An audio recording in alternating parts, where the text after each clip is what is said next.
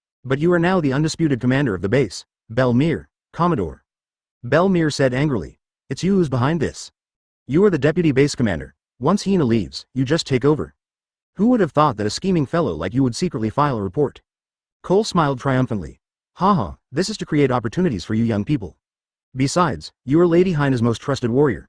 If you take over, no one in the base will be dissatisfied. Belmere made a tisk sound. What capable general? What does that have to do with me?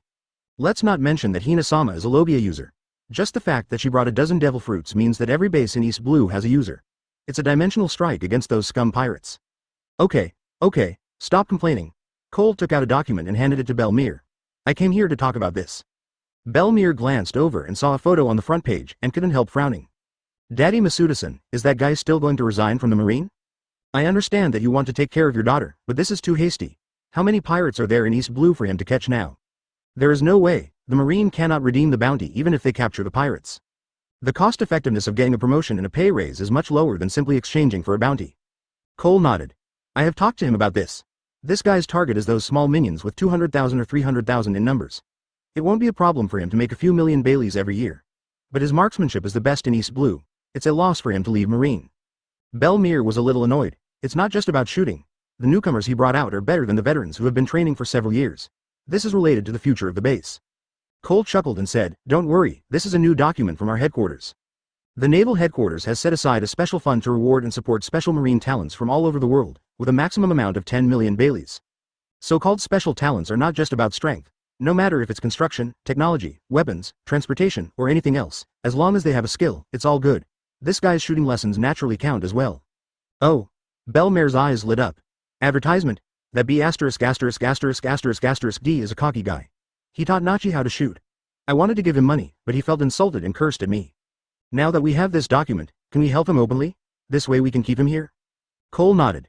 I have submitted his information. According to the feedback so far, he has a high chance of being selected. Very good. The warship soon arrived at Logue Town. After Belmere handed over the task, he came to the tobacco shop at the entrance of the base. The chubby boss came over to greet us. Belmere Commodore, what would you like to order? We've recently got some great Grand Line cigarettes in our store, and we're having a big sale now. The original price was 3,000 bells a box, but now it's only 1,000 bells. Oh, really? Belmere's eyes lit up. Come to me. Suddenly he thought of something and changed his words. Come. Just get the cheap ones, the ones that cost 260 Baileys. The fat boss was stunned. Are you quitting smoking now? Haha, I guess so. After buying cigarettes, she went to a clothing store and started choosing clothes. This one, And this one, 2 of each color. How much? Hello. The total is 76,000 Baileys. Too expensive. Give me a discount. One price, 70,000 Baileys. Guessed, this. Well, okay. Then she went into a bookstore and selected more than a dozen books introducing local customs and maps. Wrap these books. Sheng Wei, a total of 4,720 Baileys. Belle Mere arrived in front of a house. The house is not big, but it is decorated very warmly and the surrounding environment is also nice. As soon as she opened the door, 2 girls who looked like porcelain dolls ran out. Mom, Mom. Belle Mere immediately smiled and embraced the 2 of them in his arms. 2 years ago, she went to the East Blue Oikot Kingdom and fought a fierce battle with the pirates. These pirates are powerful, but both the Marine of East Blue and Belle Mere are no longer what they used to be. It took Marine less than an hour to defeat the pirates. Advertisement: several cadres were even killed by Belle Mere. After defeating the pirates, the Marines should just leave. But for some reason, Belle Mere stayed on the battlefield for half a day longer. She didn't know why she stayed there. Sad. No, there were hardly any Marine casualties, and there was no chance of showing mercy to the pirates. Good at? Not really. The pirates are just second-rate guys in East Blue. She could kill them all by herself if she spent more time. In remembrance, this is basically a deserted island, and it is her first time here. Belle Mere stayed on the battlefield and didn't want to leave even when a storm came. It was not until the next morning that I couldn't help but smile bitterly, wondering why I had inexplicably spent a night in the storm. Suddenly, a little girl came over with a baby girl in her arms. Belle Mere's heart skipped a beat and he rushed forward. Nami, have you been good? These books are for you. Thank you, Mom. I will become the best navigator in the history of the Marine. Haha, that's great, Nochigo, this is a gift from Uncle Daddy. Wow, what a beautiful pistol. In the original novel, Chinuo Gao took on the responsibility of taking care of the family early on. Compared to the innocent Nami, she seems more mature and low-key and has never shown any talent. But now it's different. With Belle Mere's strength and status, he could provide them with favorable living conditions. And Nochigo is much more lively than in the original book. Moreover, Belle Mere discovered that she had an excellent talent for sniping, and even Duddy praised her highly. Nochigo held the pistol lovingly in his hand. Mom, I must become the most powerful shooter in the Marine. Great, look, these are the new clothes Mom bought for you. Thank you, Mom. Ahahahahaha. For a while, the apartment was filled with laughter. Chapter 148. Casino in Magic Valley Town. Smoker flew in the sky for several days. Before, when I didn't know how to use my ability to fly, I could only take the boat. After all, he is a person with special abilities, so he can just fall into the sea. However, Moonwalk consumes too much energy and cannot fly very far. Although there are several idle pirates' ships in the dark space. But the small boat can only be used for resting, and the large boat cannot be handled by one person, so it cannot be used at all. But now it's okay. Although the Dark Fruit's flight is not fast, it has the advantage of low consumption, and it has no problem flying hundreds of kilometers a day. At mealtime or at night, we would launch a boat to take a rest and continue flying the next day. After 4 or 5 days, Smoker finally arrived at Magic Valley Town. In order not to attract attention, he found a remote location to land and then slowly walked towards the town. Ah, this is the outpost of Sky Island, Gaia, Sky Island, Golden Country, here I come. As soon as Smoker appeared, he attracted the attention of many pirates. They crept forward and were all stunned when they saw Smoker's appearance clearly. Smoker was wearing a shirt and shorts, with a black headscarf covering his white hair, and the standard slippers for a strong man on his feet. He was also carrying a shriveled bag, looking poor and having no money and no S***X. The pirates all had gloomy expressions on their faces. Let's go, let's go. You're just a bone without any flesh, what bad luck. Smoker's expression is exactly the opposite. The pirates around him looked at each other with shining eyes. We've only just come here, and there are already so many pirates? These are all walking Baileys, however, the most urgent task is to find a place to stay. Smoker looked at this group of energetic pirates reluctantly, walked past a sign, and officially entered the town of Magic Valley. This is a town entirely populated by pirates, and the chaos is no less than the lawless area of Sabaody Archipelago. There is both extravagant spending and bloody killings here. Pele is not hard currency, but knives, guns and fists are. Smoker walked slowly on the street. We saw several pirates fighting along the way. The two sides fought until blood and flesh flew everywhere, and even dog brains popped out. Advertisement, but the people around were either watching the fun with interest or turning a blind eye, looking as if they were used to it. Smoker was too lazy to respond. He just walked away from it and continued on his way with heavy steps. Now he is using gravity to apply pressure, training his body and cultivating his abilities at the same time. After walking only a few kilometers, he was already out of breath, with sweat running down his cheeks and soaking his clothes. At this time, a tall and thin young man with a coxcomb stopped Smoker. Hey, big guy, are you sick? Why don't I take you to see a doctor? After saying that, he moved closer to Smoker, and Smoker felt something sharp pressing against his ribs. Come on. Let's go over there. The guy with the coxcomb pulled Smoker into a dark house in the alley next to him. There was boiling water in the room. Knives were placed on the table, and there were a dozen ferocious-looking pirates. The leader was a fat man who was feasting on a piece of human hand. Is this today's ingredient? Not bad, the portion is quite large, let's cook it. The pirates gathered around with grim smiles.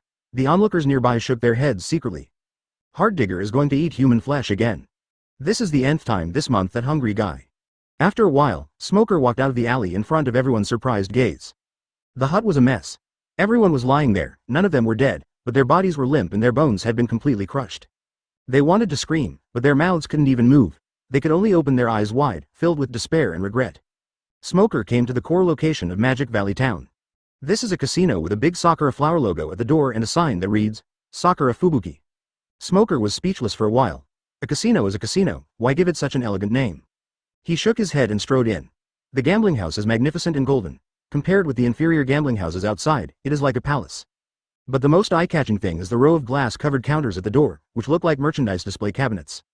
But the contents inside are not ordinary at all. Advertisement.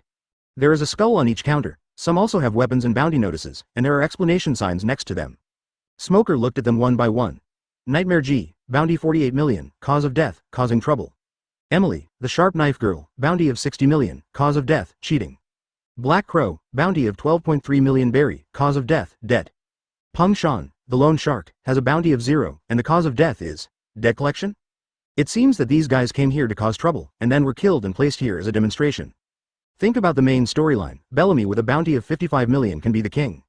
The fact that this casino was able to retain the lives of 60 million pirates shows that it is completely viable. The only drawback is that it's a bit of a waste to put these heads here, they're all money. Smoker smacked his lips, rummaged in his pocket, and pulled out a stack of Baileys, about $100,000. Look around and see a spinning wheel. Spin the wheel. As long as the corresponding number falls, the highest odds are 35 times, which is good. Smoker squeezed into the crowd and bet on berries, 1, for 20,000. The marble spun a few times and landed on 14, and Smoker lost without a doubt. The dealer took the money with a smile. Please continue to place your bets. Smoker bet another 20,000 on berries, 2, and lost. 3. Lose 4. Lose at this time, Smoker only has 20,000 chips left. The dealer also noticed this interesting gambler and said with a grin, Sir, shall we continue? Smoker nodded. Of course I will. 5. The dealer didn't care and continued to throw the ball. He is an experienced dealer and can throw any number he wants. The turntable was getting slower and slower, and the ball was bouncing around. Suddenly, the ball sank and fell into the 5 position. Dealer. Chapter 149. The plan to take complete control of paradise. The dealer was a little stunned and surprised to see that Smoker actually won. But I was still calm. It didn't matter, although there was a small accident and I needed to pay 700,000 Baileys. But there are still tens of millions of Baileys on the table, the advantage is in my hands, this round is still a big win. Smoker grinned and pressed. 6, again. 700,000 instantly turned into more than 20 million, and the dealer was swaying profusely. Smoker smiled and continued to go all in on 7. 1 minute later, the chips in his hand became more than 8 billion. Not only did the dealer lose his defense, but everyone around him also came over. Many gamblers' eyes were shining. Billions, enough to cover a small country's taxes for several months. Smoker looked at the ball on the turntable and a smile appeared on his face. It turned out that he created an invisible gravitational source on the turntable to capture the small ball. The turntable was so fast that it was almost invisible, and the ball was bouncing around without any track. Smoker was able to use gravity to capture it so accurately and even deceive the dealer's keen eyes, which shows that his manipulation of gravity has reached perfection. Smoker piled almost half the table with chips again. Billions. Even if the casino is rich, it will still spit out blood. At this time, a beautiful and broad-minded Changsam woman came and kindly invited Smoker to the VIP room upstairs. The dealer and several veteran gamblers watched him leave, with either sympathy or mockery in their eyes. After entering the VIP room, Smoker was not nervous at all. He went to the cabinet and took out a bottle of wine. Lieutenant Colonel Tabitha, you look so beautiful in this outfit. The maid, who originally had a bright smile and gentle manners, suddenly changed her expression and looked arrogant. That's right, if you are good looking, you will look good in anything you wear. Humph, you guys are talking to the top brass, I won't serve you as a small fry. After saying that, she pushed the door open and walked out. Once she was out, she returned to her bright and generous appearance. Smoker watched her leave, plopped down on the plush sofa, and filled a glass of wine for himself. Suddenly, a secret door next to it opened, and Conan Gemler walked in and saluted. Hello, Smoker Vice Admiral. Smoker was stunned. Gemler, why is it you? Didn't you go back to Sabaody Archipelago? Oh, sit down. Conan Gemler sat down on the sofa. I just left Alabasta when I received an order from Vice Admiral Zane. She asked me to be the person in charge of the Magic Valley Casino and come directly here. Oh, I see. After all, this is where Zane made his fortune. Smoker nodded. But with you watching over her, I think she will feel more at ease. Jamil smiled slightly. You are too kind. Then he took out a Den Den Mushi. However, Vice Admiral Zane has ordered that if you can see you, you should call her. She has something to discuss with you. Looking for me? Smoker was a little surprised, but nodded. Then please help me connect. Jamil nodded and started fiddling with the Den Den Mushi. After a while, Zane's voice came out from the Den Den Mushi. Smoker, long time no see. I didn't expect you to instigate Hina to ask that vampire Dufield to lend me 20 billion Baileys. What do you want to do? The voice was not loud, but one could sense the anger in it. When Smoker heard this number, he almost spit out his wine. Advertisement I did ask Hina to borrow 50 to 60 billion Baileys, and I did tell her to ask for more so that I could bargain later. But I never expected that this girl would ask for 3 or 4 times the amount. I just want to cut some meat, you want to amputate directly. Well, if she asked you for it, just give it to her, it's all for justice. Besides, aren't you two best friends? Zane almost laughed out of anger. Pa, don't think I don't know how much you made in Sabaody Archipelago. Use my name to get a loan and then lend it to you. Why are you just thinking about good things? Smoker smacked his lips. We are Marines. How can we have any connection with the underground forces? You are different. You're the new underground emperor. He will definitely give you face. If that doesn't work, I can only go to Mr. Sakazuki to find a solution. He's a candidate for the grand prize, and he has more face than me, so he must have a solution. Zane suddenly became anxious. Shut up, Smoker. You be asterisk asterisk asterisk asterisk asterisk D. Don't cause him any trouble. I'm telling you, I won't look for Dufield. I can spare 6 billion Baileys right now. Take it or leave it. Smoker smiled and said, yes, of course, don't worry, I will pay you back double within 5 years. I don't know if the trip to Sky Island will go smoothly. If everything goes well, repaying 10 times will be nothing but a drop in the bucket. Zane snorted, his voice becoming as lazy as usual. I still have to say it again. How many times can I get back the money you put into my mouth? As for that devil fruit, Smoker, how long do you want to hide it from me? Devil fruit. Smoker was stunned. He had handled over 100 fruits. Which one was this guy talking about? Hina told me that the last time we dealt with Doflamingo, you got a Logia fruit. Hiss. Smoker took a breath. She was talking about snow fruit. This is my sweetheart. I have handled so many fruits, but this is the only Logia I have seized. Don't think snow fruit is weak just because Monet was killed instantly in the original plot. Just imagine, if Monet had appeared 2 years earlier, he could have wiped out the Straw Hat Pirates. Hina, this girl, how could she tell her such a thing? Well, you said there is, it seems that there is. Tell me, what do you want to do? Zane's voice was clipped. Smoker. You and Hina are both users of special abilities, so it would be a waste if you have the fruit. Why don't you give it to me? As for the 6 billion, if you have more money, pay me back. If you don't have enough, forget it, after all, it's all for justice. Smoker suddenly realized. All those loans and borrowing money are just a cover. This woman had taken a fancy to the Logia fruit in his collection, and spent the equivalent of 6 billion to buy it. On the black market, the average devil fruit is only worth 100 million Baileys. Logia fruit will definitely be more expensive, but the quality of snow fruit is only worth tens or even hundreds of billions at best. Therefore, the price offered by Zane was quite sincere. However, he was still curious about why Zen paid a high price for the Logia fruit, so he asked directly. Zane, who was on the other side of Den Den Mushi, sighed and said calmly, Smoker, do you know how many slaves were traded during the Alabasta auction? Smoker was stunned. This was not clear. Since the auction over there ended, I used various channels to collect information and finally got a rough figure. Openly or secretly, there are no less than 40,000 people, most of whom are civilians. What? So many? Smoker was shocked. Advertisement. He had been in the Sabaody Archipelago and could feel that the number of slaves was visibly decreasing, and most of them were criminals. I didn't expect that in the first half of the paradise, the slave industry was still so rampant. Zane's voice grew deeper. Yeah, reality is so cruel. We have captured batch after batch of pirates in the Sabaody Archipelago, but the people in front are still living in dire straits. The Sabaody Archipelago alone doesn't cover enough. Smoker. Zane, what are you going to do? Recently, I talked to Sakazuki about this, and talked a lot with Hina. I decided to take the initiative, step by step, to completely control the park. Smoker groaned. Complete control, but we don't have enough troops to control all the islands. We don't need to occupy it completely, Zane interrupted, we just need to control the key islands. I'm in charge of the back end of the park, along with Gaspardi. Even though he's a jerk, he's very good at dealing with pirates. Plus, we've been running the park for so many years, and it's completely settled down. At the front end of the park, I've heard that a G14 branch will be built in Alabasta. With Hina here, those rookies who have just stepped out of the world won't be able to cause any trouble. The only weak spot is the middle of the park, which is near the town of Magic Valley. Ever since I focused on the Sabaody Archipelago, this place has started to get out of control. So I sent Gemler over there to give those ungrateful guys a good beating. I see. You want Jamil to eat the snow fruit, become a special ability user, and guard the middle of the paradise. Zane said. That's right, with Jamal's strength, it's more than enough to deal with the supernova. But I still want to be safe. As long as he gets the snow fruit, even if he encounters a large fleet, he won't let anyone escape. Phew. I get it. This is a great plan. Then, Smoker covered the table with darkness. When the darkness dissipated, 7 or 8 fruits appeared on the table. It was the first time that Jamil saw such a row of fruits, and he was stunned. Smoker picked out a fruit and handed it to him. This is the snow fruit, and it's yours now. Jamil, the defense of the middle section of the paradise is now in your hands. Don't let Zayn down. Jamil reacted and took the snow fruit with excitement. Yes, thank you, Smoker Vice Admiral, then I couldn't wait to eat it. You. When he finished eating, Smoker asked, anything change? Jamil looked at his hands. Nothing.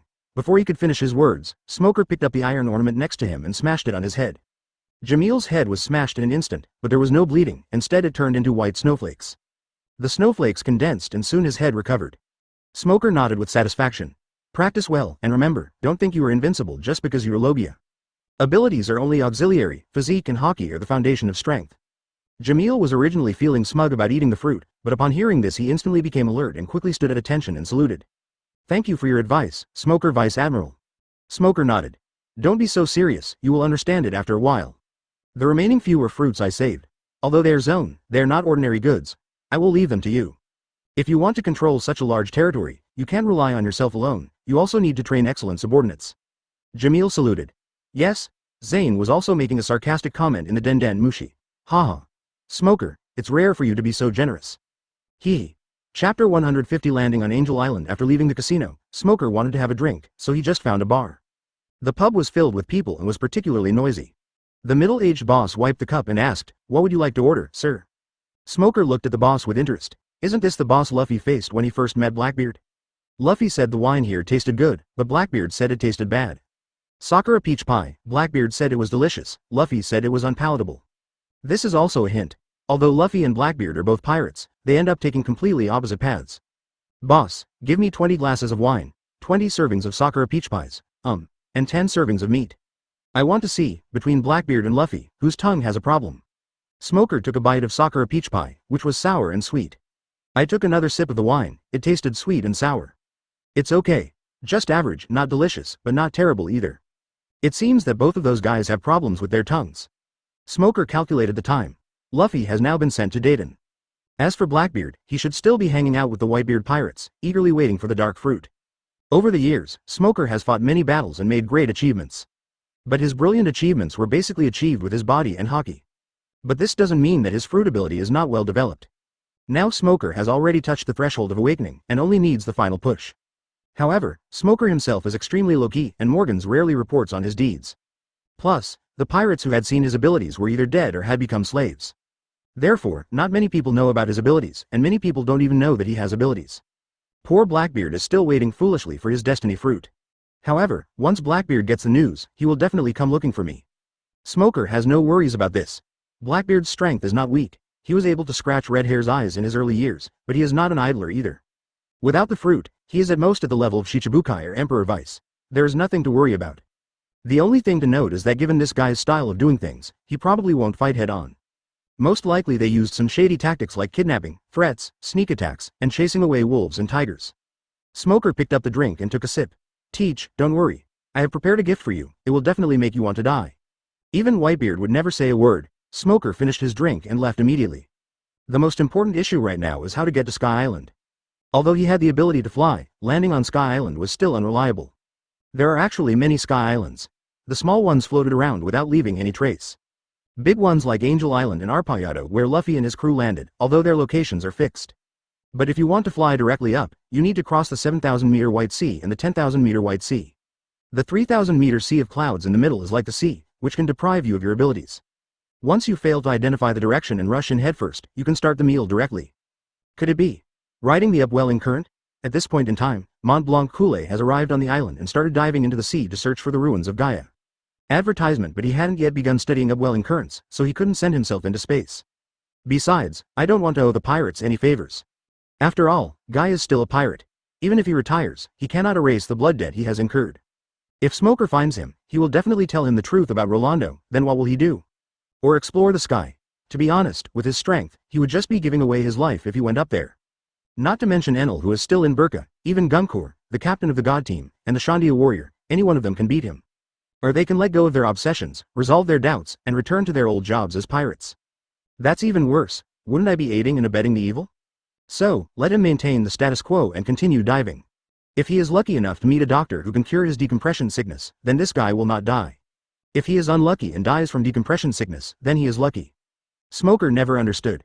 How could Mont Blanc Coulee, a pirate with blood on his hands, have the nerve to laugh at Rolando? Even if Rolando lied and brought shame to his family. So he is bringing honor to the family by joining the pirates? In Smoker's eyes, even if Rolando is really a boastful adventurer, he is still 100 times better than the pirates. Smoker walked while thinking, and came to the coast, staring at the sky in a daze. Damn, other time travelers can go to heaven easily, but why is it so troublesome when it's my turn? At this moment, a voice suddenly came from behind him. Young man, you look troubled, don't you? Smoker looked back and saw an old man with a long beard and wearing a blue robe and a pointed hat appeared behind him. He was dressed like a wizard. Young man, is it the bad weather that makes you feel annoyed? Smoker was stunned and looked up at the sky. It was blue sky with white clouds, the sun was high in the sky, and there was only a light breeze around. Weather? The weather is pretty good, I see. The old man with a long beard looked a little disappointed and said with a frustrated look, sorry to bother you, goodbye. After saying that, he turned around and was about to leave. Suddenly, Smoker thought of something, his eyes widened, and he quickly called out to the other person. Please stay, are you the meteorologist from Visalia, Little Sky Island? The old man was stunned, then he pulled his beard and nodded. Yes, I am Forminano of Visalia. Smoker's eyes lit up, and he pulled out a stack of Baileys and slapped them into the other man's hand. Dr. Forminamino, could you please take me to Angel Island? Yes, it's okay, but these 100,000 Baileys. Without saying a word, Smoker took out a sack of Pele and stuffed it into Forminamino's arms. It looked like there were at least 10 million Pele in it. Huh?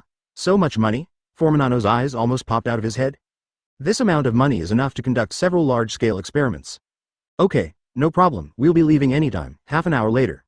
Smoker stood on the shore of Angel Island and waved goodbye to the Visalia meteorologist. What good luck. I actually came across a small sky island. Advertisement. Why work so hard when you can just spend money to do it? Whether it is the upwelling current or the top of the west sky, there is a certain chance of death. The scientists from Visalia, on the other hand, crossed the white road and sent Smoker directly to Angel Island. On the other side, meteorologists also had tears in their eyes. Before leaving, Smoker left them 300 million Baileys and told them to contact them anytime if they have any problems in the future. Goodbye, Smoker-kun, please come to us if you need anything. Smoker shook the Den Mushi in his hand. Sure, contact me anytime if you need anything. The two sides said goodbye reluctantly, and until they could no longer see each other, Smoker turned around and looked at the legendary Angel Island. The landing of Little Sky Island made quite a commotion, and the residents of Angel Island had already noticed it. Hey, is this Cloud Fox? So cute, but doesn't seem very smart. A piece of mud is worth 1 million Baileys, outrageous. Smoker's face darkened. It's not a stray fox. How much is this worth? Smoker. Can I leave now? Hasso, from Shanghai? Smoker used his ability, and a fist-sized ball of mud appeared in the palm of his hand, which he slapped into the hand of the white beret. 10 billion extors is equivalent to 1 million Baileys. Oh, it looks interesting with wings. The man in white beret was greatly surprised, and quickly dipped a little with his finger, twisted it, and licked it. This is the highest quality ball. This piece is worth 20 billion extorts. At this time, several people in white berets ran out and saluted strangely. No problem, you can leave anytime, but remember to strictly abide by Sky Island laws. If you are caught again, you will be fined. This is the fine I paid in advance. If you do anything else like spitting or littering, don't bother me anymore. Bar. Bus? Is this what you're like now? Smoker has the money, but he doesn't want to spend it either. Mom, he bullied Jing. Suddenly, Smoker found a little fox with a pointed mouth arching its feet, so he grabbed it by the scruff of the neck and lifted it up. Suddenly, a little girl not far away burst into tears.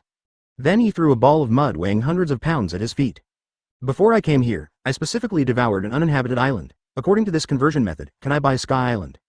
Didn't it say that Enel came to the kingdom of God and deliberately designed the charges to make it easier for the Blue Sea people to become criminals? After saying that, he walked away, leaving behind only the confused man in the white beret. According to your crime, you need to pay a fine of 4 billion X-dolls and a deposit of 6 billion X-dolls, a total of 10 billion X-dolls. He pointed at Smoker with one hand and tugged at his mother's clothes with the other. But it doesn't matter, Sky Island has more valuable hard currency. Smoker. He walked up to the man in the white beret and squinted at him for a moment. The famous attraction in front is Kawaii Street, we must go shopping there. A group of Sky Island residents surrounded Smoker and whispered to each other, with curiosity and caution in their eyes. We are now charging you with the 9th degree crime of harming rare animals and the 10th degree crime of damaging Sky Island property. Please come with us. I'm sorry. I'm busy. How can I get exempted from punishment? Smoker had turned around and was about to leave, but stopped after hearing this. White Berets hold base tight. Chapter 151 Gang Cole and your rogue. As soon as Smoker entered Lovely Street, he was immediately warmly welcomed by the angels. Guests from Shanghai, would you like to try Sky Island's fine wine? Guest, please try Sky Island's unique coconut. Would you like some croaker? The meat is so tender that it melts in your mouth. Just now, Smoker threw out a bunch of bass with such arrogance that he completely conquered the angel. Seeing that he paid the fine without saying anything, he was definitely not the kind of pirates mob that God had mentioned. So they boldly started to sell their products. Who can resist a chance to trade pizza for Bitcoin? Most smokers just smiled politely and declined the angel's enthusiasm. Only when I saw a few vendors selling shellfish did I stop and ask them. Their merchandise is very rich, including wind shells, sound shells, fire-breathing shells, and even 2 precious slashing shells. Smoker happily bought all their goods, and left with the bags on his shoulders, leaving a few bosses standing there grinning foolishly with mud in their hands. He continued walking along Angel Street and suddenly stopped when he passed a slightly remote corner. This is a small store with several Vibos parked at the door. A middle-aged man with a beard that looked like a schnauzer was concentrating on repairing the machine, and next to him was an incredibly beautiful little girl. Smoker said uncertainly, "You are Pagaya?" The middle-aged man turned around and touched his head. "It's me, sorry, who are you?" Smoker's eyes lit up. "This is the first character you meet on Sky Island, Konus's father." "Oh, I'm a guest from Shanghai, just call me Smoker. Someone just told me that you are the best Viagra repairman." "So that's how it is. You're too kind. Smoker. Mr. Pagaya, are you selling the Viagra here?" Sky Island is so big, he still wants to find a way to get around. Who would refuse to be a motorcycle boy? Pagaya nodded repeatedly. "Of course we sell it. Let me introduce it to you, Cornies, prepare pumpkin drinks for the guests." Then, he introduced himself to Smoker. Finally, Smoker used a piece of mud to buy 3 ice blade Viba. Normally, the Viba can only be used in the sea of clouds and water, but with the ice skates, it becomes amphibious, which is a more practical improvement. In addition, Smoker also bought dozens of wind jet shells to use as reserve energy for Viba. Saying goodbye to Pagaya, Smoker continued his tour. Sky Island, although located on the Grand Line, is basically completely isolated from the other islands and is more like an isolated world. Advertisement history and culture are fine, but Smoker is not a historian and doesn't really have much interest in it. What he cares about most is nature and technology. Sky Island's shells, clouds, various tools, and giant creatures all have extremely high research value. Hand it over to the Marine Science Corps, maybe it will give them some inspiration. In a distant temple, Gon Cole was reading a book intently. Looking at the cover, it is a history book about Sky Island. At this time, he was still a god. Several priests and maids stood quietly aside. Suddenly, a divine soldier hurried in and saluted respectfully. "God." Gang Cole's thoughts were interrupted. He was stunned for a moment, closed the book, and then said gently, "You are back. Have you found out any information about the people in Shanghai?" The divine soldier nodded and said, "Sir, there is only one person from Shanghai who came this time. After he arrived, he just bought local specialties and did not do anything unusual. After committing the crime, he cooperated and paid the fine and did not show any violent tendencies. After our identification, we can determine that they are tourists and assess the risk level as low." "Really? That's good." Gang Cole nodded. "That's good, then there is no need to deliberately monitor them. After all, the most troublesome thing now is how to live in peace with the Shandians." Suddenly, the divine soldier seemed to have thought of something. "There is another situation. The people of Shanghai seem to have incredible magic and can create base at any time." Gon Cole was shocked. "What? Really? It's true." There were quite a few witnesses at the scene. Gon Cole slowly stood up and paced around the room a few times. "There are witnesses. It's too dangerous for him to walk alone. Although Angel Island is peaceful, there are also violence and criminals. Send 2 people to protect him secretly." "Yes, sir. I don't know if God's words are really that accurate." When Smoker walked far away, to a remote and deserted place. Suddenly he was stopped by a tall angel. "Young man. Hand over the ball that's in you and don't get yourself hurt." Smoker looked up at the bear-like angel and couldn't help but marvel at it. After wandering around Sky Island for so long, after that, he raised the huge iron rod with both hands and smashed it hard on Smoker's head. "Hand over bass, leave obediently, and don't let yourself get hurt." However, he recognized the other person's identity at a glance. Advertisement Smoker stood there leisurely, without even a speck of dust on his body. Yerobe was lying on the ground gasping for breath, bleeding from his mouth and nose. Even the taller and sturdier White Beret is only considered upper middle class in Shanghai. "It's rare to meet an opponent as strong as you, so let me test my newfound strength." Yerobe, nicknamed the Broken Monk, is a supernova of the same generation as Luffy, and his bounty has just exceeded 100 million.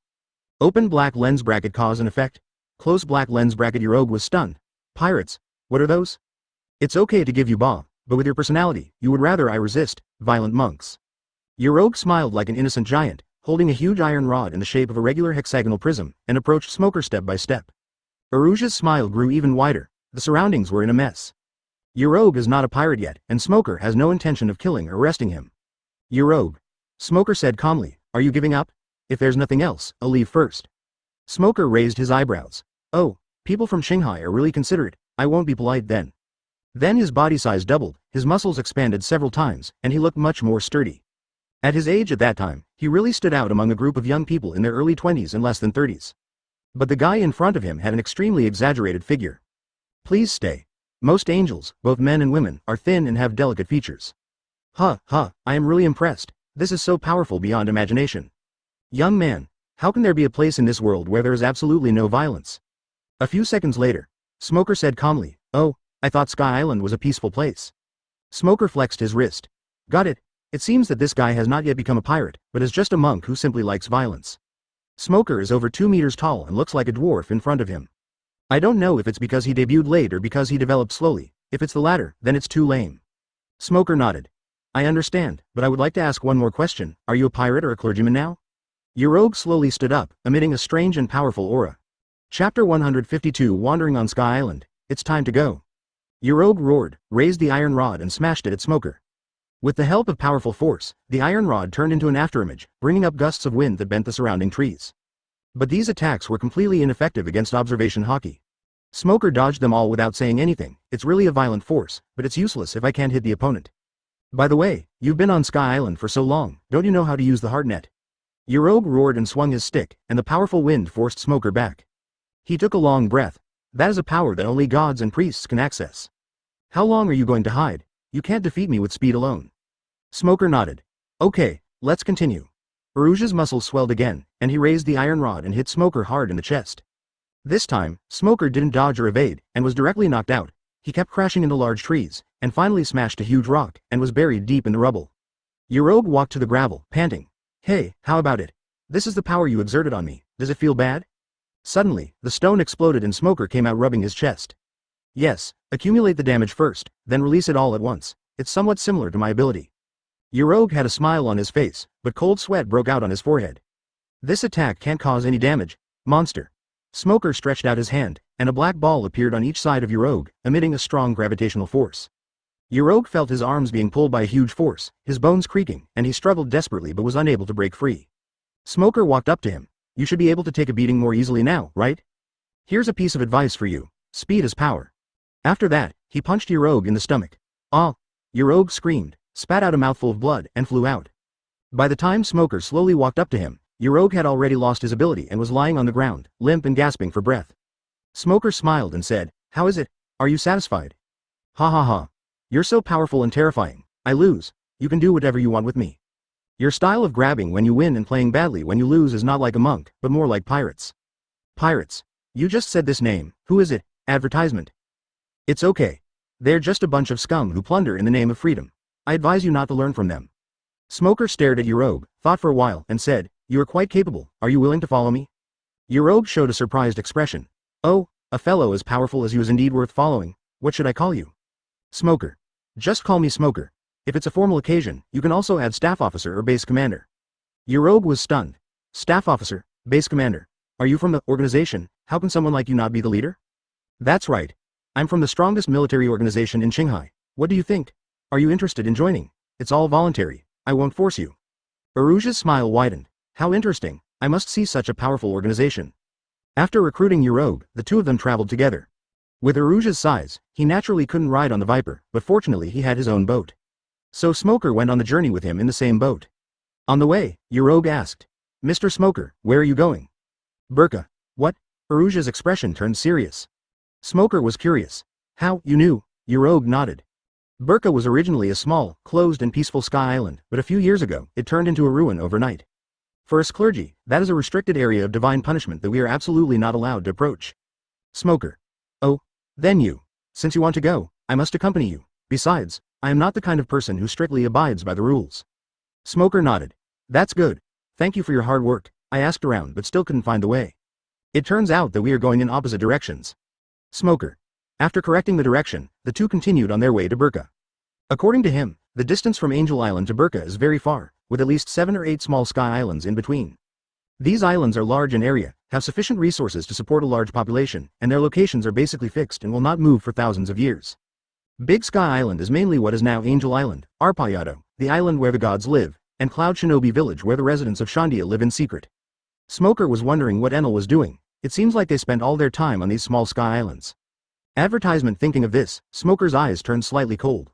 It's not difficult for me to deal with him now, according to Smoker's plan. Even if I kill Enel, all that's left for me is a scorched earth. Enel, I hope you can be more sensible. Your rogue has traveled to Sky Island for many years and is very familiar with it. He and Smoker introduced the environment of Sky Island in detail.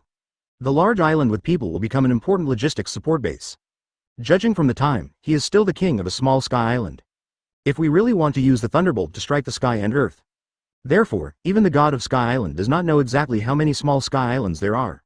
Smoker nodded thoughtfully. Hearing this, Smoker felt relieved. But Enel is different. It has long legs. The gold is buried in the city of Shandora and it won't run away. We can dig it up slowly when we are ready. Enel arrived at Sky Island 12 years after destroying Burka. The fear is that Thunderfruit is too destructive. Therefore, he would never allow the richest and most prosperous Angel Island to become a barren land because of war. In Smoker's mind, the Air Force is the most powerful branch of the military. In the future, the Golden Township will be developed into a marine base. This is the Air Force base of the future. Smoker is not afraid of fighting Enel. Sky Island contains several large sky islands and countless small sky islands. Faced with the Marines' encirclement, they could fight or leave as they please. Corresponding to this are many small sky islands, such as Visalia, which travels freely to Qinghai, Burka, which was destroyed by Enel, and the ruins of Baron Terminal. The Thunderfruit Marine must be obtained. If you don't obey, you can only find an obedient ability user. In terms of hard power, he might be inferior to Roger and Whitebeard, but in terms of mobility, he is far better than the two of them. In the pirates' world, the only true Air Force is the Golden Lion's flying pirates. If he hadn't made a mistake at the end and had to fight to the death with Garp and Sengoku, even two more admirals wouldn't have been able to stop him. That's right. The small sky islands are scattered and numerous. Some of them wander around with the clouds and wind, and some even split and merge. The two most important goals for him to come to Sky Island this time are Gold and Thunderfruit. Chapter 153. Dual Priest Smoker and Yorogue started their journey. We passed several small sky islands along the way. Every time I go to the island, Smoker either buys books or keeps detailed records of the conditions of each small sky island. When the Marines establish a base, we will inevitably have to cooperate with them. These will be the most important first-hand information in the future. During the trip, Smoker also discovered that these small sky islands each have their own characteristics and have many technologies and specialties that the big sky island does not have.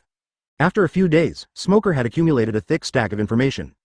On this day, Yorogue was steering the boat while Smoker sat aside, drawing maps and copying down information. The first island, Yunnan Sky Island, it covers an area of 42 square kilometers, has a long and narrow terrain, a population of over 100,000, and has simple folk customs and is good at making handicrafts.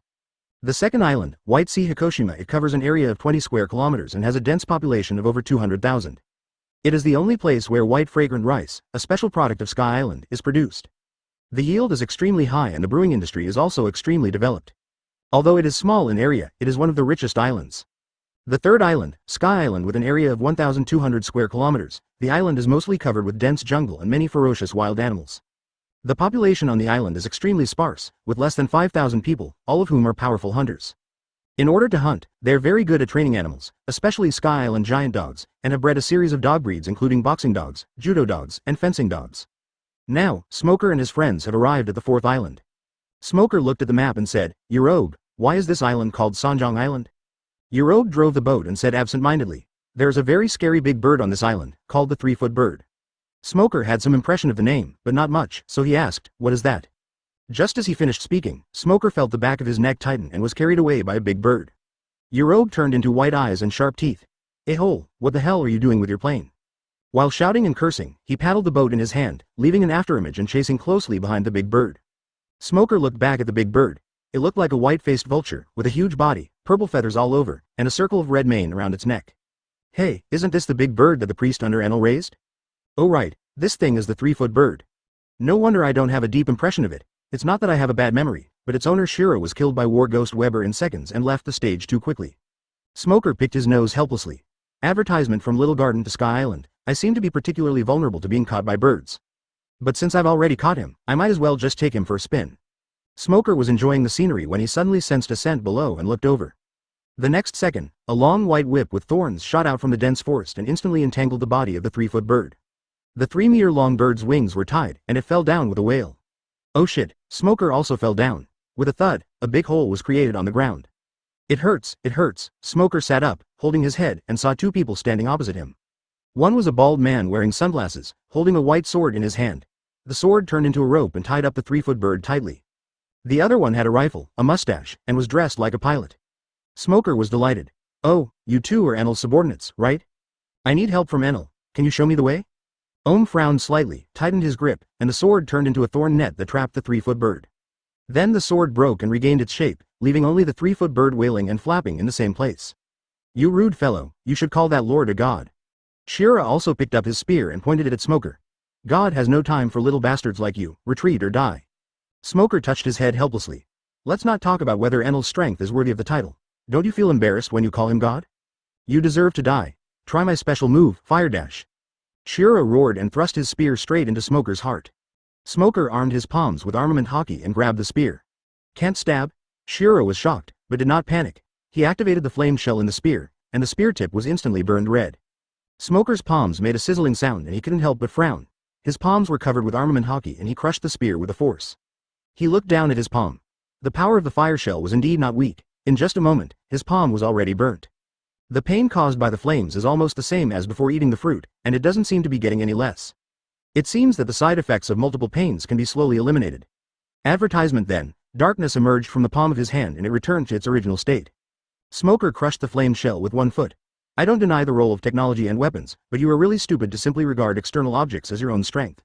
You must have been involved in many deaths, right? I have plenty of opportunities for you to slowly atone for sins, Anshui."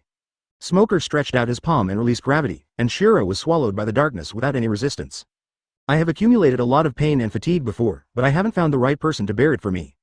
These priests are neither strong nor weak, just right for the job." Shira. Seeing his companion disappear, Ohm attacked in anger. The cloud sword suddenly stretched out and stabbed at the back of Smoker's head like a tentacle. Smoker turned his head to avoid the attack, grabbed the sword blade, squeezed it hard, and found that it was as hard as steel.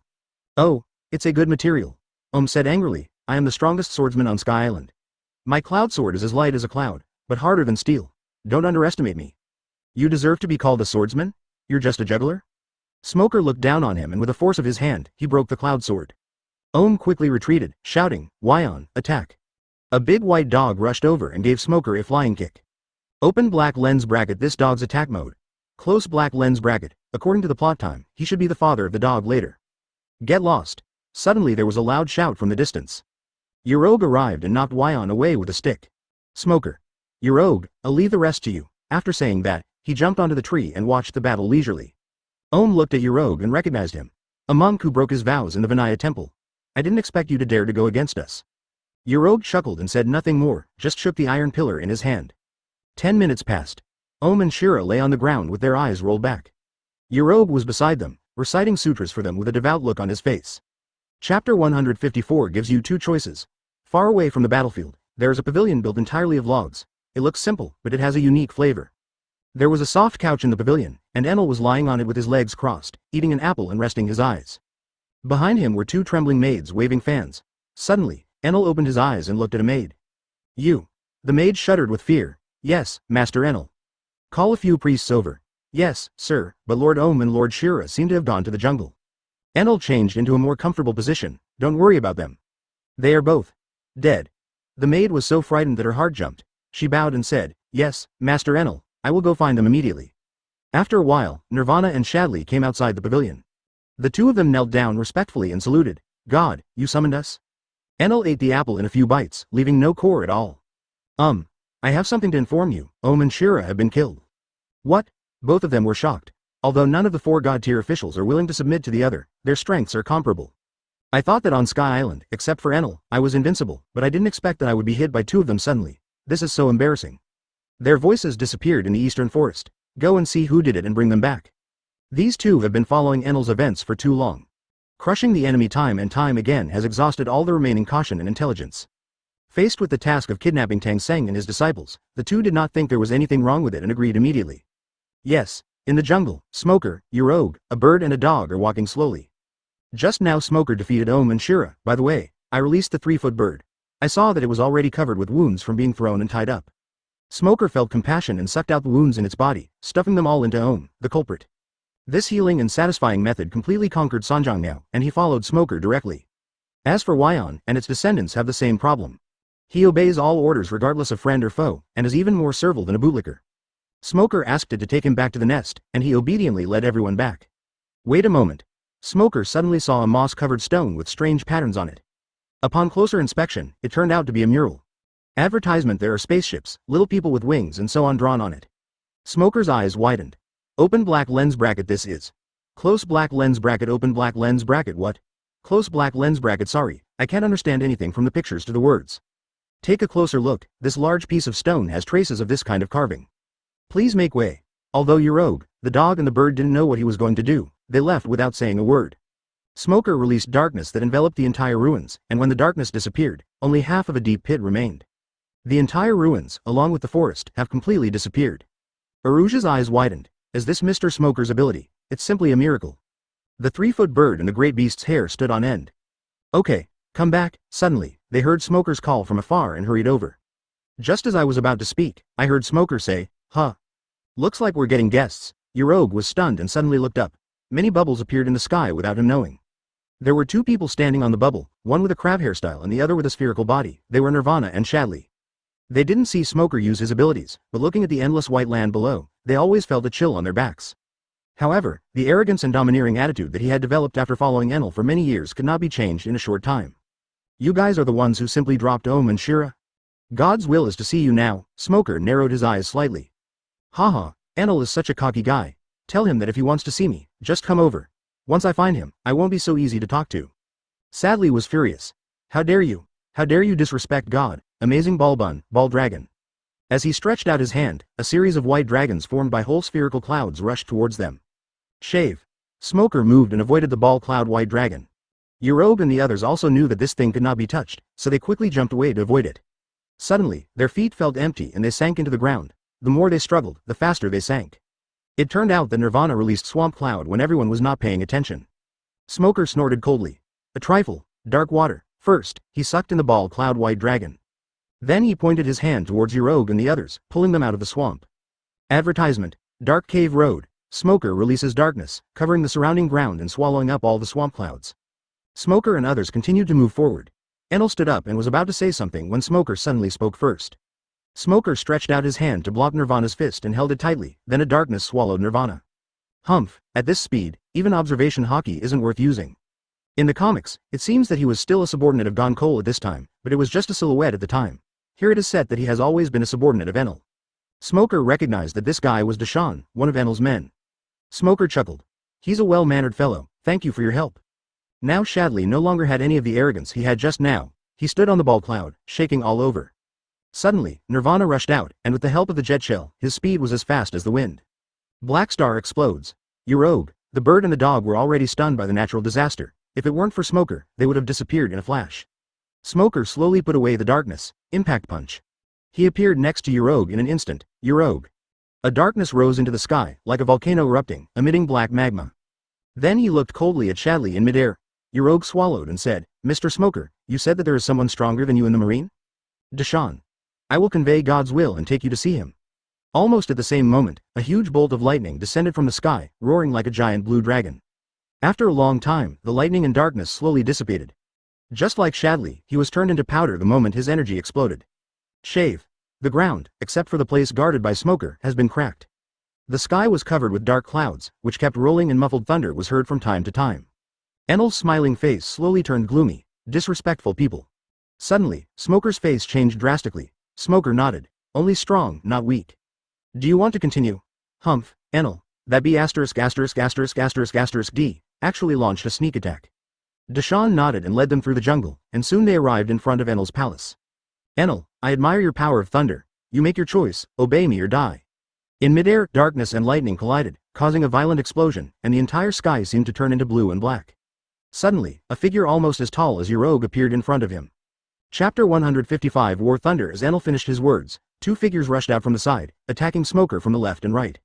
It was none other than Sadley's younger brothers, Shugo and Kogo.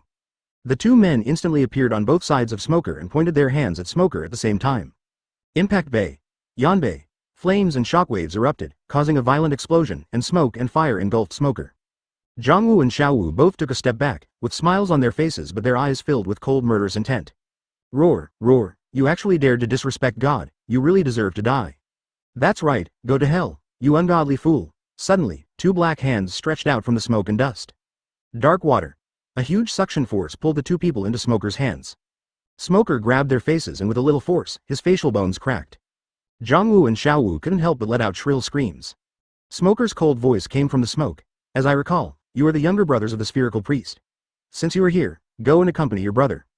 Suddenly, dark spikes emerged from the smoke and pierced them into sieves. Then darkness emerged and swallowed up the smoke and flames, leaving only Smoker carrying the bloody bodies of the two men. A hole! Deshawn roared, took out a string of slashing shells, and pounced on Smoker. Full slash. Smoker sneered, exerted force with his palm, covered the bodies of Zhongwu and Xiaowu with armed color, and threw the two bodies directly over. Don't underestimate me, Deshawn roared, and with unusual agility, he turned around and kicked, trying to kick the corpse away. But the moment he kicked it he realized something was wrong. For some reason, the two corpses became harder than steel, and with Smoker's enormous strength, their legs were almost broken. He quickly released the force and landed on the ground to save his leg, but he was also swaying profusely. Damn, who is this guy? He didn't witness Smoker fighting against God's judgment with his own eyes, otherwise he wouldn't dare to attack Smoker even if he had 10 times the courage. Suddenly, a teasing voice came from behind him. We shouldn't interfere in the fight between the protagonists. I just happen to be a little free, let's go over there to kill some time. It was Yeroge who spoke. He grabbed Deshawn's arm, spun him around a few times, and threw him far away. Mr. Smoker, leave that guy to me. After saying that, he called out to Sanjiangyao and Weian, and rushed towards the distance. Smoker glanced at Yeroge, showing no sign of worry. With his strength, it would be no problem for him to deal with 2 or 3 priests, let alone a mere mountain. Before coming here, Smoker had already agreed with Yeroge to stay as far away from the battlefield as possible. There is no way, Enel's attack range is too large and the speed is too fast. If he suddenly attacks Yeroge and releases God's judgment from afar, it would be difficult for me to save the situation. Advertisement. Enel picked up a golden stick and walked out of the pavilion slowly. Smoker's eyes lit up and he stared at the golden stick. No matter how many Baileys there are, it's not as exciting as carrying a large pile of gold. Haina's outfit is still too plain. When we conquer the Golden City, I will give her a full set of gold jewelry. No. Just buy a set of gold armor. No. Just build a house and hide your beautiful wife in it. Enel said calmly. Qinghai people, why don't you kneel down when you see God? Smoker was a little surprised. He didn't expect Enel to know that he was from Sha Qinghai. I come from the infinite land and I never worship any gods. Enel heard the key point and his eyes lit up. Infinite Earth? Smoker opened his arms. Yes, a land that is thousands or hundreds of times larger than the entire Sky Island, an endless land, that is Bath. In that world, there is also a group of guys called gods. Enel raised his eyebrows, and asked with some curiosity and some displeasure. Oh, are they the gods you recognize? On the contrary, Smoker gave a weird smile. In my eyes, whether it's you in heaven or them on earth, another name is more suitable. Parasite. Enel's expression became extremely terrifying. God's judgment. Smoker was not to be outdone. Black Star explodes. A burst of darkness and blue lightning collided with each other, canceling each other out and quickly disappearing. Enel.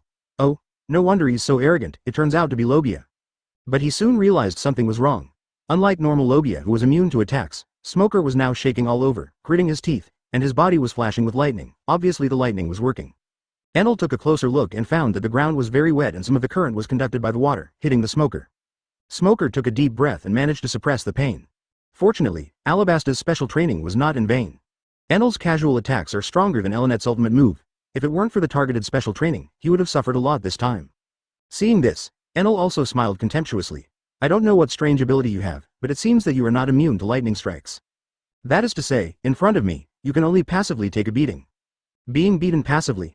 Not necessarily. Smoker sneered and held out his palm. Dark water.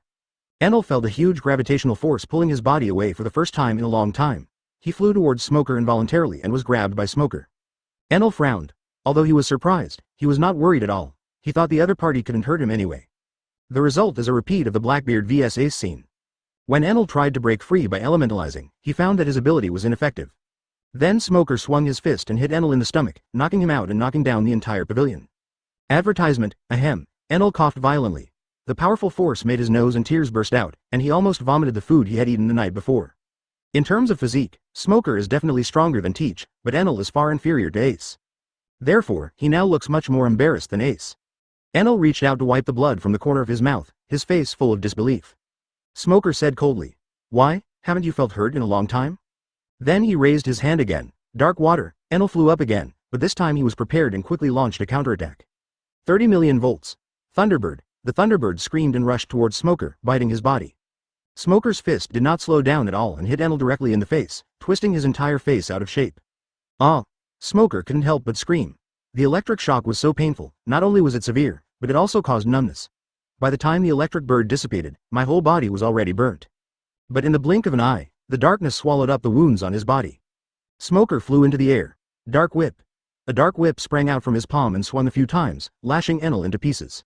But this attack didn't work. Enel turned into lightning and instantly repaired his damaged body. Sure enough, this trick doesn't work well against Logia. Smoker reached out again. Dark water. Enel was sucked in and condensed a lightning spear in the air to fight back. The two men's attacks hit each other at the same time again. Smoker was pierced by the thunder, not only suffering from burns and punctures, but also paralysis all over his body, making him almost unable to move. Enel was hit hard in the abdomen, spitting out blood, and was knocked away. He held his stomach and stood up tremblingly, feeling severe pain all over his body. My ribs are broken, my arms and sternum are injured, what a scary monster. But, as long as I don't get caught by him, I'll be fine. The most powerful thing about lightning is its speed. Suddenly, Enel turned into a bolt of lightning and kept flying around Smoker. Lightning has the speed of light, can your strange ability catch me? Suddenly, he appeared behind Smoker and released an electric dragon towards the back of his head. Open black lens bracket successful. Close black lens bracket, but the next moment he was dumbfounded. Just as he was about to launch an attack, Smoker jumped to the side in advance and waited for the electric dragon to be sent out, so naturally he missed. Before he could react, he suddenly heard Smoker say, "It's my turn," followed by a punch. Enel quickly dodged when he saw this. But for some reason, this ordinary punch made it impossible for him to dodge and directly knocked him flying. Smoker slowly put away his fist. "Enel, you are so arrogant. Without an observation hockey equal to mine, it doesn't matter if you are the speed of light or the speed of sound." Chapter 156. Seizing Thunderfruit. Enel stood up with difficulty, and suddenly his vision darkened. Smoker was already standing in front of him. "You make your choice, surrender, or die." Enel smiled with difficulty. "I didn't lose." Smoker's brow furrowed slightly. "It seems that you have made your choice. Even though we are enemies, I will respect your choice." After saying that, his body began to transform into elements, and darkness lingered around him like smoke.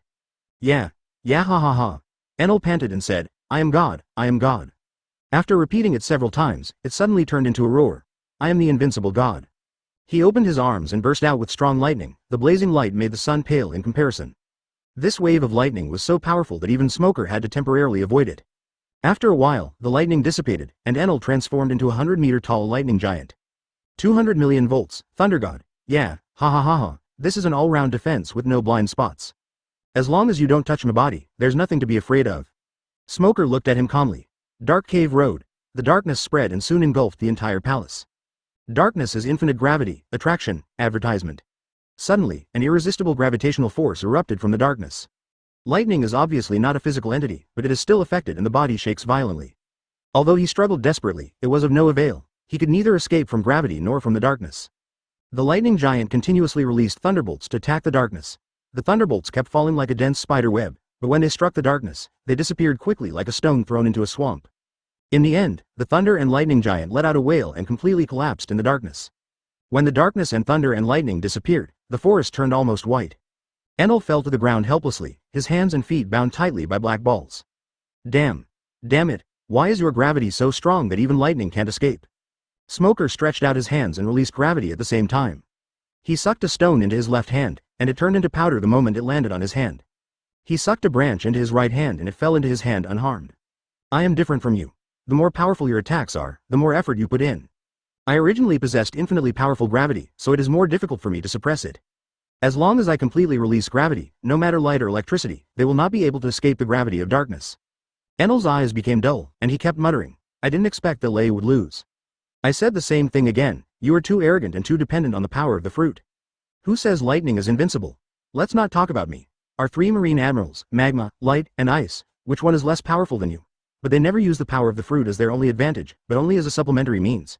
However, it's too late for you. Smoker said as he released darkness to envelop Enel. After a long time, the darkness dissipated, Enel disappeared, and Smoker had a devil fruit in his hand. This is Enel's thunder fruit. Looking at this god-level fruit, Smoker was filled with emotion. Advertisement as the boss that Luffy encountered in the early stage, although Enel was defeated by the plot, his loss was not unfair because this guy was too biased. As for the fruit, there is absolutely no black. Thunderfruit is the dream fruit of countless people, and its popularity even surpasses the three admirals. In terms of observation hockey, it has a wide range, and combined with the fruit ability, it can even monitor voices. But as for the enhancement in combat, Sorry, it's too elementary, and the performance is even worse than those priests. As for armament color, there's no need to say anything, 0. As for the most basic physical fitness, it was actually quite poor. Both his physical fitness and fighting skills were far inferior to Luffy at the time. With such comprehensive strength, what can you use to challenge Admiral? What is Admiral's strongest point? Fruit, not really. But strong defense and endurance. Akainu took Whitebeard's earthquake and got up to continue fighting. Kizaru was beaten by Gear 5 Nika, but he stood up faster than Luffy. Aokiji was able to take Garp's punch in the face without falling. What about Enel? Compared with these guys, it's totally crispy. Unless you kite the whole time, you will lose half of your health if you get hit. The body is the capital of revolution. Smoker muttered, putting the thunder fruit into the darkness. Chapter 157. I'll indignate you after a while. Uroge returned with a bird and a dog.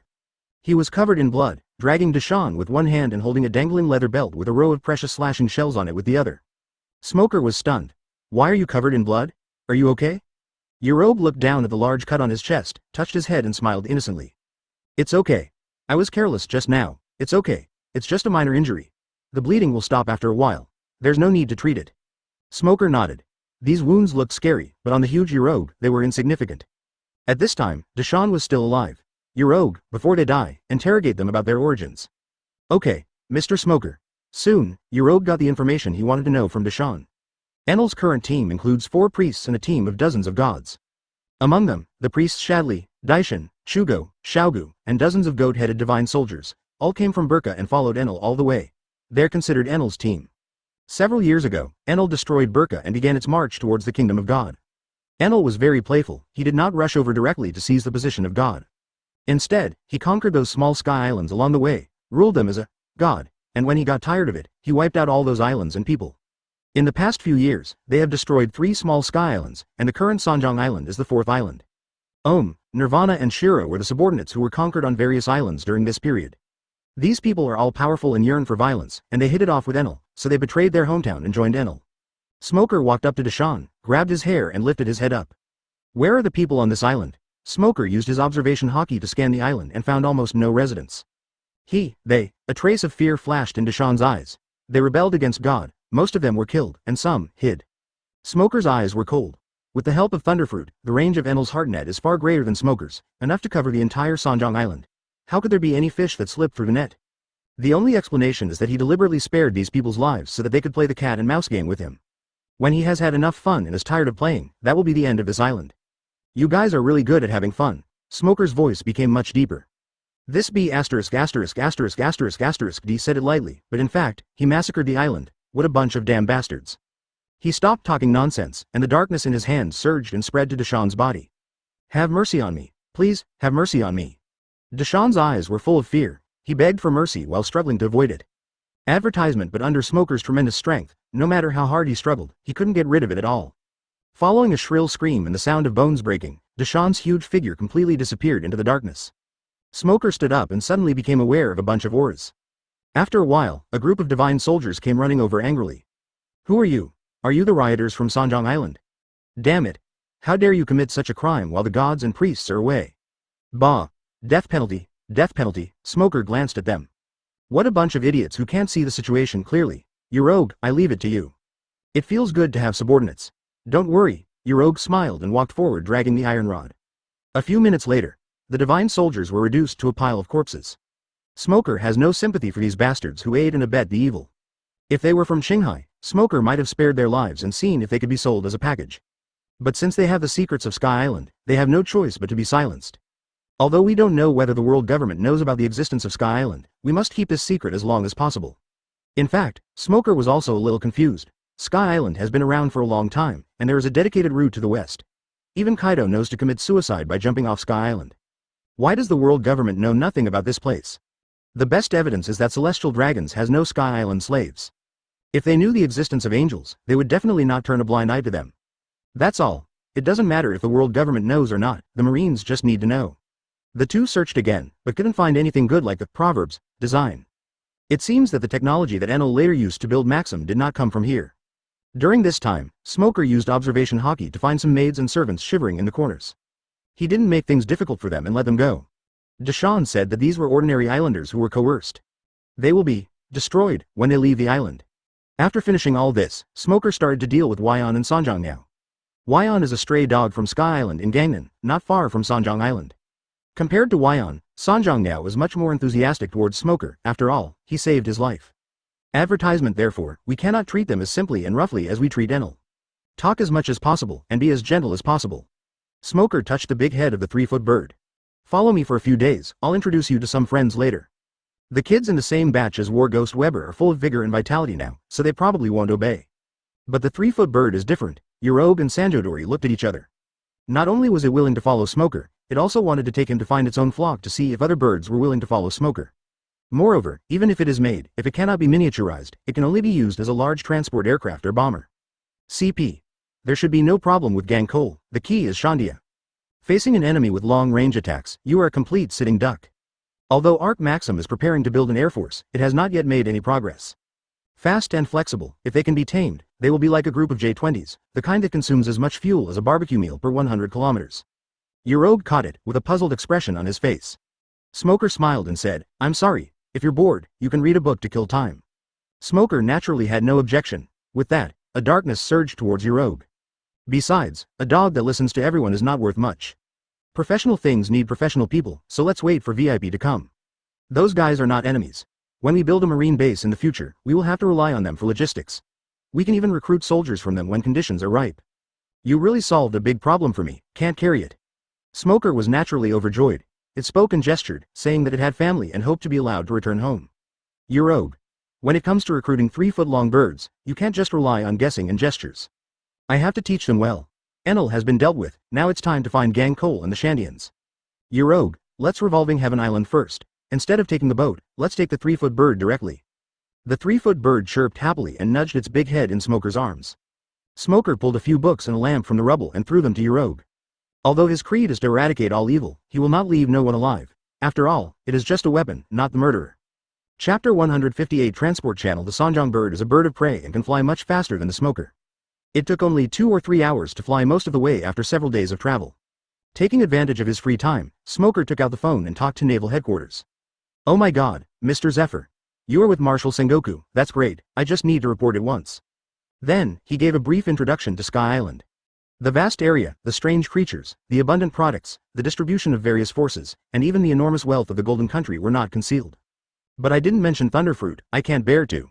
Sengoku was very excited after listening to Smoker's report. Smoker, you mean to say that there is such a vast and fertile land outside the sight of the world government? That's right. It's so rich that if all the gold here could be mined, it would be enough for the Marine to use for hundreds of years. Sengoku's eyes sparkled. In that case, we Marines must not miss this precious place. Marines' every move is under the watchful eyes of the world government and member countries, so there is too little room for development. And I heard from Smoker that the people here are very civilized and easy to get along with, which makes it even more perfect. Zephyr took a puff of his cigar, seeming calmer than Sengoku. This is really good news, but the biggest problem now is how do we get to Sky Island? Sengoku fell silent. According to Smoker, it's either an upwelling current or not. It's a total all-in, everyone lands or everyone is wiped out. Or you can take the Western Ocean Current, which is relatively safe, but you will also lose a few people every time. If it were the pirates, this loss wouldn't be a big deal. They only went this once, and they didn't care about their companions' lives. But Marine is different. Once the Sky Island base is established, it will mean frequent travel between Qinghai and Baihai. Given the frequency and size of the Marines sailing, even a loss of 1% would be unbearable. What Marine wants is not a secret place where only the strong can land, but a sphere of influence where they can travel safely. Sengoku. Smoker, do you have any suggestions? Smoker. Right now, the safest way is to take the small Sky Island Visalia, but their capacity is limited, a few hundred people is the limit. Sengoku shook his head. Advertisement, this amount of transport capacity is definitely not enough. If Sky Island is really as big and good as you say, it would not be too much even if we could station thousands or even tens of thousands of people there. Zephyr echoed. That's right. In addition to manpower, we also need to transport equipment and weapons. Small Sky Island cannot meet the needs. Think about it. Smoker was silent for a moment. There is indeed a way, it is the devil fruit with spatial attributes. Sengoku and Zephyr were both stunned and asked in unison. What do you mean? Some fruits can hold a lot of people and goods. For example, my dark fruit can hold an entire army. But the problem is, I can't keep an eye on Sky Island forever. Sengoku and Zephyr were both silent. Indeed, letting a tough guy like Smoker be the transport captain would be a loss for the entire Marine. Sengoku. Besides you, who else is suitable, or do you know of any similar devil fruit? Smoker had already considered this. There are some. Let's talk about the first one, Logia marsh fruit. This fruit can hold unlimited supplies, so there will definitely be no problem transporting goods, even warships can be used. But the problem is that this fruit cannot transport soldiers, and we don't know where it is now. Caribou became a supernova 2 years after Luffy went to sea, which is still more than 10 years from now. It should not be too early for him to get the marsh fruit, otherwise, given his age and personality, he would have gone to sea long ago. Moreover, the original plot did not introduce this guy's origin and age. We only know his name, so it is really difficult to find him. Sengoku hummed. We'll arrange for someone to look for him, just keep talking. The second fruit is Charlotte Brûlée from the Big Mom Pirates. This guy is the user of the mirror fruit, which allows him to enter an infinite mirror world. As long as he builds a giant mirror between naval headquarters and Sky Island, he can use his ability to build a passage. Sengoku groaned, mirror fruit, Big Mom Pirates members, this needs to be carefully considered. Once Marine attacks her, it will definitely lead to revenge from Big Mom. In fact, Marine is not afraid of fighting. The key point is that the pirates of the New World are fighting each other, and Big Mom is in the limelight. The world government will definitely not agree to Marine going against her. Once a war is forced, they will face the situation of fighting in the front and being stabbed in the back. After all, we cannot turn against the world government yet. Okay, the third fruit is called the door-to-door fruit. The ability user can open space gates and establish space channels. The principle is similar to the mirror fruit. The problem is that the user of this fruit is a member of CP named Blueno. Sengoku was suddenly numb. Don't think about it, I won't consider it now. Advertisement, I was just considering it carefully, which means that it is not impossible to get impatient. And this is simply not considered, of course, only now. In fact, Smoker has long coveted the door-to-door fruit. But there is no place to find Blueno, and I don't know if he has eaten the fruit, otherwise he would have taken action long ago. The only clue is that this guy will go undercover in the Seven Waters in a few years. I'll see if there's a chance then. The last fruit is the one I feel is the most reliable. There's a mafia in West Blue called Capone Bead, who has the ability of the castle fruit. This fruit can transform the user's body into a castle, and can shrink any object or creature and hide it inside the body. With this fruit, it will be no problem to transport an army at once. As for the warships, who says a castle can't have a dock? It's not excessive to develop a shipyard and accommodate a few warships, right? After hearing Capone Bega's intelligence, Sengoku and Zephyr's eyes lit up. Sengoku slammed the table. That's great, this is it, once we catch him, we'll use the little Sky Island to send him to you. Zephyr nodded as well. The mafia from West Blue, huh? I'll send someone over right away. Smoker, you did a great job. They knew that Smoker and CP were not in a clear relationship, and thought that the source of the intelligence was CP. Smoker spoke a few words to the two and then hung up the call. In fact, he also knew that there were two fruits that could transport troops on a large scale. Gravity fruit from Fujitora and lion fruit from Golden Lion. However, Fujitora is the future admiral, and he will definitely not do something that could kill people or take away the fruits. Although Golden Lion's strength was greatly damaged and he was hiding in Vermeil, his ability was too suitable for escaping. Even if several admirals joined forces, they could not guarantee that they would be able to capture him alive. So, it was better to leave this guy to himself. Of course, the most crucial reason is that these two fruits are not hidden enough. Now that we are preparing to develop Sky Island, we must keep it a secret from the world government. Whether it is the Mirror Channel, Space Channel, Castle Fruit or Marsh Fruit, they are all highly concealed. Even if the army is mobilized on a large scale, the world government will not notice it. Fujitora and Golden Lion are different. If an army takes off from Marineford, as long as the 5 elders and CP are not blind, they will definitely see it, and it will be difficult to explain then. Therefore, these two fruits should not be considered for the time being. We will talk about it later when we have a falling out with the world government. The 3-foot bird was extremely fast, and soon Smoker could see a green jungle in the distance, which cheered him up. We're here. The Island of Gods, Arpaiodo, Chapter 159 Shandia. Smoker came to the core area of Arpaiodo and used observation hockey to quickly find Gon Cole and went straight to his door. Facing the legitimate ruler of Sky Island, Smoker first politely stated his identity and then explained his purpose. Gang Cole was completely numb. I was acting like a god, and you came in without saying anything, and then very politely said you wanted to build a military base that could crush me dozens of times? And you asked me if it was okay, and asked for my opinion? Is this polite? Smoker also knows that it is impolite. So he proposed a friendly match. Friendship comes first, victory comes second. Gang Cole also wanted to find out Smoker's background, so he agreed. However, he is also a kind person. He knows that the people of Qinghai will become weak on Sky Island, so he gathers the 50 strongest people in the God's Guard and lets Smoker pick an opponent at random. As long as he wins, he will pass the test. Smoker waved his hand. Don't bother, they and you, come together. Gon Cole. God's Guard, 3 minutes later. Smoker stood there, his clothes were not dirty, the God's Guards all fell to the ground wailing. Smoker was very measured in his attack. Even though they had bruises on their faces, no one was seriously injured. Gang Cole himself was also panting and barely half kneeling on the ground. At this point, Gang Cole was completely convinced and readily agreed to Smoker's request. However, where to build the marine base, what benefits will be given to Arpaia, and what they will be required to do will require more discussion.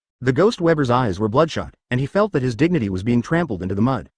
Seeing the expressions of the people around him, especially the shocked and worried look in the eyes of little lowly lackey, his blood suddenly boiled and his eyes turned red.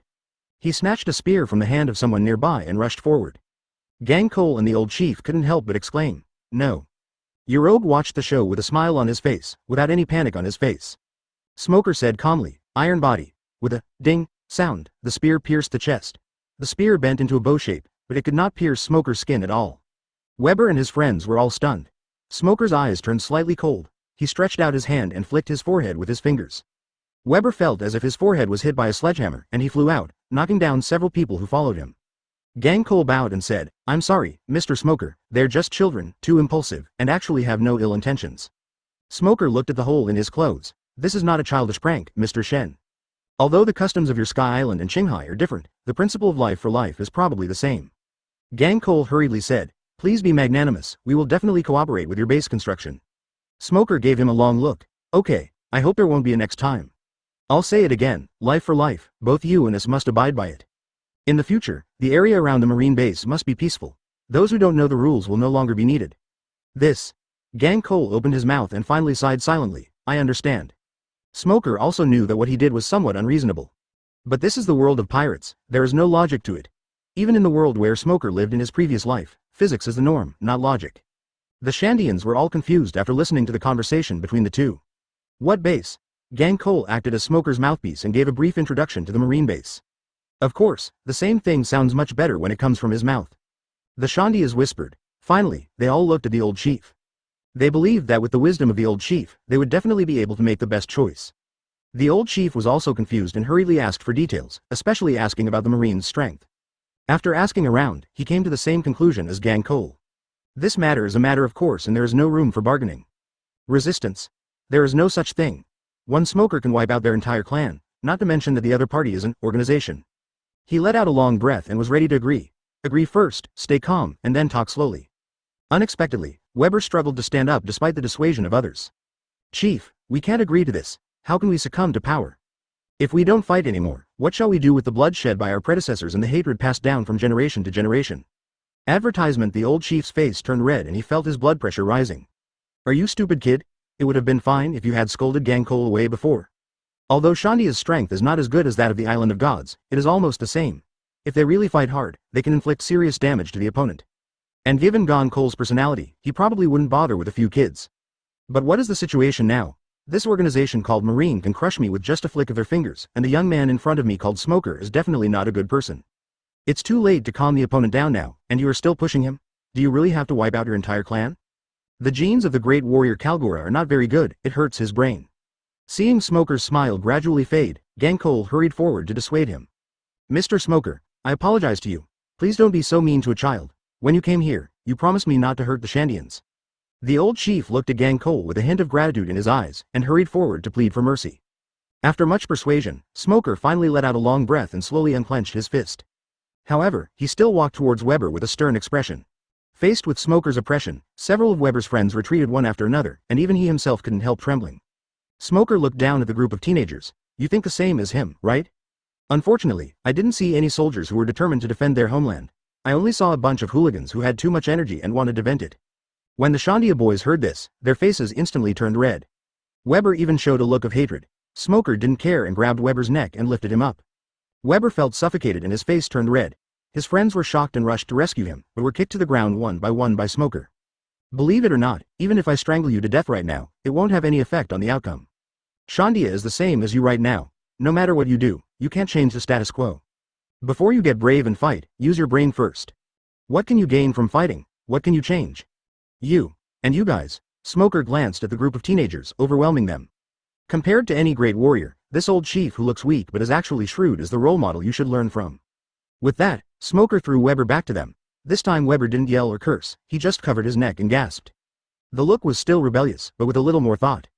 Smoker walked up to Gang Cole and the old chief. Let me be frank. The source of your hatred is the land of Arpaiodo. Mr. Shen doesn't want to give up the temple, and the Shandians want to return to their homeland. The two places happen to be on both sides of Arpaiodo, so why don't you use the middle as the boundary and each of you occupy half of the land? As for Marine, you only need the bay outside Angel Island and a small amount of land. Gang Cole and the old chief were stunned and wanted to say something. Smoker reached out to interrupt them. I know what you mean. After all, no one wants to give up half of the land for nothing, especially since Bath is so precious. After that, he walked to the edge of the sea of clouds and said, Dark acupoints, release. The darkness spread rapidly, stretching as far as the eye could see. Then a huge island appeared in the darkness and fell into the sea of clouds with a bang. Before coming to Sky Island, Smoker packed up several uninhabited islands. Advertisement. Everyone was stunned when they saw the island suddenly appearing. This island is a gift to the Shandians. Then, he said to the people of Shandia, I know you have been forced to leave your homeland for hundreds of years. It is not easy to reconcile. But as an outsider, I would like to ask you to think about this. 400 years ago, it was the angels that invaded Shandora, but from another perspective, wasn't it Gaia Island that invaded Sky Island? You have sacrificed many soldiers, but the other side has also suffered heavy casualties. This bad debt is getting bigger and bigger. Now it is no longer clear who owes whom. If it is delayed any further, it will only increase casualties in vain. It took Gang Cole a long time to come back to his senses and he swallowed hard. Smoker took in everyone's reactions, smiled slightly, and didn't continue. Everyone gasped at Smoker's generosity. The old chief and the Shandians were all confused. That's it? He continued, everyone, Arpaiodo has an area of 400 square kilometers. I know you can't bear to give it up. I promise that as long as you agree to my plan, I will give each side 400 square kilometers of land. The old chief suddenly became nervous. Please tell me. As for the old chief, it would be great if we could make them accept the marine base willingly. There is a lot of gold in your hometown of Shandora. This is a resource we urgently need. I wonder if you would be willing to give it up. As for my proposal, Mr. Smoker, what do you need from us then? Smoker felt relieved. On behalf of the temple and the Heavenly God Island, I also agree with your proposal. The chain of hatred must be cut, and I hope it will be today. The old chief laughed. What did I think? I was scared to death. That kind of thing is useless to us. You can take it all away if you like. After all, I am an outsider, so just stop at the right time. Smoker's expression turned a little shy. Smoker was stunned. Ah, ah. The old chief nodded. Well, what else? Here on Angel Island, after the marine base is built, supplies will be a big problem. More importantly, they had a very good impression of the current god, Gang Cole. Can you still do this? The Shandians were whispering among themselves, but in fact many of them had already had enough of the fighting. Then let us get along happily in the future. Gang Cole and the old chief also stretched out their hands, and the three hands were tightly folded together. So we hope that Angel Island can provide all the daily necessities. Of course, we will buy them at the market price and will not let anyone suffer a loss. The old chief looked at the Shandian's expression and nodded. Smoker said happily, if that's the case, then it's settled. The conditions you offer are very sincere. On behalf of the entire clan, I agree with your proposal. Even Weber, who was filled with hatred in his heart, had to admit that Gun Cole was a qualified god.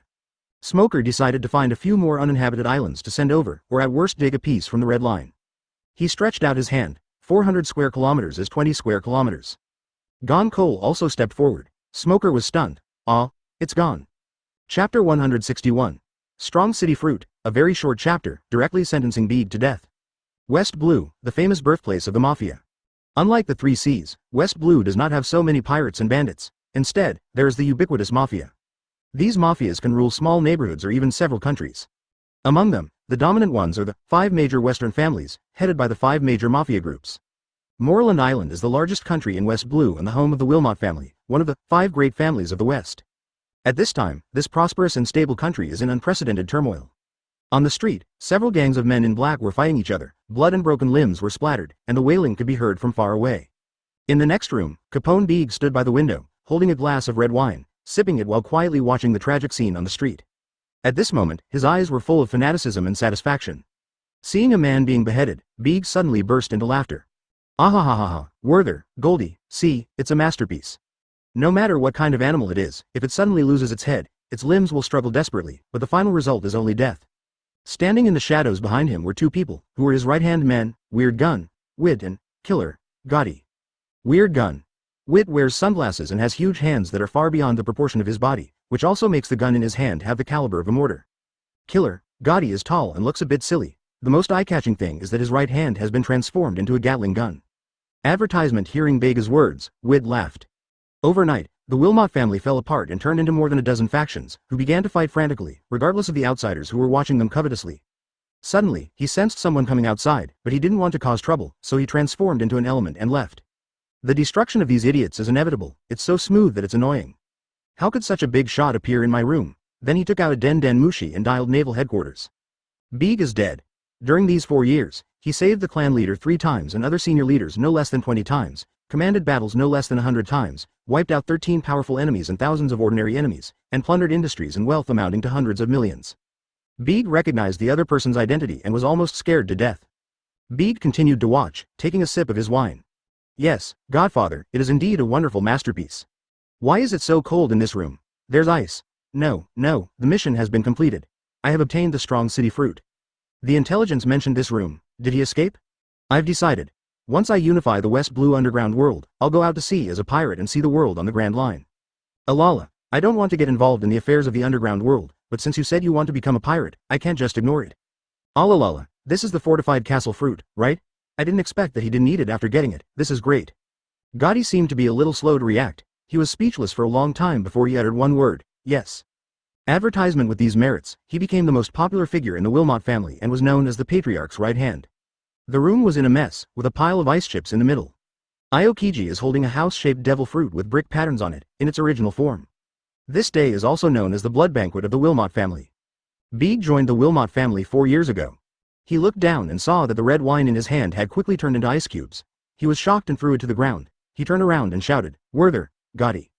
An hour later. Well, okay, I'll be right back. 10 seconds later, the door was kicked open and several armed mafia gangsters rushed in. However, just a few days ago, at the 60th birthday party of the Wilmot clan leader, Beeg, who was supposed to be in charge of security, suddenly attacked and killed him unexpectedly. Also killed were the top 5 senior members of the family and their children who had the right of inheritance. Open black lens bracket Aokiji. Close black lens bracket. Damn, where's that B********* D Beeg? A tall figure walked out slowly. No one responded, and Weird Gun, Wit and Killer, Gotti had turned into ice sculptures. Mexi, this is Kuzan. Kuzan hung up the phone. What a difficult and easy task. Why is it so cold? Chapter 162, Marine's New Era. Ever since Smoker persuaded Angel Island and Shandia to reconcile, both Gon Cole and the old chief were very busy. They have to divide the territory, relocate the tribesmen, negotiate and quarrel. Gang Cole also wants to transform Angel Bay to facilitate the construction of the marine base in the future.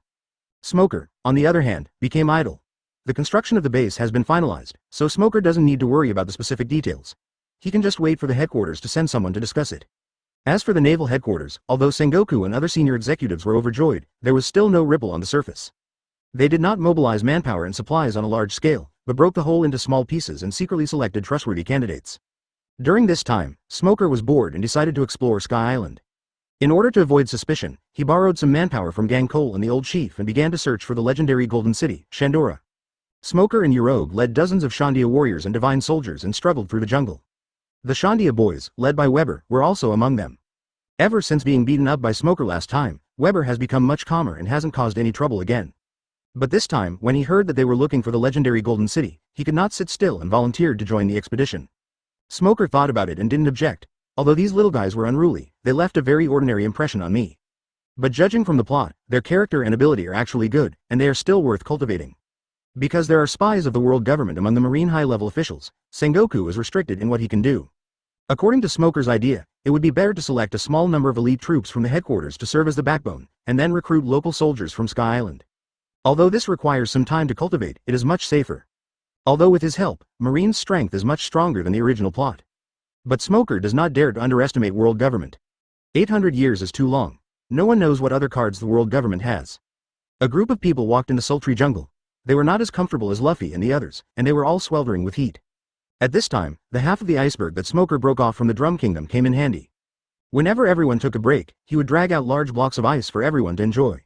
The people of Sky Island had never seen ice or snow, so what Smoker did was no different from magic in their eyes. In just a few days, the boys from Shandia were clinging to Smoker every day, wanting to eat more shaved ice.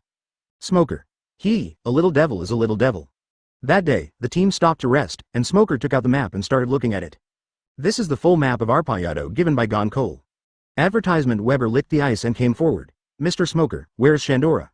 The right eye of the skull. Huh, what do you mean? Several other Shandia boys came over, but were also confused. Smoker pulled out a map of the current Guy Island and got together with Arpaillado. Did you see that? Skeleton? Oh, so magical?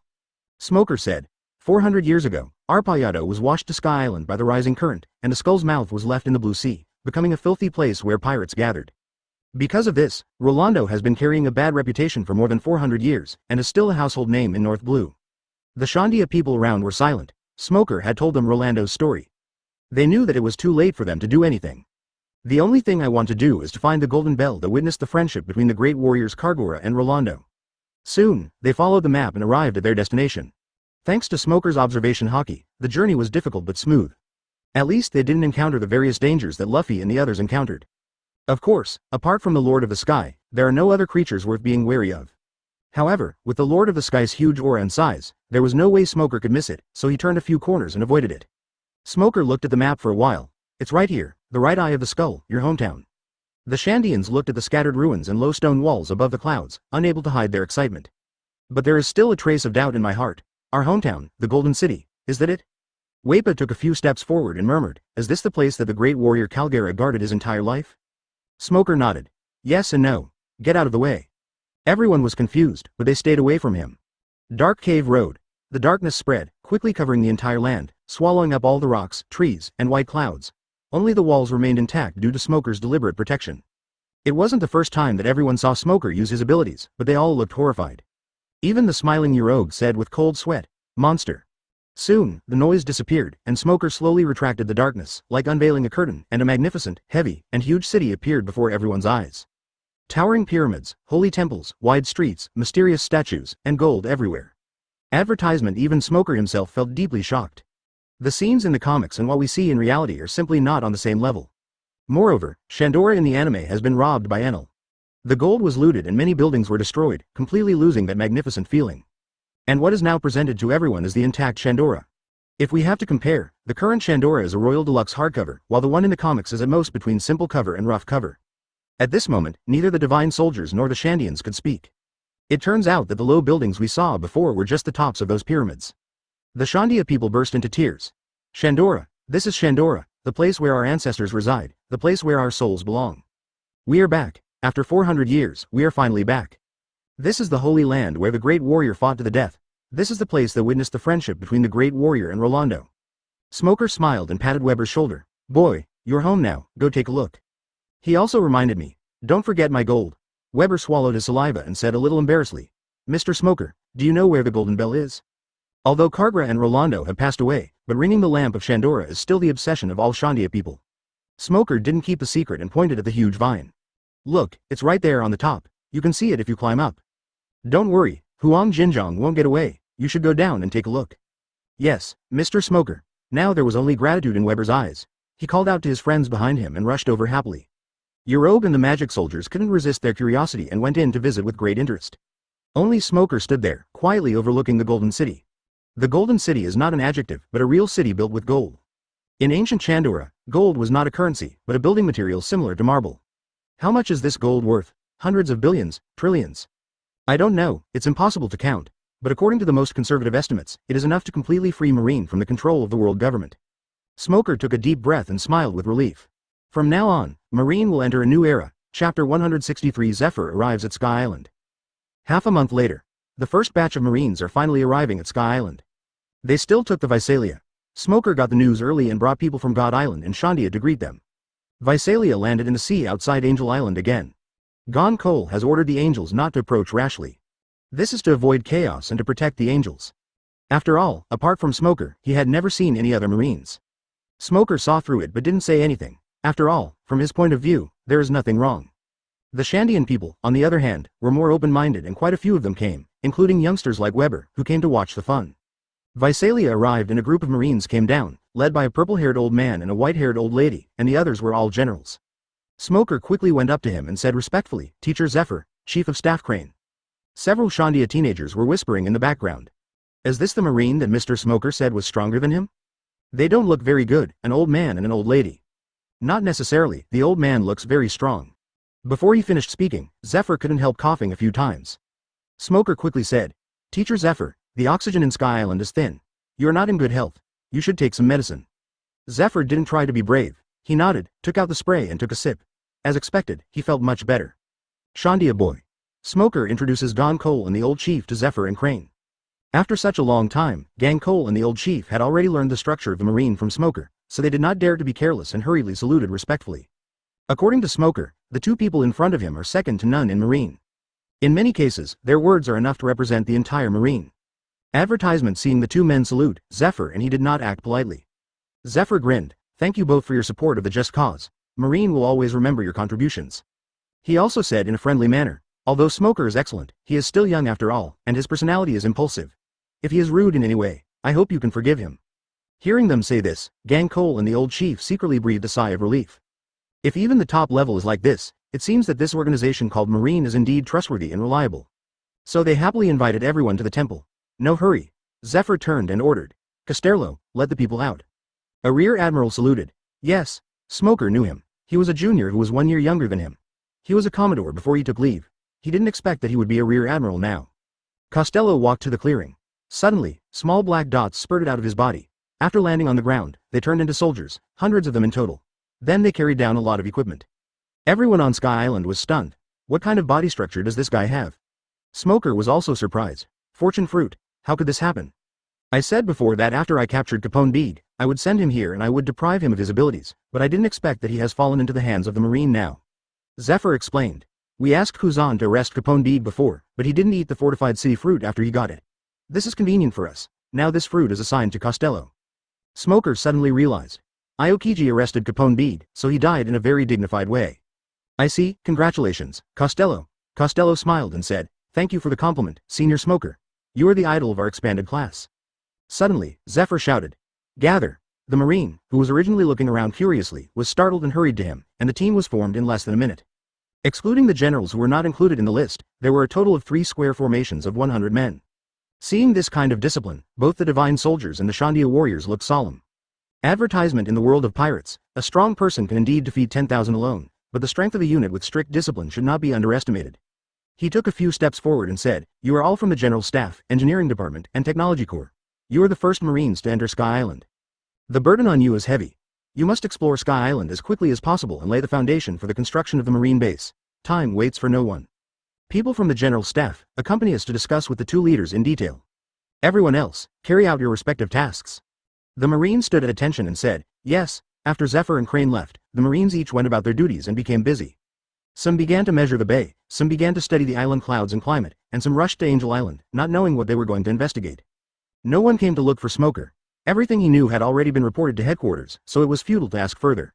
So, Smoker just had some free time. After a long time, Zephyr and Crane came over accompanied by Gon Cole and the old chief. Judging from their expressions, they must have had a good conversation. At this time, Weber and other teenagers approached with a sly look on their faces.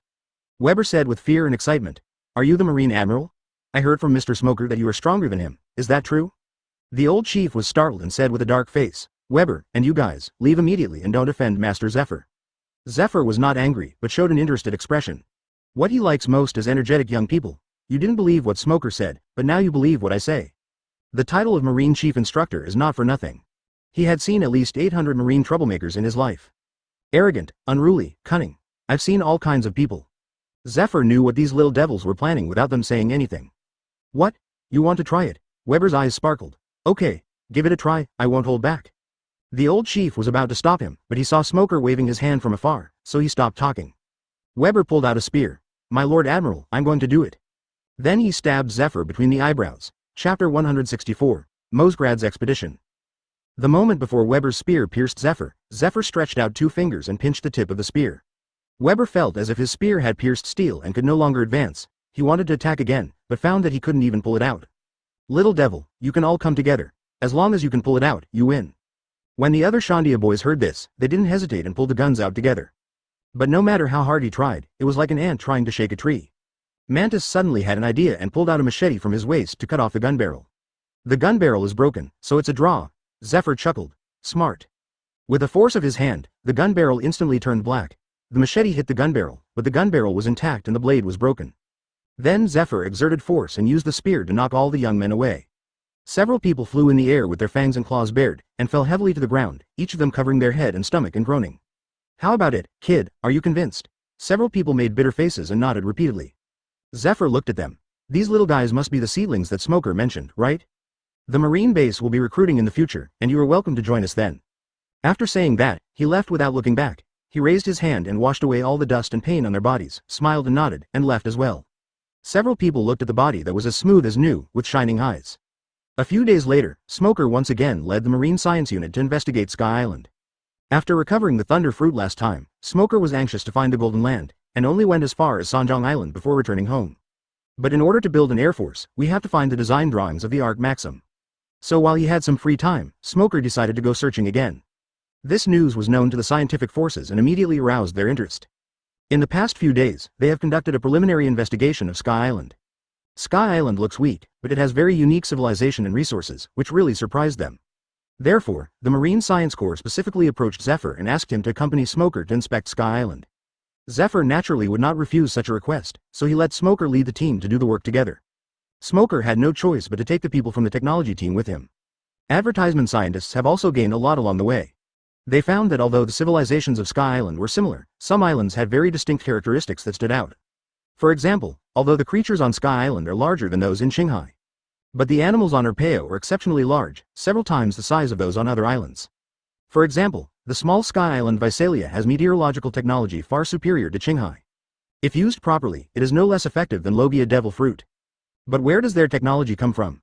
Is it possible to develop such advanced technology just because it can float in the air? In addition, there are islands that can cultivate a variety of shellfish. In addition to the perennial wind-blown shells, there are many rare shells. Enel once attacked this island and took away a large number of slasher shells. Therefore, whether it is a big mountain or an ordinary divine weapon, it is equipped with a cutting shell. The next island that Smoker and his friends are heading to is called Mosgrad. This island is famous for its machinery and has produced many products that are well known on Sky Island.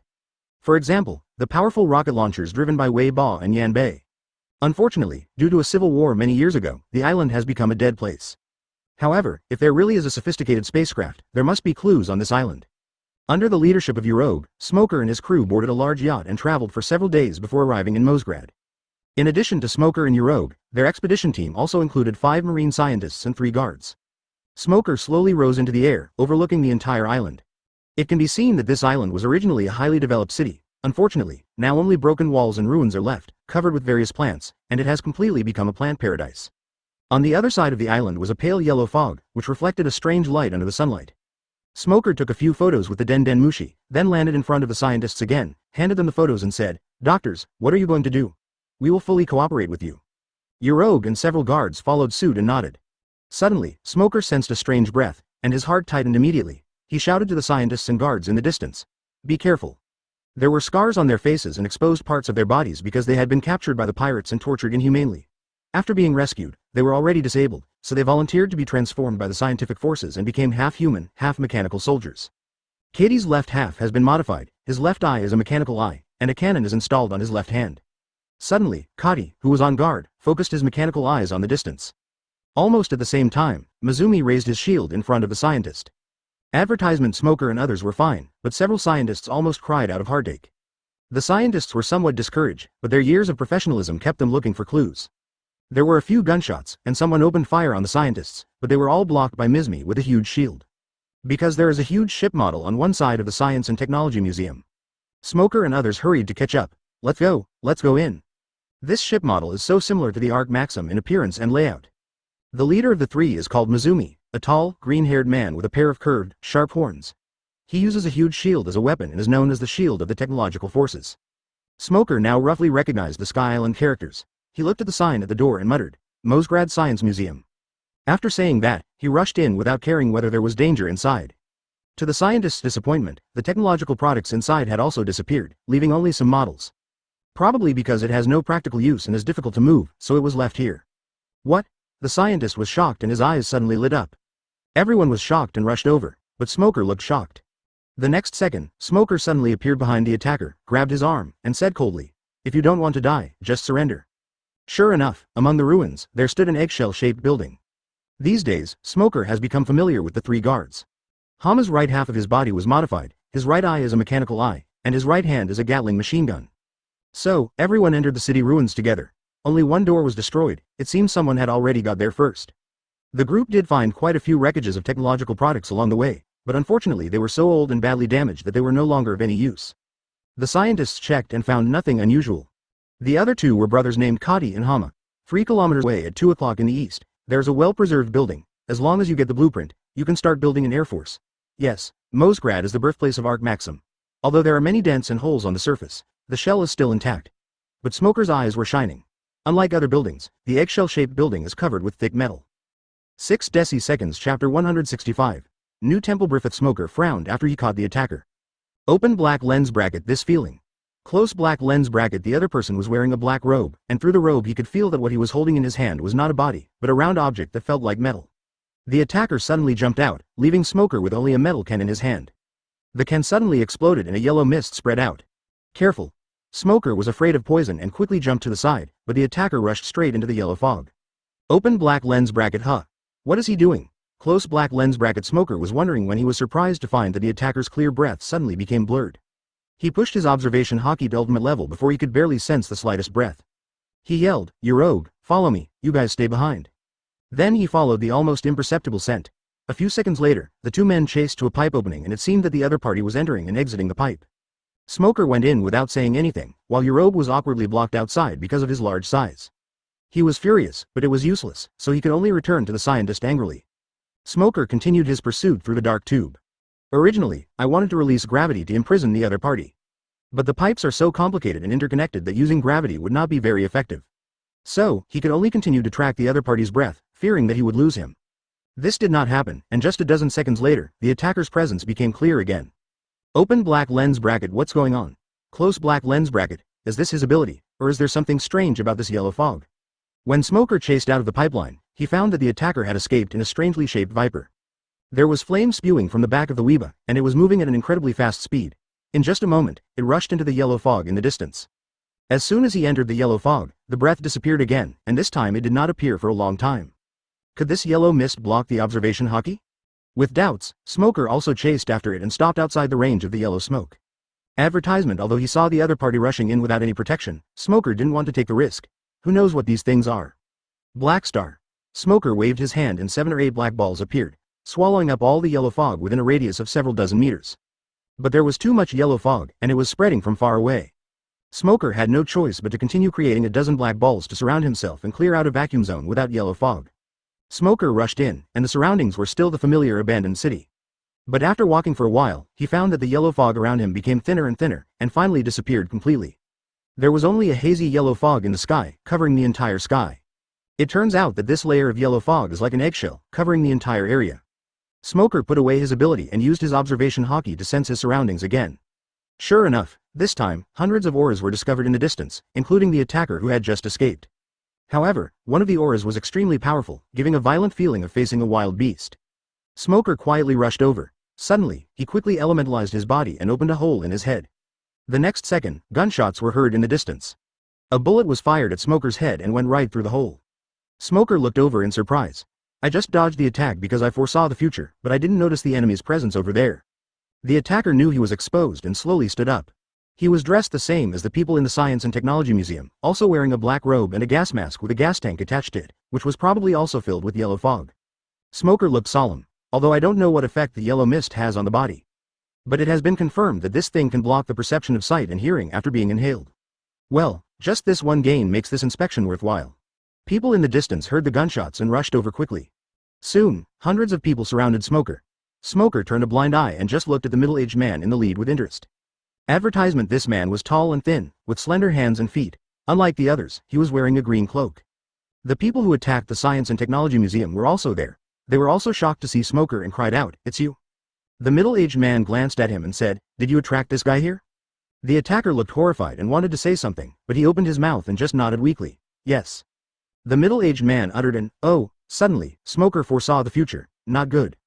Then he used the shaving technique and his figure disappeared instantly. Almost at the same time, the middle-aged man waved his hand and a green wind blade slashed towards the attacker.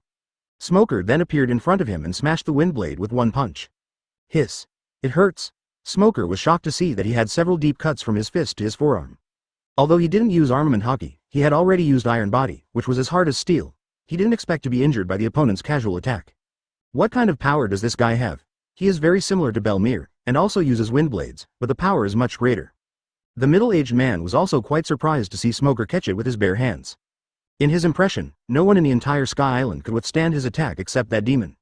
I am the ruler of the new temple, the next god of Sky Island, Griffith. Why are you, outsider, stopping me from enforcing the law? Smoker glanced at the attacker who had just survived and said, "He attacked me before, so I'm the one who should kill him." After saying that, he released the darkness, which swallowed him directly and healed the wound on his hand in the process. Griffith looked at Smoker's ability with a surprised expression. "You can block my attack. Your speed and strength are excellent. Your ability is also very interesting. Would you like to join us and become my strength?" Smoker. "You want to win me over? At least let me know who you are and what you do." "Are you sure?" Griffith laughed. "Once I tell you, you won't have the right to refuse." "Join or die," Smoker said unhappily, "so if you don't tell me, I can leave." Griffith shook his head. "That can't be," Smoker said unhappily. "That's it, just tell me, maybe I will agree." Chapter 166 found a treasure. Griffith choked on Smoker's words. But he was not angry. Instead, he introduced his background very frankly. Smoker filtered out all the whitewashing content and basically restored the true events. It turns out that Griffith also came from the temple. He was originally the captain of the Divine Army under Gang Cole, and was known as the strongest fighter in the temple. Unlike the kind and gentle Gang Cole, he is cruel and violent, and he often tortures his enemies, which has always been disliked by Gang Cole.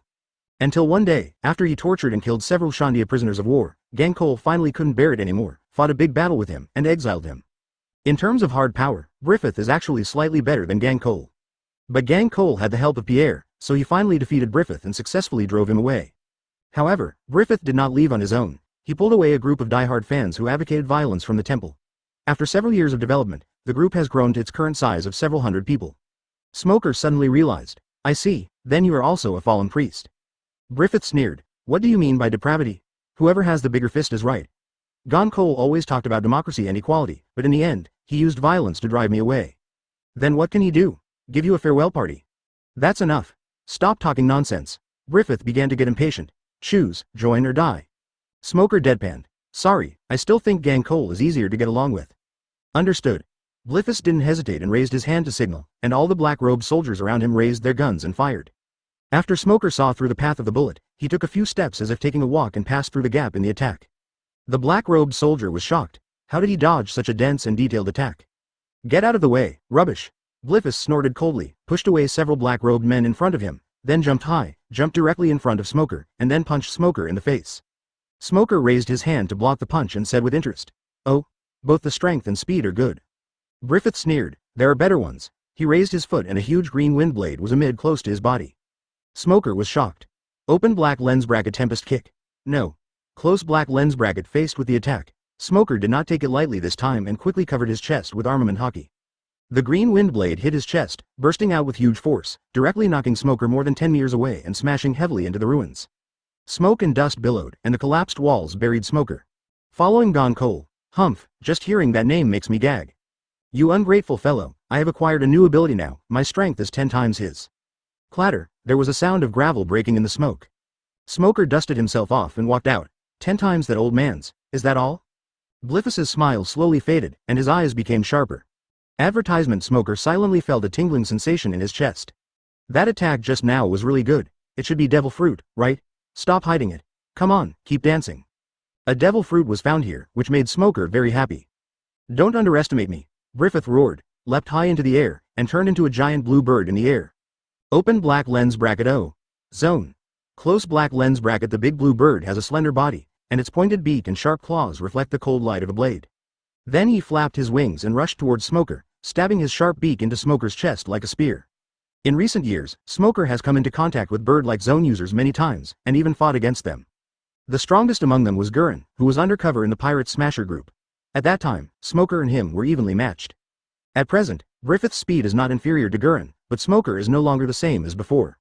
You who turned into birds always like to poke with your beaks. As Smoker spoke, he stretched out his palm and covered armament hockey, turning it into a deep black.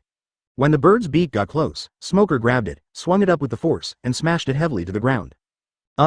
Griffith's mouth was pinched and he couldn't make any sound, but he could hear muffled groans. Smoker continued to attack, grabbing the bird's beak and smashing it hard on the ground several times, making a hole, and then threw it out. I thought these few shots were enough to knock him out, but unexpectedly Bliffus flapped his wings and flew away again. Smoker was stunned. Huh? Is he that tough? Even if it was zone, those few hits were enough to make him faint. But it's also strange, this guy's physique is much weaker than Gulen, but after the transformation, his speed is almost the same. What kind of fruit is this? Griffith stopped in the air, and after catching his breath, he suddenly roared. I saw green light flowing on his feathers, and then several whirlwinds visible to the naked eye appeared and circled around him, like a few colorful ribbons. The black-robed people around were all shocked when they saw this. Someone yelled, "The leader is going crazy, get out of the way, don't get hurt by mistake." The others also ran away howling. Smoker frowned. Is this awakening? Wrong. Those ribbons were air currents condensed from the wind, not the flame clouds that were unique to Zone's awakening. There was only one explanation, what he ate was not an ordinary zone fruit. As if to confirm his suspicions, Griffith looked down at Smoker with fire practically blazing in his eyes. I admit that you are very strong, so strong that it surprises me. But in front of this bird fruit, mythical beast species, blue Luan form, everything is in vain. With this fruit, even that thunderbee ********D can't kill me. Mythical beast. Advertisement Smoker's eyes widened, with a look of shock and greed in them. No wonder, for a zone, this fruit has such a high bonus to strength, speed, and defense. I really found a treasure on this trip, I want this fruit. Griffith chirped and flew around Smoker. The speed increased, and in the end even Smoker was difficult to see with the naked eye. Suddenly, he attacked Smoker from behind, his wings slashing at Smoker's lower back like a guillotine. But in front of Smoker, pure speed is meaningless. He anticipated the attack and turned around and crossed his arms, blocking the slash with his armament hockey-covered arms. The wings and arms rubbed against each other, and a string of dazzling sparks flew out. Smoker felt a sharp pain in his arm and was surprised to find that he was scratched. Griffith flapped his wings in the air, and a light flashed on the surface of his wings. The light changed shape and condensed into a blade. Qingluan has the ability to control the wind. Facing the wind's cutting power, no matter how strong the defense is, it is useless. Smoker sneered and didn't bother to pay attention to this guy who was surprised by everything. Darkness surged in his hand, quickly healing the wound. Griffith's eyes narrowed, and he couldn't help but ask, what is this ability of yours? But Smoker ignored him. Griffith was stunned. Everyone will introduce their abilities when they fight, but you, AB********************************************************************* Then don't follow the rules. Then he snorted coldly, flapped his wings, and dozens of huge green wind blades slashed down. Smoker dodged it easily, and the wind blades slashed the ground, leaving bottomless gaps. You're really good at hiding, what if that's the case? Griffith began to fly in circles around Smoker, getting faster and faster until it turned into a streak of green light, almost completely invisible to the naked eye. Smoker stared at Qingying, looking at the green light surrounding his body, and instantly understood something. I see, manipulating the wind to reduce resistance allows for incredible speeds. However, this guy's physical strength is too weak, and he is far from being able to bring out the original potential of this fruit. After figuring it out, Smoker stopped panicking. Because mere speed is meaningless in front of the observation hockey that can foresee the future. The reason why Luffy was able to defeat Katakuri with the 4th gear Snake Man. Not only because of the speed, but more importantly, it has mastered the same level of observation hockey. Suddenly, Griffith began to attack, releasing countless wind blades the size of leaves. Because its speed is so fast, it seems to be attacking from all directions at the same time. Ha ha ha ha ha ha, facing Laozi's all-encompassing attack, where can you hide? The wind blades slowly gathered towards the Smoker in the middle. Smoker raised his eyebrows. Although these wind blades were small, they were very powerful. They could cut the hard rocks in half like tofu. Smoker took a deep breath and slowly closed his eyes. Chapter 167 Basement. Faced with the overwhelming wind blades, Smoker's body turned into a ball of black smoke, constantly changing its shape, dodging all the wind blades. Griffith's eyes widened. Change your body form, are you a Logia? Then he added, no, you are Logia, why are you avoiding my attacks? After saying that, he flapped his wings and 2 slender dragon spears pierced Smoker. Smoker smiled slightly. Yes, you are very perceptive. 2 holes appeared on his shoulders, avoiding the attack of the wind gun. I didn't expect you to be so familiar with Logia, but on Sky Island, I only know one Logia. Griffith's face suddenly turned gloomy. Enel.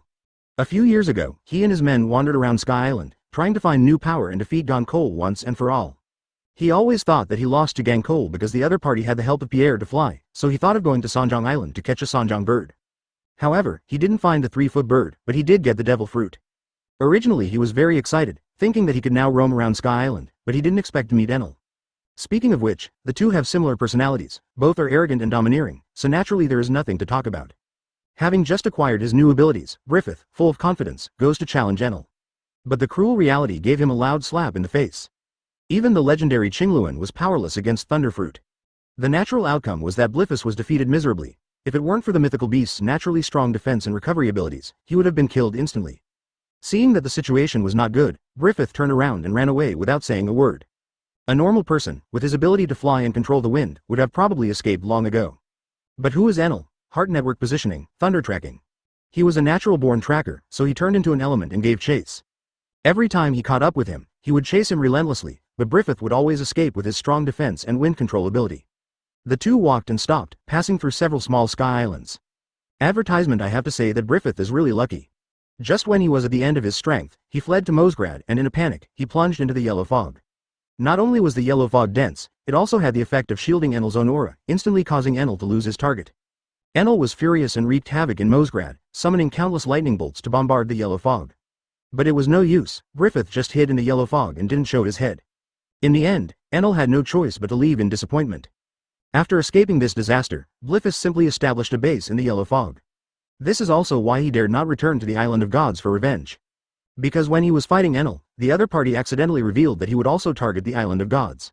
Smoker didn't know so much, but he could see that he was afraid of Enel. Did Enel offend you? Griffith. He's gone. Griffith was shocked. What do you mean? Suddenly, a possibility that he dared not even think about emerged in his mind, and the look he gave Smoker became strange. Smoker. After rescuing his family, he found Smoker again. God has eyes. Okay, now tell me what's going on.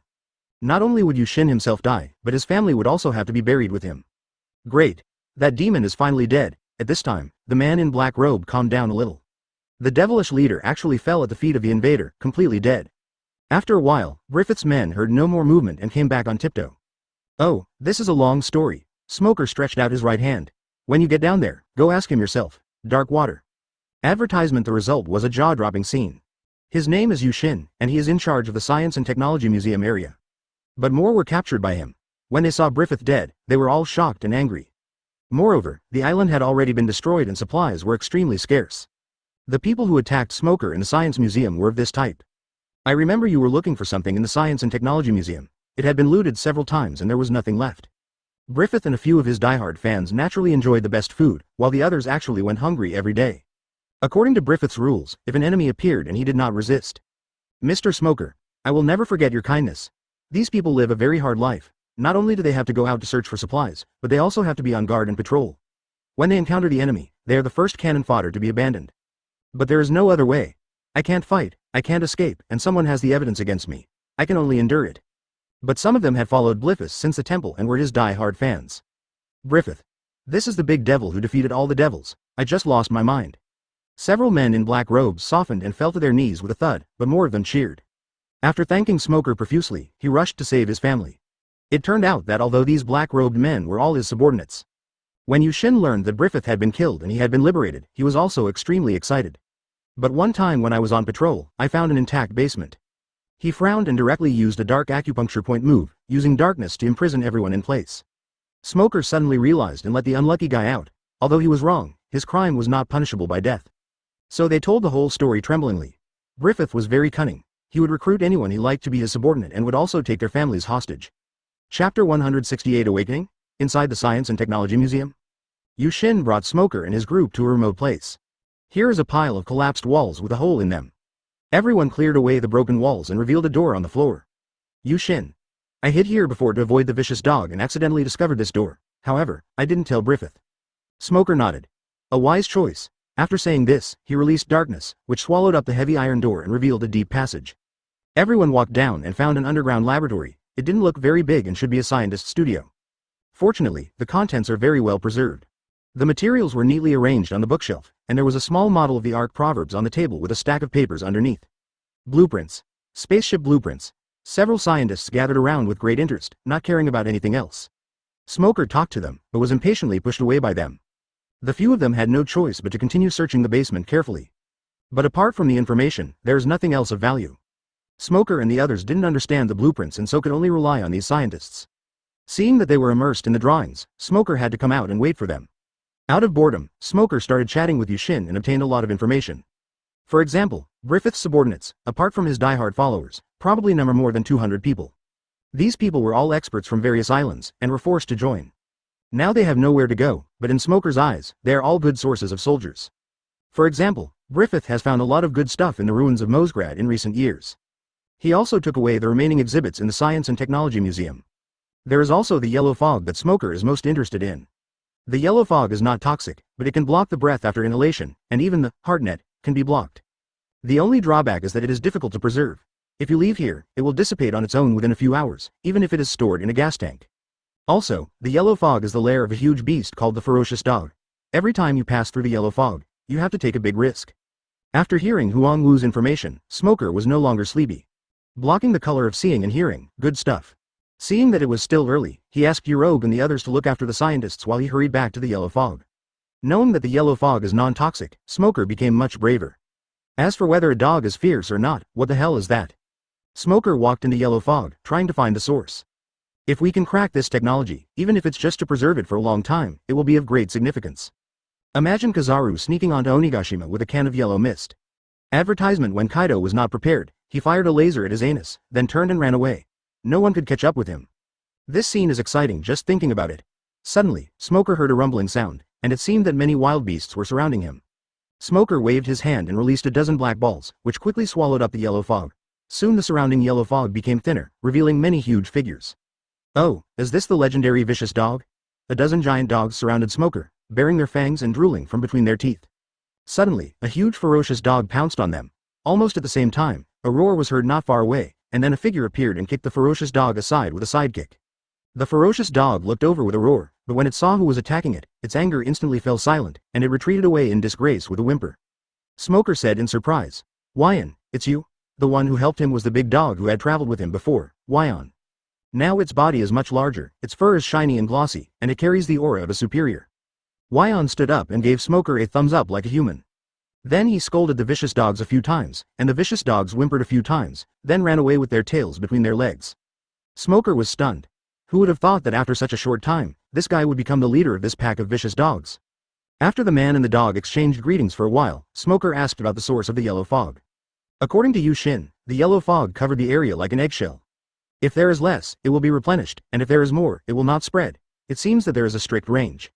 Unexpectedly, Wyan actually knew the source. It barked once, and then led Smoker to a depression. The yellow fog here is even thicker. Being in it feels like being immersed in yellow liquid, and you can hardly see your hand in front of you. No wonder no one has discovered this place for so long. If it weren't for Wyan's useful nose, we would have had to rely on our hands to grope our way around. Smoker frowned. The yellow fog is colorless, odorless, and not choking, but it makes people very uncomfortable. Dark Cave Road. Smoker released his gravitational pull, and the thick yellow fog was sucked into the darkness like a yellow dragon. When the fog gradually dissipated, a huge stone was revealed, which looked like a stone tablet. The stone tablet is the source of the yellow fog. Even though there is a black ball next to it absorbing the yellow mist, it still continuously emits yellow mist, making it impossible to see its original appearance. Smoker was a little confused. What on earth is this? I touched it and found the surface was bumpy and regular, so it must have been carved by humans. But it was obscured by the yellow fog and could not be seen clearly what it was. Suddenly, he had an idea and covered the stone tablet with a layer of darkness of even thickness. Control the strength and swallow the yellow mist without corroding the stone tablet. Advertisement in this way, you can clearly see the bumps on the stone tablet, which are actually some Sky Island characters. Thanks to Sky Island for not changing the text much. I am also grateful that this stone tablet did not exist for a long time.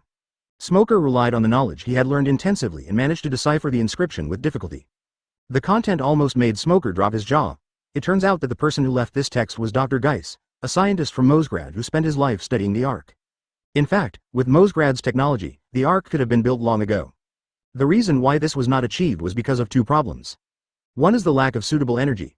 To propel the Ark, the best energy source is lightning, followed by fire. But both energy sources have significant drawbacks. Lightning is too difficult to control. Gas went to Sky Island for further study, but the meteorologists there could only summon lightning or simply control its direction and strength. He was still a long way from truly utilizing lightning, so he never found a way to effectively control it. The flames consume too much energy. Even the best fire shells are not enough to support the Ark's consumption. As for the jet shells and the like, it's fine to use it yourself, but using it on the Ark is simply bullshit. Another problem is how to make proverbs avoid detection by the hardnet. This question is not as life and death as the first one, but it is also what Dr. Gass is struggling to achieve. In order to solve these two problems, Dr. Gass devoted all his energy and painstaking research for decades. Perhaps because of his deep obsession, fate finally gave him a reward. One day he accidentally ate the Logia gas fruit. Yes, it is the one of Caesar Curran. By developing gas fruit, he finally got two usable types of gas. One is called high flammable gas. It is flammable and stable, and contains a large amount of energy, so it can be used as a source of energy to propel the Ark. The other is called silencer gas. It is non-toxic and harmless. Once inhaled by living organisms, it can make people with a mind network unable to hear their own voices. Even more incredible is that Dr. Gass, an ordinary man who has never fought, has developed the fruit to awakening with his scientific knowledge and deep understanding of gas. Smoker was completely confused. First it was this Dr. Gass, then Caesar Curran. Does gas fruit only target scientists? And I have never fought before, but I have developed gas fruit to the awakened state. How can I feel bad about this? Chapter 169 Awakening. Smoker suppressed his frustration and continued reading. What happened next was tragedy. When the other Sky Islands heard that Mosgrad had solved the Ark's energy problem, they were immediately shocked. Mosgrad is quite powerful. If he could master this flying ability, it would pose a great threat to the temple's rule. The other Sky Island forces were naturally also extremely wary. There's already a temple above you, and a troublesome Shandia next to you. Now you want to be a living father too? So, under the leadership of the temple, they launched a blitzkrieg on Mosgrad. The incident happened suddenly. Mosgrad was outnumbered and was defeated. The city was completely destroyed, researchers were hunted down, and much research material was completely destroyed. During this time, Dr. Gass created a large area of silencing gas for everyone to hide in to avoid being discovered by the warriors with the hardnet. The enemy was unaware of the situation and temporarily suspended their attack, which gave them a chance to catch their breath. But it was just a breath of relief. Defeat was already decided. To remember this past, the survivors carved this history on stone tablets. In order to hide the stone, Dr. Gass used his awakened ability to turn the stone tablet into a source of silencing gas. At the same time, the climate of this place has changed so that it is filled with silencer gas all year round. Smoker sighed. According to the inscription on the stone tablet, Mosgrad was surrounded at that time. Faced with overwhelming military force, there is no chance of turning the tables. Dr. Geiss has a powerful fruit, but unfortunately he is just an ordinary person and cannot form combat power. The most important thing is that Sky Island has sea stone. Therefore, one can imagine the final outcome of Mosgrad. Advertisement. As for the ferocious dogs living here, they were fighting dogs they raised at the time to guard against the enemy. Although their masters died in battle, they still guard this place from generation to generation. After reading Mosgrad's story, Smoker felt a little heavy.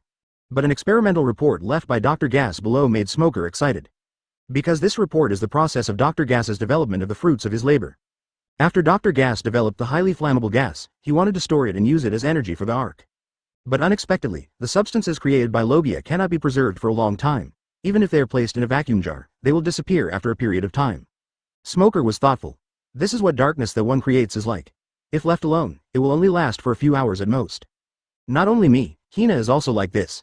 Smoker and Hina have been working hard to develop the fruit, trying to make the released substances last longer, but unfortunately there has been progress, but the effect is not great. This problem also troubled Dr. Gas at the time. He was unable to replicate highly flammable gas in the laboratory, so he could only focus on his abilities and rack his brains to develop them. Finally, one day, while studying his abilities, he noticed that gas was coming out of the cup in his hand. Dr. Gas was shocked and hurried to study the cup, finally reaching several conclusions. First, it can assimilate other objects to become new sources of gas. These substances can be solid, liquid or even gaseous, and this assimilation is permanent and will be maintained even if the ability is no longer exerted. Second, assimilating other substances will consume physical strength. The larger and more objects are assimilated, the greater the consumption. Dr. Gas can assimilate a cup effortlessly, but assimilating this stone tablet is already very tiring. It took him nearly a week to complete this circle of yellow fog defense. Third, once a new source is created, it will affect the surrounding environment. In this environment, the abilities of those with abilities will be enhanced and consumption will be reduced, which is a typical example of reducing costs and increasing efficiency. After Dr. Gas awakened, he immediately assimilated some gas tanks. These gas tanks can release high explosive gas continuously, which is equivalent to endless energy. This news also caused panic among other forces and eventually became the fuse for the destruction of Mosgrad. Looking at the report, Smoker suddenly realized, advertisement. I had always wanted to preserve the released substances for a long time, but it turns out I was going in the wrong direction. In fact, Logia, like paramecia, affects things other than itself. It's just that paramecia assimilates the surrounding environment into a certain substance. Logia is the process of assimilating the surrounding environment into a new source of elements. Akainu and Aokiji fought, and the magma and ice released by the two did not exist forever, but they assimilated the land on the island into the source of magma and ice, close black lens bracket. The island of Thunder in New World is probably the result of the Thunder Fruit user assimilating the clouds in the sky. Smoker pondered for a moment, then picked up a small stone and placed it in his palm. Assimilate it, rather than simply exert power. The sun sets in the west and rises in the east again, and Smoker holds the stone all the time. Apart from calling Urog to report safety, he hardly moved. Suddenly, a flash of enlightenment came to Smoker's mind. Open black lens bracket this feeling. Close black lens bracket suddenly, the gray-brown stone gradually darkened in color, and finally became completely black, forming a black hole, and the surrounding sand and gravel flew into it.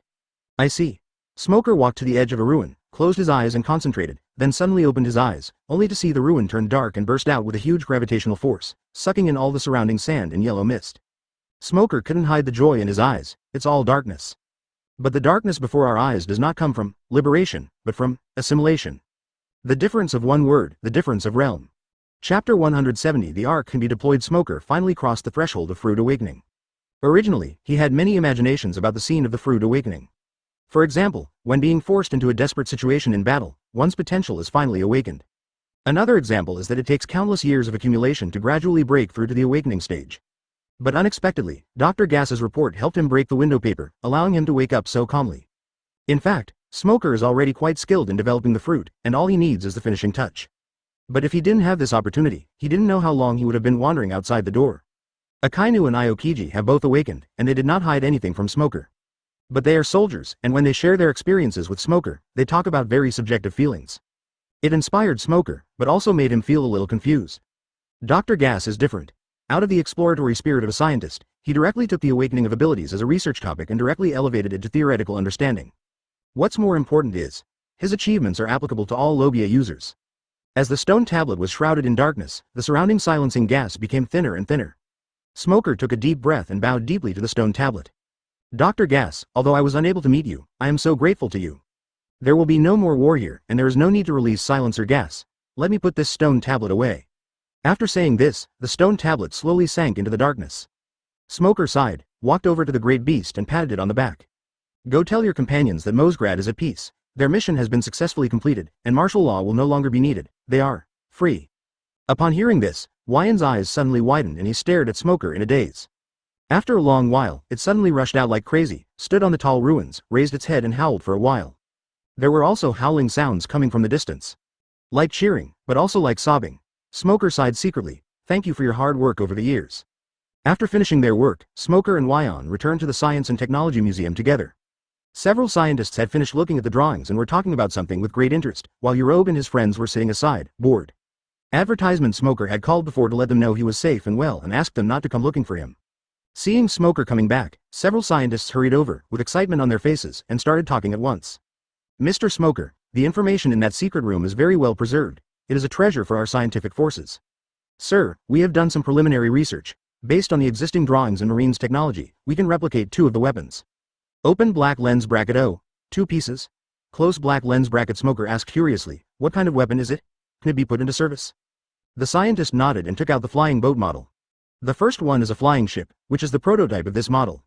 According to our calculations, this flying boat is equivalent to a medium-sized battleship. It can send hundreds of soldiers to any place regardless of the terrain. The second one is a weapon called an air defense gun. The range and accuracy of this gun are more than 10 times that of the Marine's standard naval guns. We guess that this anti-aircraft gun was originally intended to be equipped on spacecraft. Smoker was overjoyed. Not to mention the flying boat, just the anti-aircraft guns, as long as they can be equipped, the Marine will have an advantage in future naval battles. Suddenly, he remembered the words on the stone tablet and asked hurriedly, by the way, what is the energy source of this flying boat? Now on the sea, whether it is a warship or a pirate ship, they are mainly powered by wind. Occasionally you'll come across steamships and submarines, which are only available in this version of Son of War. Smoker really couldn't imagine, with this level of technology, how to effectively utilize electrical energy and thermal energy. The scientists were momentarily stumped. They just studied how to determine from the manufacturing process whether this thing can be made, and the result is that it is feasible. The question is, how does this ship fly? If it cannot be put into service, then isn't it just a decoration? Smoker lost in thought. According to Dr. Gas, the best energy sources are thunder fruit and mara fruit. The problem is that if they don't awaken, the energy they create cannot be preserved permanently, which means that the person with the ability must stay on the ship all the time. How the hell is this possible? If it's for Marine, Smoker can grit his teeth and hand over the thunder fruit. But if you just use thunder fruit to replace the driver, it will be useless even if you break your teeth. Advertisement. It would be meaningless to spend so much effort to build only one flying boat. Suddenly, Smoker remembered the inscription on the steel. Dr. Gas used his awakened abilities to create a batch of high explosive gas cylinders. These gas tanks are affected by the awakened ability and can release highly flammable gas on their own. They will not disappear due to the death of the ability user. If we can find this batch of gas tanks, maybe we can solve our urgent problem.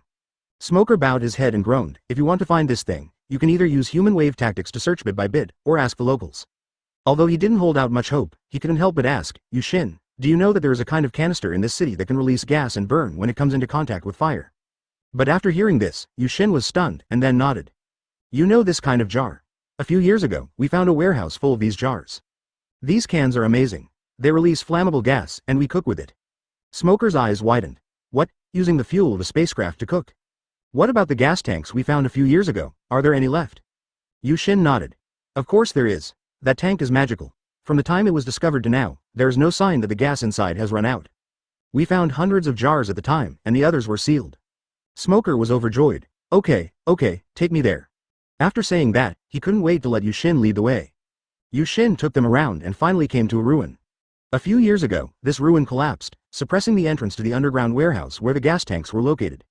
Smoker couldn't wait to suck up all the waste. After opening the door, he found that it was filled with large gas tanks more than a person tall. At a glance, there are at least 300 to 500. Several scientists rushed over, took out a little sample from the gas tank and began to analyze it. After a long time, I found Smoker with excitement. Sir, we have tested it. The power provided by these gases is enough to propel the Ark into flight. Manufacturing has blueprints, energy has gas tanks, and weapons have air defense guns. The Marine's flying boat is finally ready for service. Chapter 171. It's time to leave. Smoker spent nearly a month making a general tour of Sky Island. I have to say, the actual area of Sky Island is much larger than what is shown in the anime, and there are many more islands. These days of exploration were very tiring, but also very rewarding. Smoker not only found some valuable technologies and resources, but also established connections with many closed small sky islands. When they heard that Gon Cole had agreed to Marine setting up a base, most of them expressed support. Although a few people are nervous and worried, these are normal reactions and cannot be considered hostile. Of course, Smoker has encountered violent criminals along the way. But these guys are just guerrillas and scattered warriors, so they can be easily dealt with by the priests and Marines accompanying them without any need for them to take action themselves. This made Smoker feel much more relieved. Just don't let ambitious guys like Enel and Griffith show up again. Meanwhile, in Angel Island Bay, the construction of the Marine branch is also in full swing. In just 1 month, the base has begun to take shape. If it weren't for the inconvenient transportation between Sky Island and Qinghai, it would have been completed long ago. Zephyr and Crane came to Sky Island to show their sincerity. But both of them are high-ranking Marines, and disappearing for too long would attract the attention of those who care about them. So, after the two of them finalized the cooperation with Gang Cole and the old chief, they visited Sky Island and left early. Marine executives adopted Smoker's suggestion. Send a small number of elite Marines to serve as the backbone of this branch, and recruit as many as possible from Sky Island. Before the Marine branch was established, they started recruiting soldiers on Sky Island. Many Angels and Shandia people signed up to join the Marine. Especially teenagers like Weber were unusually active. Although they were not yet of age, they were specially recruited as interns. A few days later, the new head of the Sky Island branch arrived. They are two young and pragmatic vice admirals, Flying Squirrel and Tucha. Following them came their old friend VIP. Smoker reminisced about the past with him, then sent him to Sanjang Island to see if he could recruit the Sanjang bird. I thought it would definitely not be easy. I didn't expect that although the 3-foot bird looks ferocious, it is actually very intelligent and very close to humans. It didn't take much effort for VIP to bring back dozens of 3-meter-long birds. After a little taming, he got a flying formation. In addition to the bases and soldiers, the scientists also reaped great rewards. They have successfully built a prototype of the Ark and are currently studying the use of high fuel gas to propel the Ark. In addition, they have also developed many technological equipment. Advertisement, for example, using jet shells to create backpacks that allow people to fly for a short period of time. The armor made of iron cloud is as hard as steel and looks almost weightless. Combat speedboats converted from large VIBA. Although these equipments cannot be equipped to the entire Marine, they are enough to assemble several elite teams. These days, Sky Island has received good news one after another, and several Marine executives are grinning from ear to ear every day. But a few days later, their jaws almost dropped, because Costello is back, bringing back the first batch of gold. The Shandia people were very trustworthy, or they simply didn't know the value of gold. In addition to building homes, First helped Marine dig for gold every day. Finally, the Flying Squirrel felt that there were enough, so he asked Costello to transport them back first. Costello stuffed the gold into his stomach, filling up an entire hall. Sengoku, Garp, Zephyr, and Crane entered his body. Looking at the room full of gold, I felt my blood pressure increase, not only at the corners of my mouth. Apart from the transformed Sengoku, this was the first time they encountered such a large amount of shiny golden things. Sengoku burst into tears, Zephyr and Crane also started to cry, and the heartless Garp also fell silent. When Smoker got the news, he felt funny at first, but then it became heavy. They have been so frustrated over the years. If you don't resist the world government, you will only be disgusted by yourself. Rebellion against the world government. I don't know what will happen to the celestial dragons, but the first to suffer will surely be the millions of people. It can be said that the world government used the people to kidnap them. Now I can finally stop suffering from this kind of injustice. Back then, Luffy and his friends secretly took out the gold residue from the snake's stomach and exchanged it for 300 million belly. Now, hundreds of Marines and Shandians have worked hard for a month to mine in Shandora. It is not too much to exchange them for 2 or 300 billion. This amount of money is enough for Sengoku to stand tall in front of the 5 elders. If the development continues for a few more years, he will dare to point at the 5 elders and scold Lao Deng. Of course, it would be best for Marine to lie dormant for a few years and steadily transform this enormous wealth into combat power. It's okay even if you have to compromise in the middle. The length of Sky Island has exceeded expectations and we are going to forcibly terminate it. Smoker stood in Angel Bay, looked at the base that was beginning to take shape in the busy crowd, and breathed a long sigh of relief. It's time to leave, and compared to other CPs, he is more like a normal person. Advertisement: the wallet is no longer a problem. The only thing missing is a pen.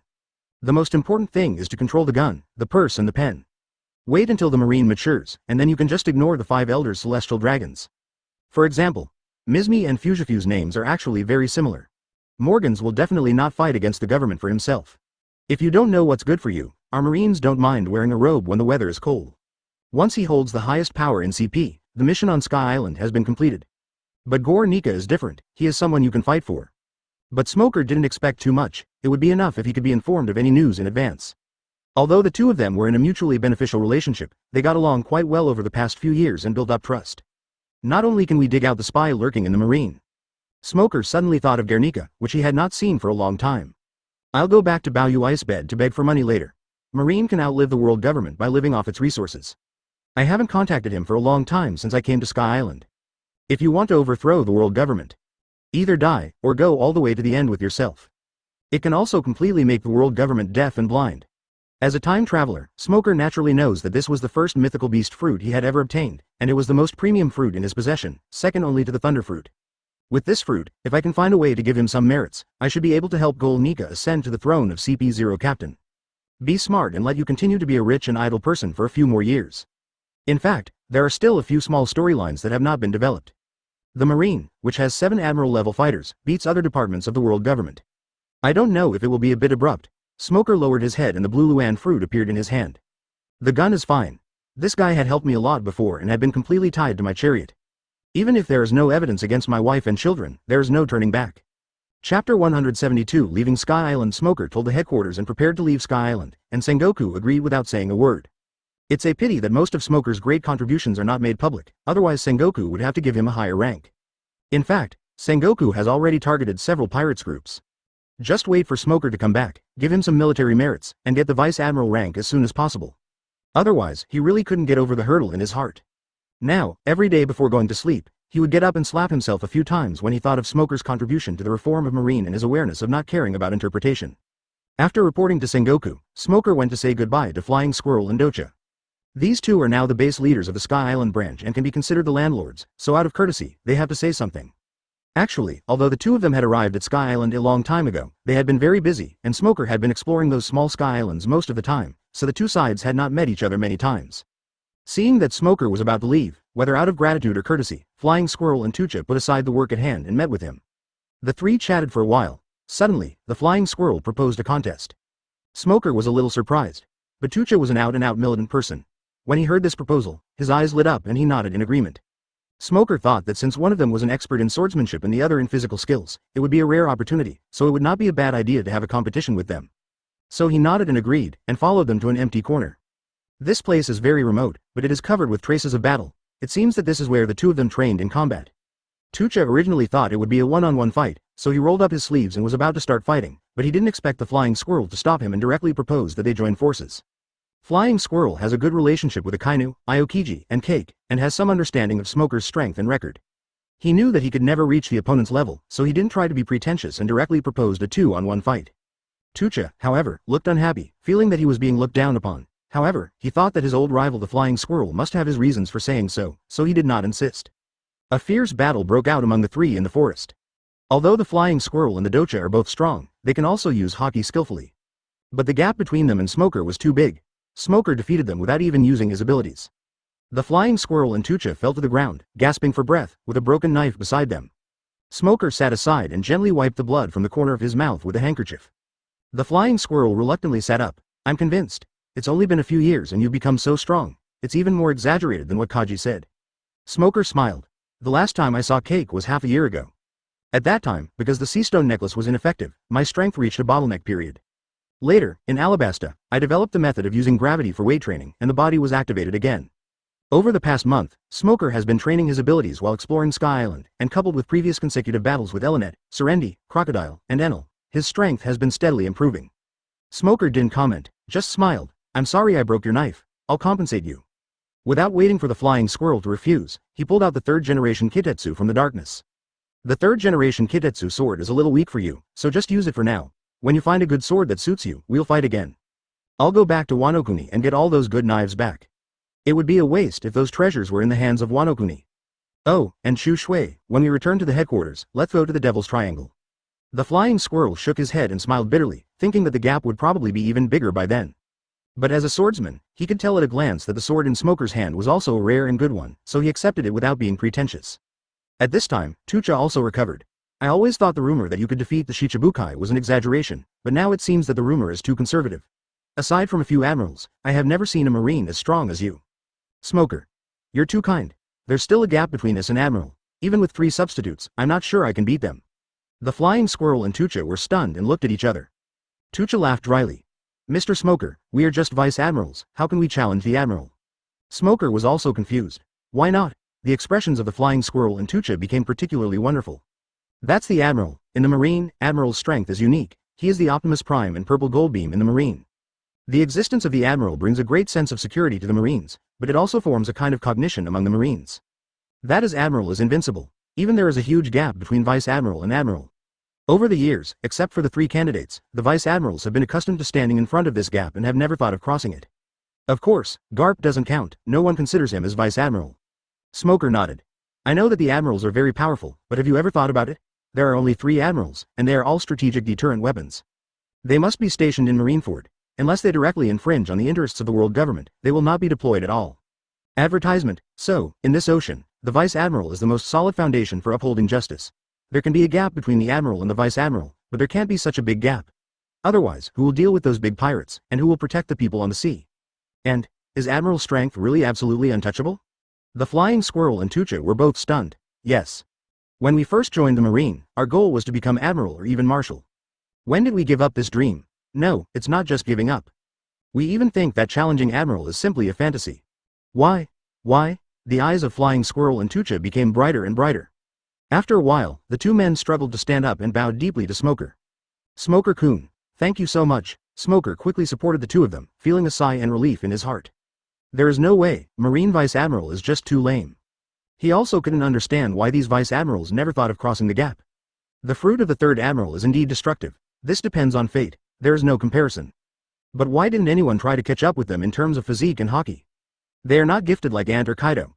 Even if you can't reach the level of Admiral, if you have 30% to 50% of that level, you won't be played around by Shichibukai. In the main storyline, Doflamingo can juggle two Marine Vice Admirals effortlessly. If it was red, yellow and green, even without using any ability, he could be used as a brush. Smoker looked at the two of them. They were both brought up by Zephyr and were not interested in devil fruit. In fact, whether it's hockey, fruit or physique, there's no inherent superiority or inferiority. A cat is good if it can catch mice, regardless of whether it is black or white. Don't be too prejudiced against people with special abilities.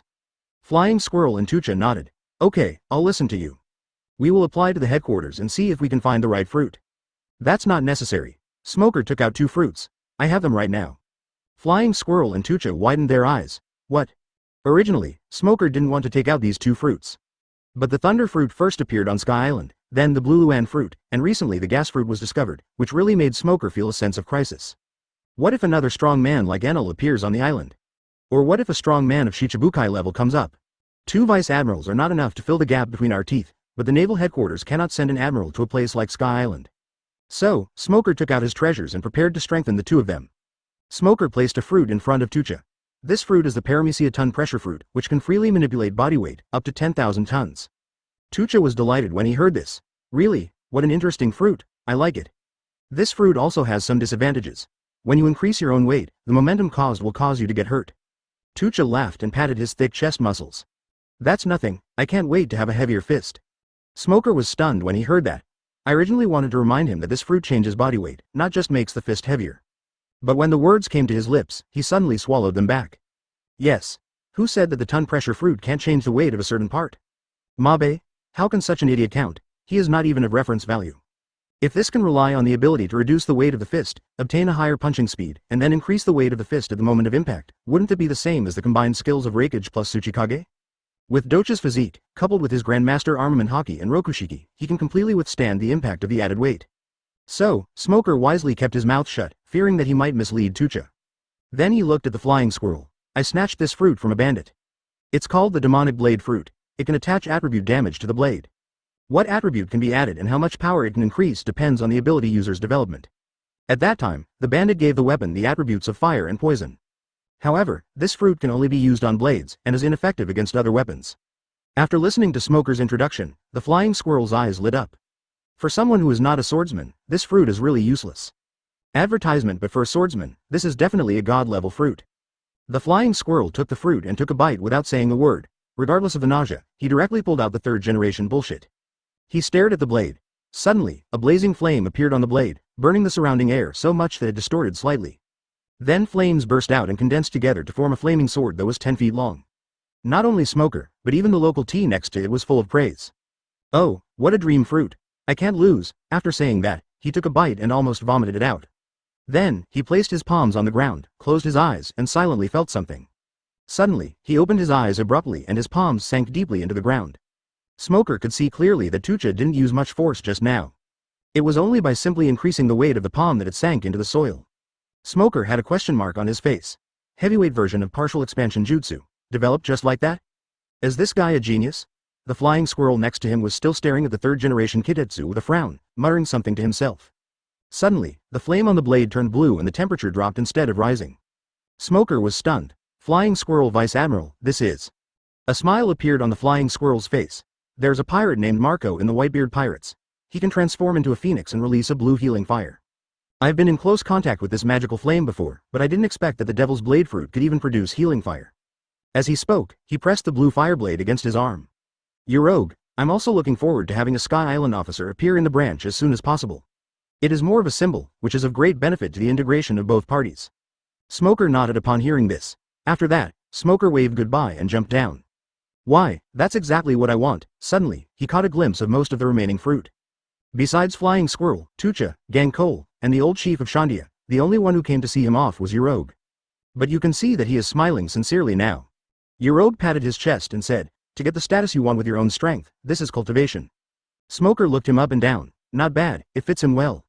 The wound on his arm actually began to heal slowly after coming into contact with the blue fire. But I still let you start from the beginning. You won't blame me, right? At Aruja's age, he naturally cannot enter the Elite Marine Expanded class, but there is still a chance for him to enter the Advanced Elite Marine class. Seeing that Yerobe and the Flying Squirrel were getting along well, Smoker felt relieved. Smoker nodded. But when I become a school officer, don't forget to recommend me to the headquarters. I am very interested in the Elite Marine class. Flying Squirrel, Tucha. What? Over the next 2 days, Smoker visited old and new friends on Sky Island, and then prepared to leave from a small Sky Island. Why are you so unwilling? Smoker was completely stunned. These two guys, their imaginations are too big, right? By the way, you have to eat all the devil fruits. It is said that it is easier to awaken this way. At this time, Yerobe was wearing a huge marine uniform. Actually, with your ability, you can definitely be a commodore or even a rear admiral. Yerobe is still the same smiling face of 10,000 years. Sky Island is my home after all, and I hope to protect it with my own strength. The Flying Squirrel walked over to Yerobe. He walked to the edge of the small Sky Island. There was no white sea below and he could see the blue water directly below. Yerobe smiled and said, "Don't worry, Vice Admiral, maybe one day I can become the base commander. I have to go now, everyone. See you later." He walked very quietly. Yerobe. Just what I wanted. The Flying Squirrel laughed. Okay, I'll wait for that day, but it's not that easy. I always thought you would want to go to the Blue Sea. You said you wanted to join the Marine a few days ago, which really surprised me. The appearance of Sky Island officers is not just a simple improvement in the branch's strength. Chapter 173. Please take care of them. Smoker rode on the 3-foot bird and flew leisurely to the 7-water city. When he jumped off the small Sky Island that day, he originally wanted to use his ability to fly to Magic Valley Town and then continue on his journey by boat. Unexpectedly, a 3-foot-long bird suddenly appeared beside him, chirping around him. On that day, Sanjong Niao happened to be looking for Smoker. When he saw him jump down, he screamed in fright and rushed down as well. So, Smoker changed his mind and continued on his journey on the 3-foot bird. It has to be said that the speed of the 3-foot bird is much faster than one's own ability, and it can easily travel 1,000 miles a day. The man and the bird traveled during the day, and landed on a boat at night. They would soon arrive at the 7-water city. Smoker was sitting on the back of the 3-foot bird, talking on the Den Den Mushi. The Den Den Mushi turned into a person with one black eye and one white eye. Smoker looked shocked at this moment. What? This is actually happening. Gel Nika on Den Den Mushi nodded. No one thought that Fisher Tiger would be able to climb the red line with his bare hands and free all the slaves. Although the government immediately ordered Morgans not to report, the cunning seagull deliberately ignored the phone call. By the time CP contacted him, it was too late. The newspapers had already spread all over the world. This guy. Smoker laughed bitterly and thought to himself, well done. But he was still a little uneasy. Originally, most of the slaves rescued by Fisher Tiger were civilians, and they just escaped. There are more pirates in Marineford now than in the marine prison. Fisher Tiger's act of freedom is tantamount to letting a tiger return to the mountains. However, Smoker couldn't blame him. After all, his starting point was indeed good. I wonder how many of these pirate slaves will return to their old ways. It is foreseeable that Marine will be busy again soon. Does this matter affect you? I remember that you are in charge of Celestial Dragon's security and slave purchases. These two things happened at the same time. You can't escape responsibility, right? Guernica smiled. Quite the opposite, Smoker. I was sent out to purchase slaves half a month ago. When I came back, the incident had already happened. Not only did I just happen to escape the entire incident and avoid responsibility, but I also saved several adults during the slave riot. Advertisement? Yo. Smoker joked. So, you've done something great? Gel Nika suddenly fell silent. Smoker, because of this incident, CP is about to usher in a major purge. Smoker was stunned. Oh, what do you think? Now I have the opportunity to enter the highest institution of CP, CP0. This organization wasn't as free as it is now, so I'll leave them to you, Smoker-kun. Smoker put away his playful smile. Gornika was talking about his wife and daughter. Some time ago, Gornika's daughter was born. That's why he left the Holy Land for half a month.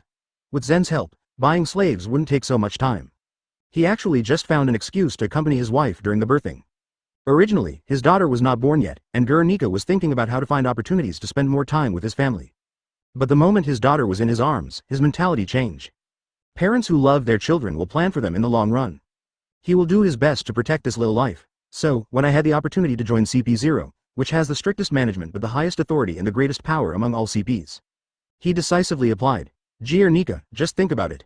As for your wife and daughter, whether it's for the sake of our long relationship or the deal between us, I won't let anything happen to them. This is a promise made by me. No, Naval Headquarters. Ghoul Nika's entry into CP0 is definitely a great thing for Marine. Smoker was no longer prepared to secretly protect the mother and daughter. Instead, he planned to tell the Marine brass to use their power to protect them. To put it bluntly, now the value of this wife and daughter is even greater than Zephyr's family. Nika hesitated for a moment and said, "Then I'll leave it to you." He understood that at this moment, he was completely tied to Marine's chariot. "Don't worry, you won't regret your decision today." Smoker took a puff of his cigarette and said, "If there's a chance, let's meet. I have a gift for you. I guarantee you'll like it." In the original plot, Nika was already a squad leader of CP0, and in fact, he was not far from the throne of CP0 leader. In terms of strength, although he does not have the fruit, his combat power is obviously superior to that of the 6 Flying 6. Advertisement: if he obtains the Blue Luan fruit and his strength is enhanced to a higher level, he may be able to replace Rob Lucci and take charge of the entire CP0. CP's boss is one of our own. It's exciting just to think about it, hee. At this time, the 7 water capitals were clearly visible. The huge fountain at the top of the city, the crisscrossing rivers in the city, and the ships coming in and out. All of them show the prosperity and bustle of this city. Open black lens bracket Fisher Tiger. Close black lens bracket Smoker remembered that a year after this incident, the sea train that Tom's studio had devoted 10 years of hard work to was finally completed. Tom could have redeemed himself. As a result, he was framed by Spandam and taken to Eni's lobby to be executed. Later, Frankie was hit by a train and became disabled, so he transformed himself into a cyborg. In order to protect himself and Frankie, Aspagu became the mayor of Water City. Later, CP9 went to the 7 Water City to obtain the Pluton design. A cold light flashed in Smoker's eyes. The world's #1 shipbuilder and Bluenose door-to-door fruit, hee. Dear Nika, I want to ask you a favor, %. You really know how to give me a hard time. Even with the authority of CP0, there are still great risks. Fortunately, there is still a year left. Okay, I promise you. Soon, Smoker arrived at the 7 Water City. Because the size of the 3-foot bird was too conspicuous, he did not enter the city, but came to the coast at the edge of the city, which was filled with junked ships and spare parts. There is a house next to it. It doesn't look big, but it is very clean. There is a workshop not far away, and a harsh friction sound can be heard faintly. This is the famous Tom studio. Smoker sensed the presence of 4 people and an animal. At this time, a tall yellow fishman came out of the workshop, carrying several huge sections of rails and humming a little tune. Smoker took a step forward. "Hello, Mr. Tom, I've heard a lot about you." Tom was stunned and stopped. "Oh, a handsome man has appeared. Are you Tom? What can I do for you?" There is indeed a problem with the time mismatch between the Empress rescue and Tiger's liberation of the slaves. I will change it later. Chapter 174. Treasure Hunt at Thriller Bark. Smoker looked at Tom with interest, then at the track in the distance. "It's a spectacular project, but judging from your expression, you seem to be enjoying it. It doesn't seem like you're serving a sentence at all." Tom laughed out loud. How can a man not be happy when he does what he wants to do? "But you haven't told me who you are yet." "That's true." Smoker lit up a cigarette. "I'm sorry I can't introduce myself, but don't worry, I'm not an enemy. On the contrary, I have a problem with the people who are against you." Tom still had a silly and generous expression, but there was a gleam in his eyes. "Oh, really, young man, what do you want to talk to me about?" "There should be no grudges between us." Sensing that someone else was about to come out of the workshop, Smoker said calmly, "I came here to ask for something, and also to save you. Next, it's not convenient to have a third person present. If you are interested, just come with me alone. Of course, you can refuse, but I won't be the one who suffers in the end. After all, the design drawings are not in my hands." Originally, Tom just thought that Smoker's words were a little weird. When he heard the word, design drawing, his eyes widened. He turned his head to look in the direction of the workshop, hesitated for a moment, dropped the track, and followed Smoker to the corner. After a while, Aspagu and Frankie came over carrying a rail. Seeing the railroad tracks thrown on the roadside, looking around but not seeing Tom, I was immediately confused. After a long time, Tom came over from a distance. His expression was a little heavy, but also a little relieved. Looking at his 2 disciples, he immediately put away his interest and walked up to them with a smile. "Mr. Tom, where have you been just now? Were you lazy?" "Foolish Fram. How can you talk to Mr. Tom like that?" Bang. "It hurts. You idiot iceberg. Ah. Sorry, I made you worry. Men should get along with each other in a friendly way, ha. Soon, cheerful laughter was heard from the shore again. And Smoker had already flown away on the 3-foot bird. As Tom's probation is about to end, it's best not to show up here. In fact, Smoker didn't take this route again just to see the scenery, but to harvest along the way. Before CP arrived, there were really no leeks to be harvested in the 7 Water City. You can't scrape sea salt from the roof. As for the Pluton design, it would be troublesome to get it in advance. Advertisement. Besides, if you really want Pluton, you might as well go to Wanokuni. A few days later, Smoker and Sanjangnyao were wandering on the sea and saw a fog in the distance. Smoker almost cried with excitement, finally saw the legendary Devil's Triangle. His target was the Thriller Bark in the thick fog. Follow the normal timeline. Moria will join Shichibukai first and will come to the Devil's Triangle 2 years later. There is no news of him joining the Shichibukai, but there are reports of many ships disappearing in the Devil's Triangle. Smoker himself was confused. Could it be that my arrival changed many things, causing Moria to take up residence here early? Taking advantage of this opportunity, Smoker decided to come and take a look. There's no way, there are too many good things at Thriller Bark. There must be the Shadow fruit and the famous Sword Autumn water on board. Maybe there are Ling fruit and invisibility fruit on the ship. I can't help it at all, especially now that Moria is not yet Shichibukai, it is completely legitimate for me to take action against him. But Smoker overlooked one problem. That is, although the Thriller Bark is as big as an island, it is just a ship after all, and there is no record pointer at all. The only clue is hidden in the thick fog. Smoker can only ride on the 3-foot bird and circle around. I'm sick of looking at the sea every day, and today I finally saw thick fog. Great. Zidian, fly towards the sea fog. Zidian is the name given to the Sanjong bird by Smoker. Zidian chirped, flapped its wings, and dived into the thick fog. Smoker turned his observation hockey to the maximum and wandered around for more than 10 days. Finally, I sensed a huge aura, followed it, and arrived at the Thriller Bark. The first thing Smoker did when he arrived was to quietly climb up the tallest tower. In his perception, Moria was here, and strangely, there was also a strong aura here. Smoker took a quick look. Moria is facing an unknown couple. Advertisement, Ehihi, Shichibukai. Not bad, with this title, things will be much easier. CP frowned but didn't say much. It's up to you. Plunder and kill. It's your right now, but don't forget your responsibilities as a Shichibukai. Moria glanced at him. World government dog, watch your tone. Even if I accept the government's call, it doesn't mean I am a subordinate of the government, let alone your colleague. If you're not happy with me, I'll cut off your shadow at any time, do you understand? The two of them had a verbal battle. Smoker is sitting on the balcony, emo. MD, wanted to kill Doflamingo, Doflamingo became Shichibukai. Want to kill Moria, Moria also became Shichibukai, what a bad luck. In fact, even if there is CP, Smoker could have killed him and Moria together. But the world government will definitely conduct a thorough investigation, and maybe some strange means will be used to investigate me. This is a critical time for Marine, so let's not make things complicated. However, just because Moria can't be moved doesn't mean other things can't be moved. Smoker turned into a ball of dark matter and disappeared into the thick fog as stealthily as venom. A side room in the Thriller Bark. Absalom was fast asleep. He had just undergone a transformation by Dr. Hawkback and needed a good rest. Suddenly, darkness came and he disappeared silently. In the cemetery, Smoker dug up a grave, revealing a coffin. When it was opened, there was a dried corpse wearing a kimono inside and a black sword next to it. This kind of aura. I knew it wasn't a living thing, it really is Chu Shui. In a cozy princess room, a little girl is sleeping soundly.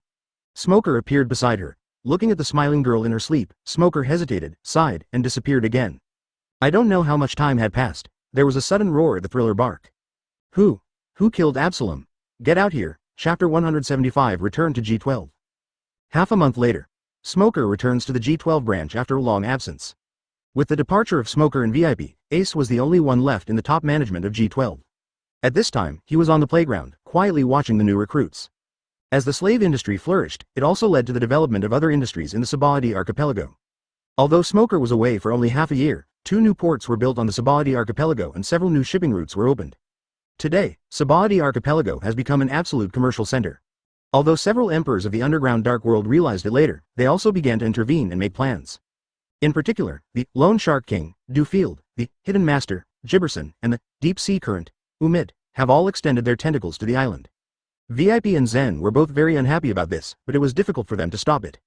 Although the other parties' methods were not clean, they were all commercial means, so it was not easy for them to resort to force directly. And it is unrealistic to defeat them through business. These guys have been operating for decades, even generations, and have accumulated countless wealth. It would be impossible to eradicate them completely with just Zane's slave auction house and casino. Of course, with Zane's current strength and means, it is enough to break bones and tendons of 1 or 2 of them. So, now a mysterious balance is maintained on the island.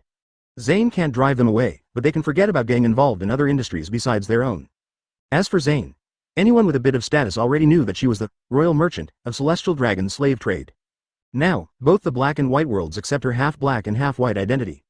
Even sometimes when she went in and out of naval headquarters, everyone thought it was normal and even gave her the title of Shichibukai of the underground world. And here is the G12 branch. As commerce prospered, the number of merchant ships and caravans traveling back and forth increased day by day, which also attracted a large number of pirates. In fact, there are quite a few pirates who are quite powerful, but because they have no intention of entering the New World, they will not even approach the Sabaody archipelago. The Sabaody archipelago is now like a piece of fat meat, attracting the attention of these hyenas. All of a sudden, the number of pirates in the G12 area increased dramatically. Even though the number of pirates was several times that of an ordinary branch, it still felt stretched. But it's too late to train recruits now, so Ace came up with a solution. Advertisement directly rent people and ships from other branches and bases, and pay 3 times the military pay. As a result, G12 was able to quickly recruit a group of veteran soldiers, and other branches also received a large sum of money, instantly filling the financial hole. Naval Headquarters also tacitly agrees with this. Hina has settled in Alabasta, Gemeller stayed in Mobu Town and got snowfruit, and a large number of pirates were attracted to Sabaody Archipelago. It is foreseeable that the number of pirates in the first half of the Grand Line will drop sharply soon. Rather than leaving these veterans in various branches and bases, it would be better to reinforce the Sabaody Archipelago.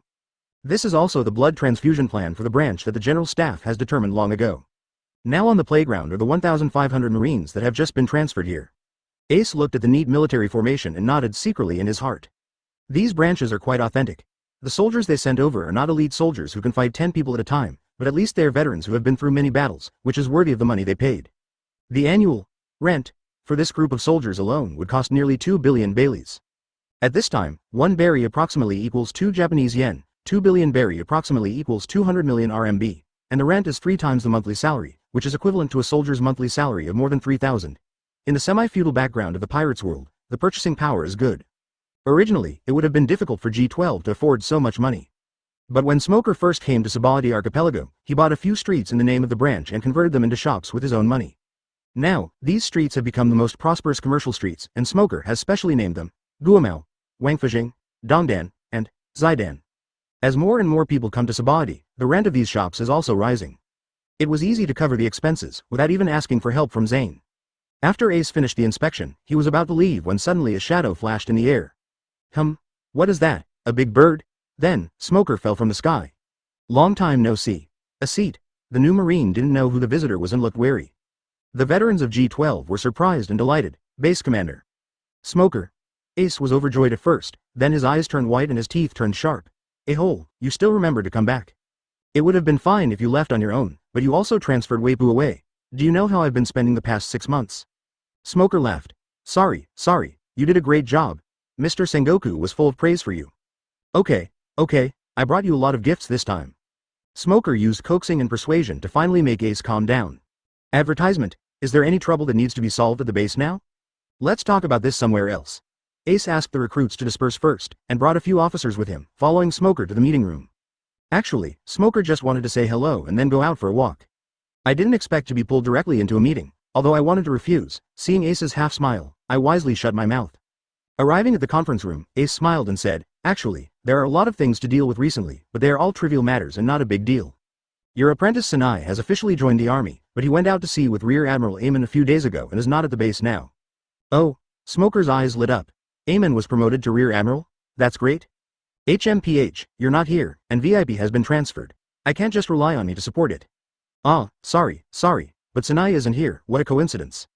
Well, last time you asked us to pay attention to a group of Starlight pirates, and Miss Zane seemed to have a clue, so he hurried out to sea. Smoker was stunned. Stella is on the Starlight Pirates ship, no wonder Sanai is so anxious to go out to sea. But how did Sanai know Zane? Ace guessed Smoker's thoughts and said helplessly, This guy has been hunting down human traffickers since he came. I don't know where he heard that Miss Zane was the owner of the auction house, so he rashly went to assassinate her. Smoker's face darkened. Zane didn't do anything dirty, did he? No. Fortunately I arrived in time, otherwise your apprentice would be gone. It's okay, with Zane's strength, it's not much harder to crush Sanai than to crush a grasshopper. But with the news about Stella, this is undoubtedly a good thing. Ace continued. What remains is the development of Sabaody Archipelago and the construction of the branch. I have notified the heads of various departments to come to the meeting and let them report directly to you. Oh, you are thoughtful. Suddenly, Smoker noticed a Marine next to him. Hey, this. Ace. Oh, his name is Virgo, he's a new guy transferred in after you left, he's an excellent Marine. Virgo stepped forward and saluted. Nice to meet you, Base Captain Smoker, I'm Virgo. Smoker looked at the familiar face and fell into deep thought. Chapter 176 3 directions. The next day, Smoker went to see Zane, but was turned away. Helplessly, he could only turn to the naval headquarters. However, Smoker did not enter the marshal's office with much fanfare. He was just a rear admiral who enjoyed the treatment of a vice admiral. It would be too conspicuous for him to go directly to Sengoku. Although Sengoku doesn't care at all, the government's spies in the Marine have not been removed yet. We have to hide Smoker as much as possible now, otherwise once the government finds out, there is no guarantee that they will find out something.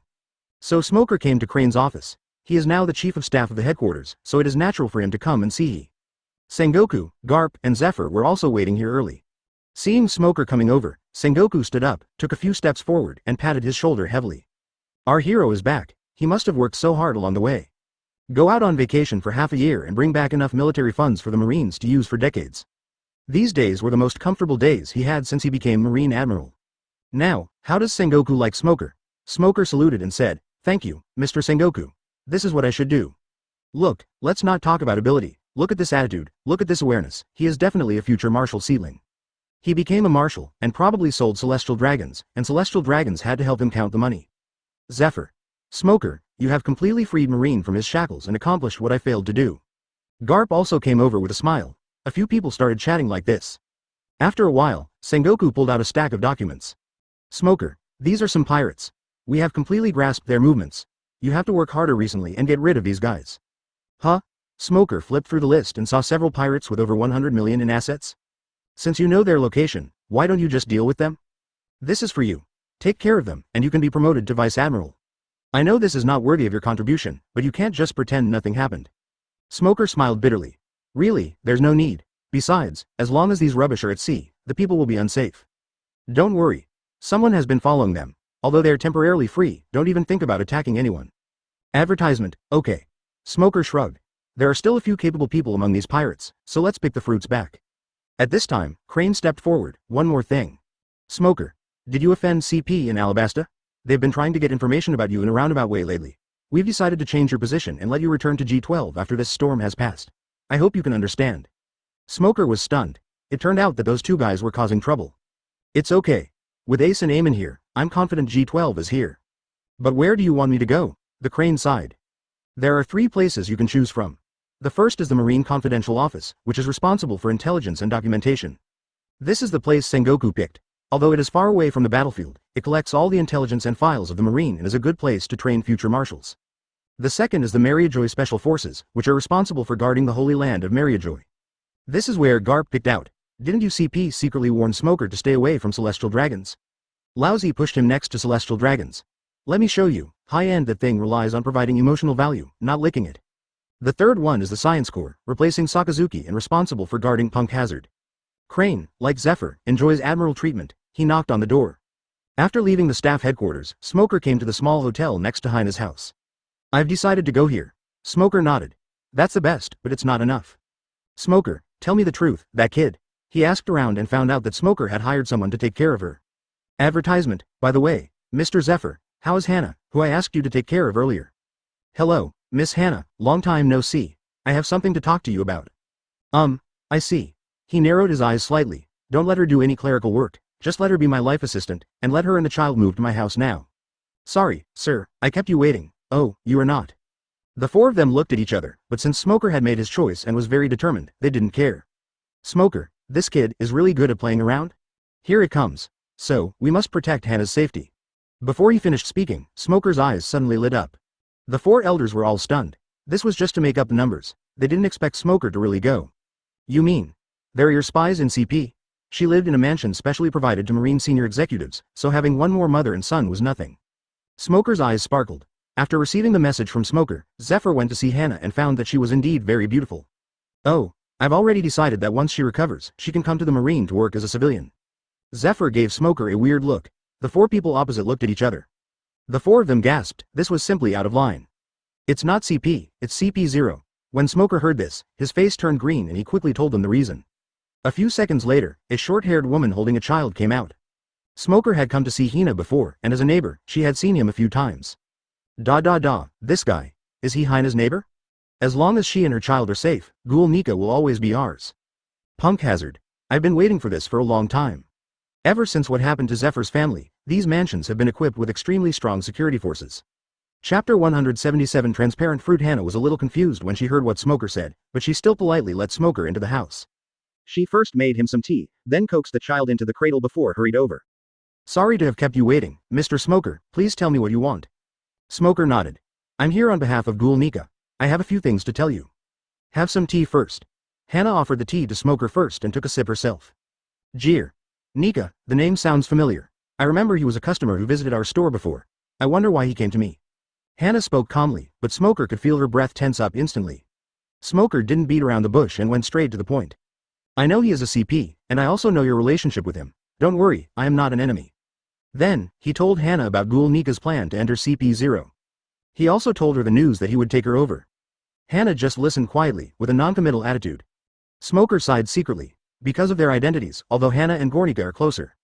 But there are some things that Smoker doesn't know clearly. Now that we have no evidence, it's really hard to convince her. For safety reasons, a Marine will soon help you move to Vice Admiral Crane's place. Please pack up as soon as possible. I'm sorry, but this cannot be refused. I will contact Ghoul Nika as soon as possible and ask him to contact you as soon as possible, but CP0's management is more strict, so it may take a while for him to have a chance to contact you. When the time comes, you can just say that everything was arranged by Smoker, and he will understand. Hannah remained silent, but her expression was somewhat unhappy and a little worried. After all, he had no way of confirming Smoker's identity, nor did he know whether he was a friend or an enemy.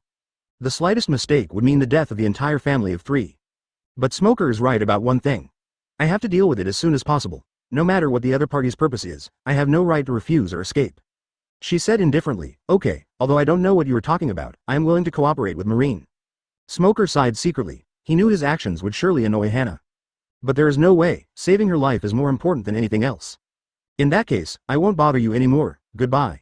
He stood up and prepared to leave, but suddenly remembered something. He hesitated, put his hand on the table, and when he raised his hand, there was a devil fruit on the table. Hannah opened her eyes wide. This is.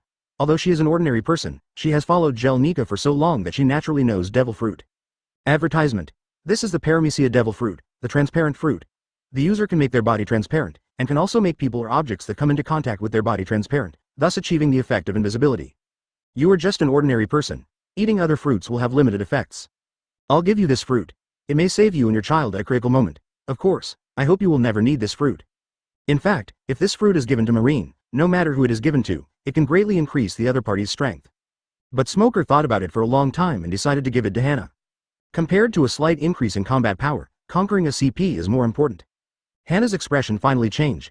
No, I can't accept it, it's too expensive. She was originally skeptical about Smoker's words. After all, if he is really an enemy of Nika, there is no need to waste time talking, just arrest him directly. But now the other party actually gave such a precious fruit to me. If you just deceive yourself, the price is too high. Hannah, this isn't just for you, this is for the baby. These words hit Hannah's sore spot, leaving her speechless.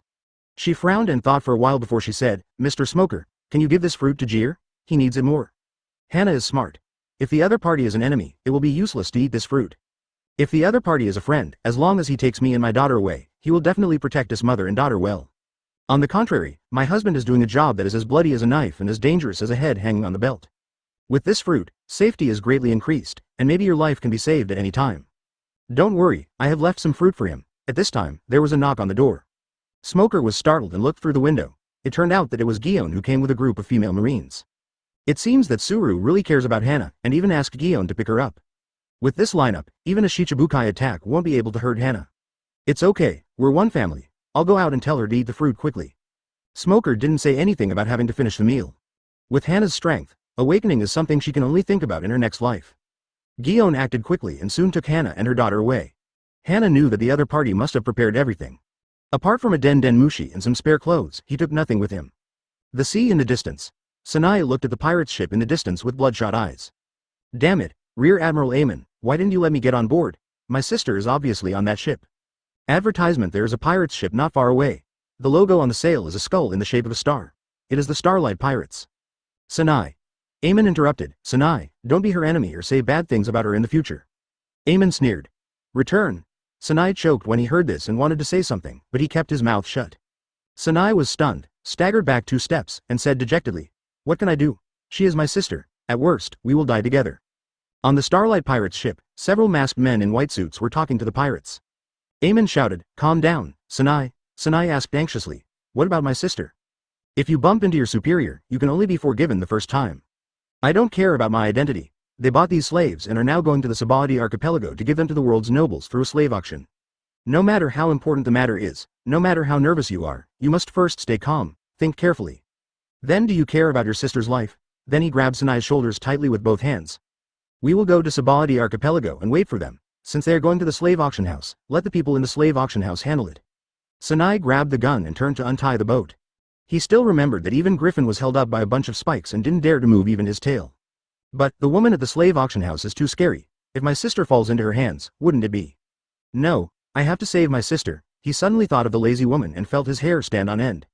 If I hadn't dodged quickly, I would have been pierced into a sieve by the spikes. Let's not talk about Marine's position for now. CP0's strength is not something you and I can deal with.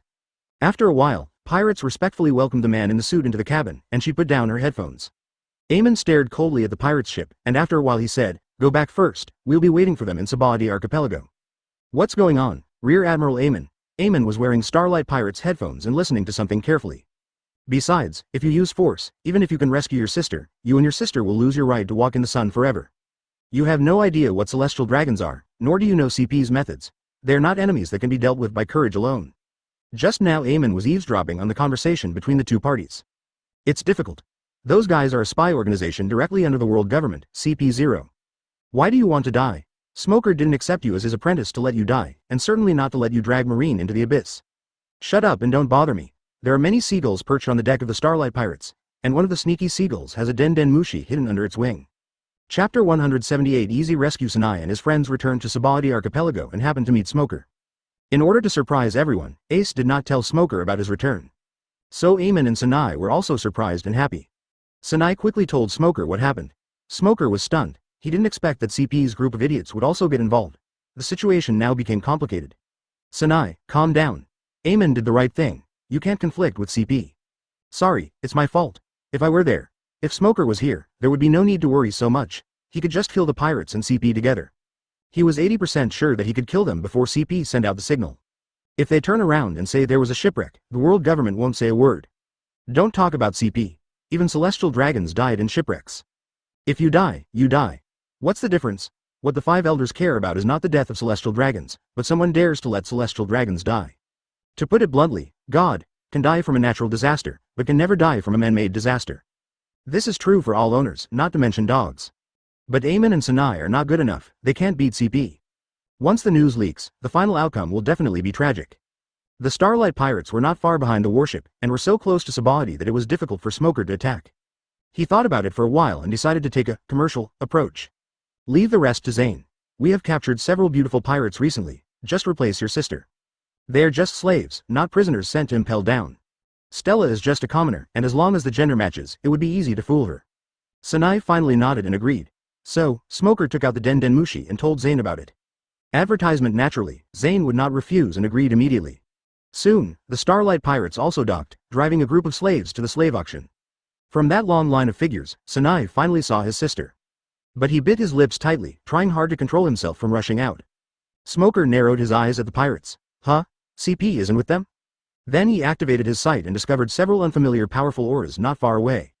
"Ah, they are watching me. I guess I can't just start grabbing it." Soon, the pirates drove the slaves into the auction house. After a while, the captain of the Starlight Pirates came out with a huge amount of Baileys, grinning so hard that his teeth were showing. The slave auction house's business was more than just auctioning. Because the world government is also worried that trading directly on the red line is really disgraceful. Therefore, celestial dragons deposited a huge amount of money in the auction house.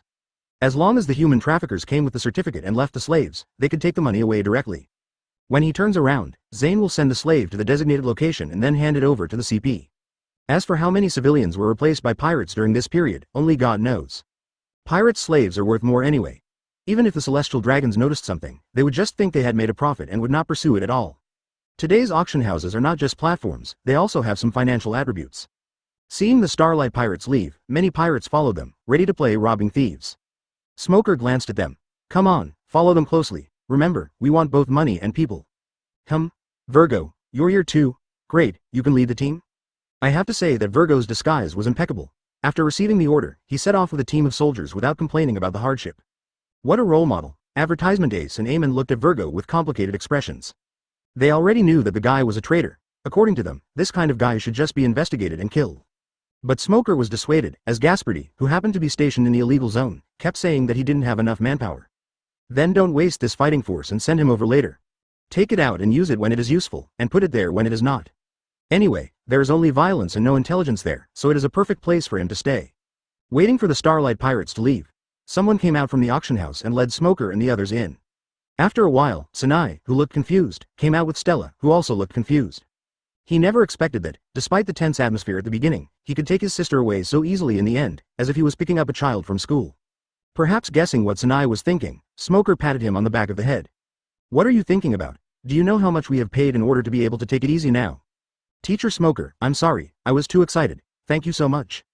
Suddenly, a ray of sunlight shone on Stella's face.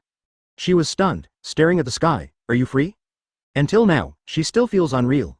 At this moment, a green-haired guy wearing a cheap suit happened to pass by. When he saw Stella, he suddenly felt like his chest was hit. And Stella seemed to sense something as well. She slowly looked towards green hair, with an indescribable feeling. Smoker didn't notice this, he just felt strange. I still didn't see Zane this time. What's wrong with this guy? She always avoids me and is also very sarcastic on the phone. I hope I haven't offended her. Chapter 179. The plot against Zane 10 days later. The day has come when Zane is supposed to deliver slaves to the celestial dragons. She filled a large ship with slaves, at least thousands of them. Some of the slaves were in the cabin, others on the deck. Looking at the slaves huddled and screaming in the cabin, there was no sympathy in Zane's eyes. These guys are either pirates or hooligans. Becoming a slave now is equivalent to atonement for one's past. When she looked at the dozens of slaves on the deck, she couldn't help but sigh secretly. They are truly innocent people, all of whom are ordinary people who were accidentally caught by pirates or human traffickers. It wasn't that Zane didn't want to save them. In fact, most of the civilian slaves sent to the auction house had been replaced by her. The rest of them were either directly targeted by the CP or there was really no suitable replacement. Zen had tried his best to leave behind as many women and children as possible, and only those who remained were strong. This is not to sell it for a good price, but to hope that they can hold on for a few more years, waiting for the day of liberation that Smoker said. Looking at these people, her heart felt particularly heavy. Soon, it was time to depart. The slave ship blew a sharp whistle, interrupting Zane's thoughts. She couldn't help but smile bitterly and shook her head, thinking that she had become too sentimental. Unfortunately, kindness alone cannot save people. Zane shook his head, drove away the messy thoughts, and shouted, "Little ones, set sail." Oh! The crew responded excitedly, furled the anchor and cables, lowered the sails, filled the sails, and slowly sailed away from the dock. The boat has a tailwind today and is going exceptionally fast. After sailing for a while, Zen felt a little tired, so he sat on a lounge chair at the bow to bask in the sun. After all these years, she still has the same old habit of curling up in the recliner. At this time, the navigator Dahao came over. "Captain Zen, you don't need to come in person. We'll be gone for several days this time, it's too hard for you." When CP and Zen hand over slaves, they always choose islands far away from the Sabaody archipelago. The island we agreed to visit this time is called Mingdao Island, and it is very far away. It should be said that this is the farthest distance between Zane and CP since the trade. Zane sat on the lounge chair, squinting his eyes and enjoying the sea breeze. "I can't help it. There are a few celestial dragons down there who specifically requested slaves, so CP specifically asked me to deliver the goods myself. Besides, you've kept me here for so long that I'm getting moldy. Why don't you take this opportunity to come out and take a look around?" But Mr. Sakazuki, nothing. Dahao hurriedly left in disgrace. Zane snorted coldly, lay down and covered himself with a thin blanket. 5 days later, Smoker suddenly received a call. It turned out to be Nika. "Huh? It's a rare occasion that you call. Is it because of Hannah?" Advertisement. Since joining CP0, there has been almost no news about Nika. "Not her." Gel Nika spoke in a low voice, but one could faintly sense his nervousness and anxiety. "Zane is in danger. CP0 is going to attack her." "What?" Smoker was shocked. "What the hell is going on?" Hiss, hiss. Suddenly, the Den Mushi on the other side seemed to be disturbed and began to emit noise, and the sound became intermittent. "Listen carefully, CP. Ambushed hiss. Hiss on. The island, and Zane still has half a day. Hiss, to arrive." With a click, the signal of the Den Mushi was cut off. Smoker held the receiver in a daze, his face looking frighteningly dark. But the next second, he hurriedly called the slave auction house. "I'm Smoker. Where's Zane?" "Oh, hello, Base Captain Smoker. The boss has gone to Mingdao. Narashima. We've been gone for a few days. It's been 5 days. If it's fast, it can be here in half a day. If it's slow, it will only take 1 or 2 days. Damn it. 5 days is not enough time to make it, even with the 3-foot bird and the griffin." Smoker hung up the Den Mushi and dialed the naval headquarters. "Hello, is this the general staff? This is Smoker, number XXXXX. Check if Mr. Kazaru is at the headquarters." "Wait a minute. The number is correct. Mr. Kazaru is not at the headquarters. He went to the New World to carry out a mission." "Damn it. Then check if there are any Marines near Mingdao Island, quick." "Yes. Report, there is a warship about 200 nautical miles away." 200 nautical miles. Smoker muttered to himself. To be honest, this distance was a bit stretched, but he couldn't care less. "Transfer me to the encrypted channel." "Yes." Mingyu Ghost Sea is an area of sea with a radius of 100 miles centered on Ming Island. There is a kind of ghost-tooth fish that is produced here. They travel in groups and are ferocious in nature, able to bite through even the steel bottom of a ship. Therefore, this place is also called a forbidden area for sea vessels. However, there is always something better. Ghost-tooth fish hate coral the most and will stay away from it when they see it. There happens to be a coral passage from the open sea to Mingdao Island, which is also the only safe passage in and out of Mingyu Ghost Sea. Zen's boat was at the entrance to the passage. At this moment, she stood at the bow and looked at the dark blue sea. Through the seawater, you can see the colorful corals of Madara below. Thanks to these corals, our ship would have been broken into pieces. Dahao nodded first. Looking into the distance, his brows were deeply furrowed. Then he took a cannonball as big as a human head from the boat and threw it dozens of meters away with a light flick. The shells fell into the water, countless dark shadows ran around under the water, and the calm sea surface seemed to be boiling. Advertisement: countless black fish as long as arms swam madly and bit the shell. The hard and smooth shells were torn into pieces in seconds like dough. Zane's face was solemn. What a horrible bite force. Dahao also nodded. I wonder if the sea stone coating developed by the scientific team can withstand it. Zane didn't dwell on the topic any further. Let's go, don't give those bastards an excuse to lower the price. Yes. Away from Mingdao Island. A warship is chasing the pirate's ship. Damn it. Damn it. Why did I meet this lunatic? We are only one step away from entering the new world. The person who spoke had a pair of green eyes. He was the captain of the Nika pirate's ship, Ahara, the cat-eyed man with a bounty of 440 million. In paradise, you are already an expert among experts. Captain, if we keep going in this direction, we'll reach the Mingyu Ghost Sea. If we go in further, we'll feed the fish. Damn it, navigator, find a solution quickly. Yes. A bulbous-nosed pirates rushed out and looked at the chart carefully. Captain, turn left 15 degrees. This way we don't have to slow down and can pass by the edge of Mingyu Ghost Sea. If we're lucky, we won't be targeted by the ghost fish. Screw you. Ahara kicked the navigator and made him fall to the ground. Lousy's life depends on what you call luck. The navigator rolled far away on the deck. Captain, there is no other way. The warship is too fast. Ahara looked at the warships behind him and his teeth were about to break. What's wrong with this B****************? D? He has been chasing me for half a month without any grudge against me. If my boat wasn't a rare speedboat, I would have been fed to the fish long ago. The fact that the opponent was able to hold on to me for half a month showed that his speed was comparable to mine. If you turn to avoid, you may be taken advantage of, and the enemy's shooting range is terrifyingly long. Damn, lunatic, you are a lunatic. He looked at the navigator who was still lying on the deck and kicked him. A hole, what are you doing lying here? Why don't you show me the way? Oh, yes. The navigator ran away in a panic. There stood a tall figure on the bow of the warship at the rear, like a towering mountain. Full speed ahead, don't let any pirates go. Cat-Eye Ahara, the butcher who destroyed a nation. I will never let a scum like you appear on the sea again. At this time, a marine came running over hurriedly holding a den-den-mushi. Mr. Sakazuki, emergency call. Huh? Bring it here.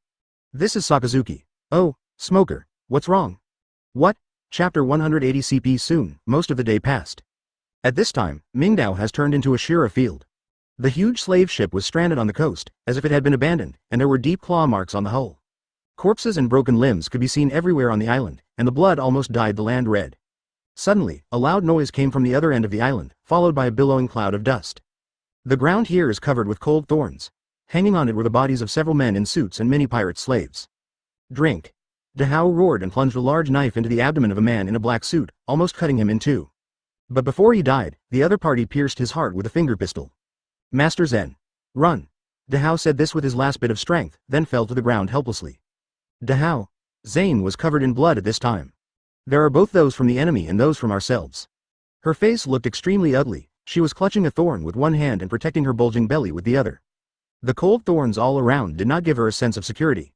Blood flowed down his cheeks, staining the ground beneath his feet red. Who? You bastards! Zane stared at the two men and a woman in white in front of him, who were CP0. Behind them followed 7 or 8 men in black suits. They were the CPs with lower numbers, and they came to help. Pa. The tall man in white who was in the lead clapped his hands and exclaimed sincerely. As expected of Bradley Zane, the fastest rising underground emperor, he really lives up to the name of Rakshasa. Another thin man in white also praised him repeatedly. Wonderful, really wonderful. Not only is his strength comparable to that of the Shichibukai, but his scheming is also impeccable. Advertisement. You actually used freedom as bait to let those slaves create chaos. Unfortunately, on this closed island, you have nowhere to hide. The woman in white took off her mask, revealing her beautiful face. Duolu, Aki, the chat time is over, it's time to send her on her way. Okay. Seeing the woman's appearance, Zane was shocked. Stussy? I have met the woman opposite me several times before. I didn't expect that the recently famous Happy Street Tycoon is actually a CP? As if in despair, Zane roared. Damn it, why? Celestial dragons will never let you do anything to me. Who gave the order? When they heard the name of Celestial Dragons, the 3 CP0s froze. Their leader, Duolu, was even more silent and deafening.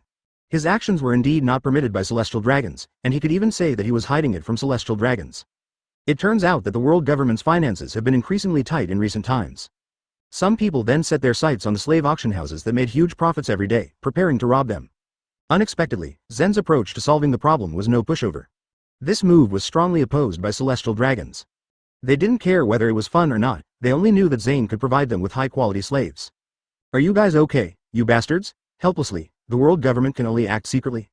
Let CP lure Zane away from the mountain, kill Zane in a place far away from everyone's sight, and then take over the auction house without anyone noticing. In this case, even celestial dragons wouldn't say anything. Especially with Stussy, who would doubt that the new underground emperor would eat the flesh and blood of the fallen emperor. At this time, Yashi strode forward. You don't need to know the reason, just wait to die. As he walked, his body expanded rapidly, turning into a gigantic dinosaur more than 10 meters tall with huge claws. Advertisement: the dinosaur was covered in armor as hard as steel, and even the indestructible thorns around it could hardly hurt him. Zane looked at the huge dinosaur with despair in his eyes. Ha ha ha, yes, I like this expression.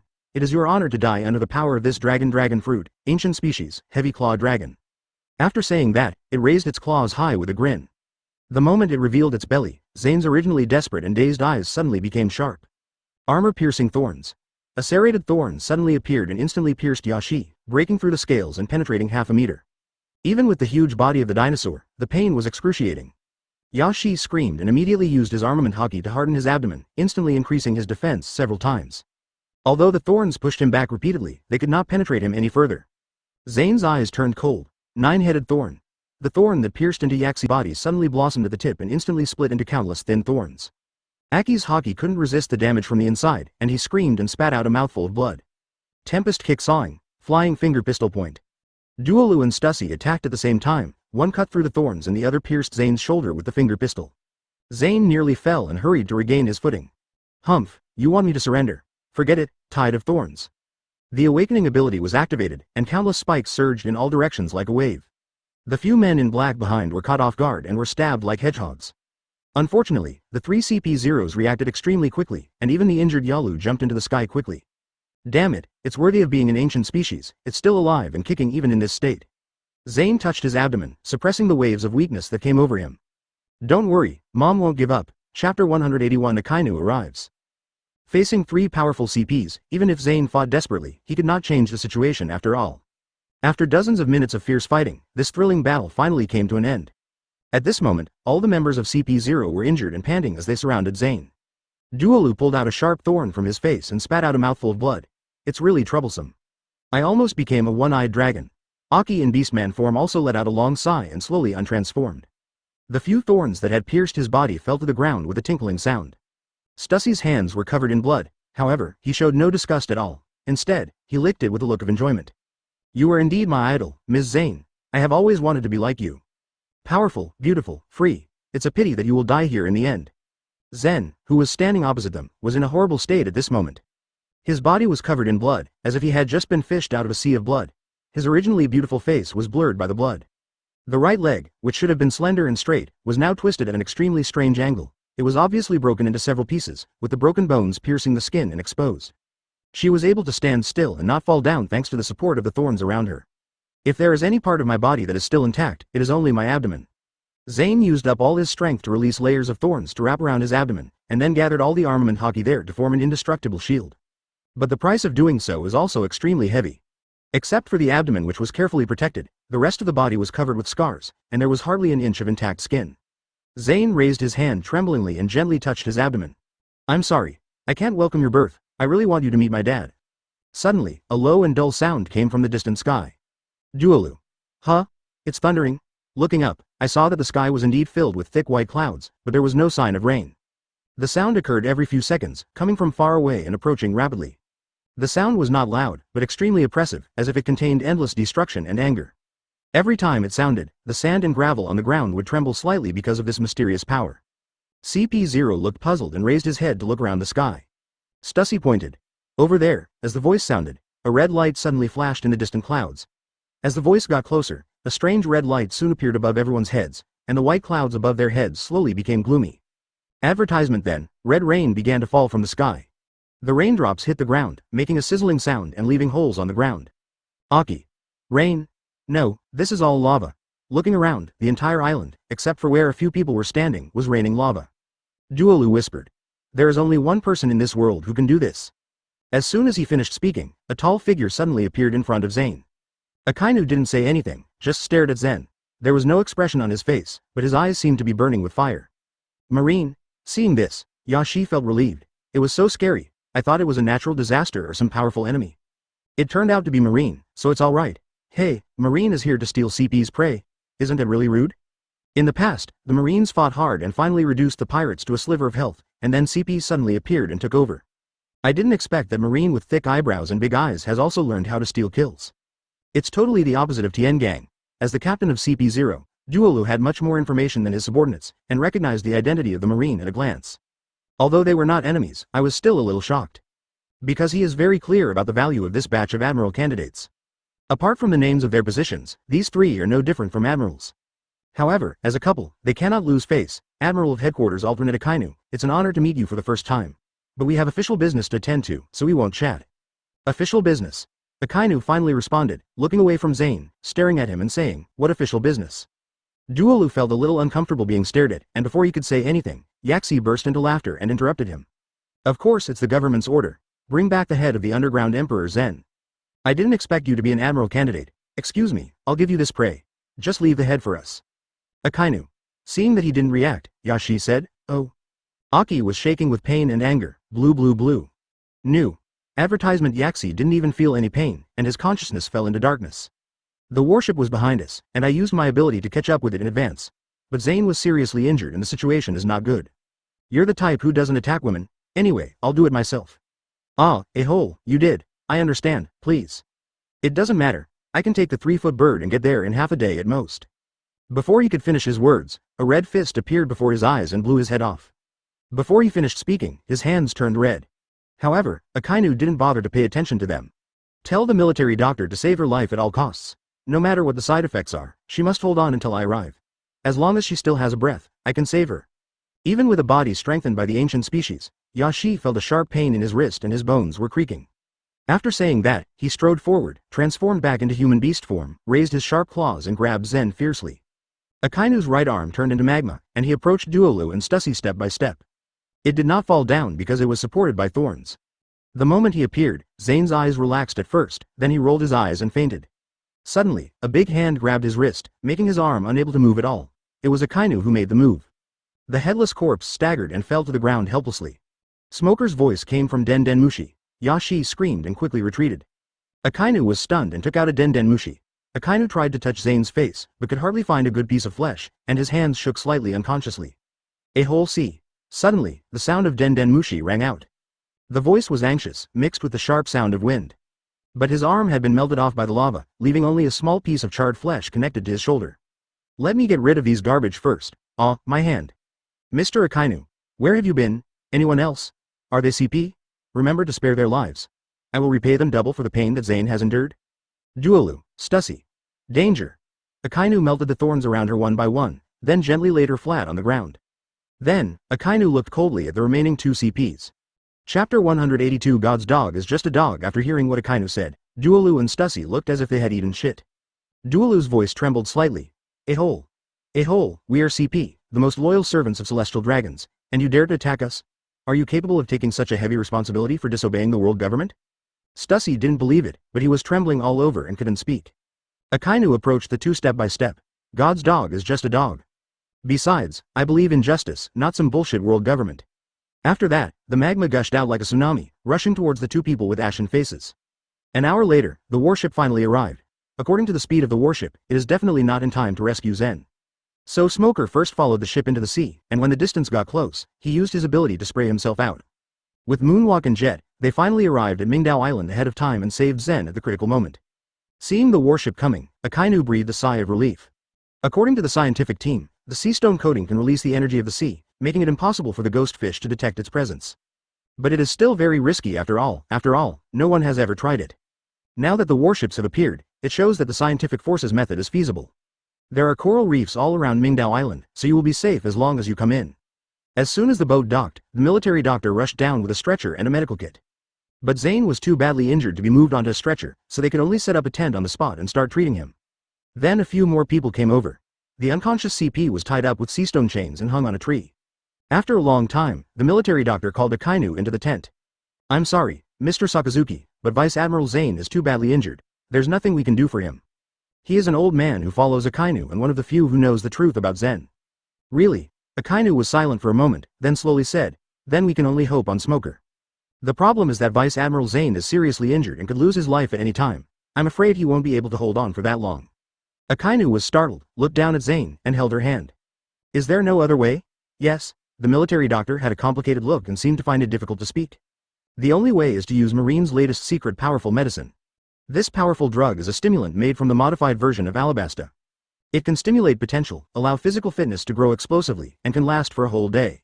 Although there are side effects, they will only make you weak for a month, which is much better than dying after drinking it before.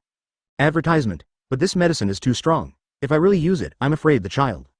He didn't say it out loud, but the meaning was self-evident. Akainu's face froze, and a struggling expression appeared on his face. After a long while, he gritted his teeth and said, use medicine. Yes. The military doctor nodded and turned to leave. Suddenly, Akainu felt the hand holding his tighten, and he couldn't help but feel surprised and happy. Zane, are you awake? Zane was still unconscious and there was no response after calling him a few times. Akainu sat limply next to Zane, holding her hand with one hand and touching her belly with the other. I understand. This is the child you risked your life to save. How can I be so selfish as to make a decision for you? Doctor, there's no need to get the medicine, Zane can handle it. After saying this, Akainu felt Zane's grip slowly loosen. Subconscious. Zane, you have to hold on, hurry, hurry, hurry. On the other side, Smoker was sitting on the 3-foot bird, urging him constantly. The 3-foot bird had taken a high dose of powerful medicine, and its speed was twice as fast as usual. But after this time, I will be weak for a long time. I see, Narujima. The 3-meter-long bird cried out, flapped its wings desperately, and rushed forward like an arrow. As soon as they got closer to Mingdao Island, Smoker immediately used Moonwalk to reach the island. In his observation hockey, a breath was slowly weakening and the fire of life was about to go out. Open black lens bracket hold on, Zane. Close black lens bracket Smoker followed the smell to the tent and rushed directly into it. Without even having time to say hello to Akainu, he immediately released darkness to envelop her. Open black lens bracket great, I caught up. Close black lens bracket, a few minutes later. The military doctor examined Zane. At this time, CP had slowly woken up and was quarreling loudly. Yes, there are 2 more CPs, advertisement Stussy. Danger. It's your turn. Incredible, so incredible.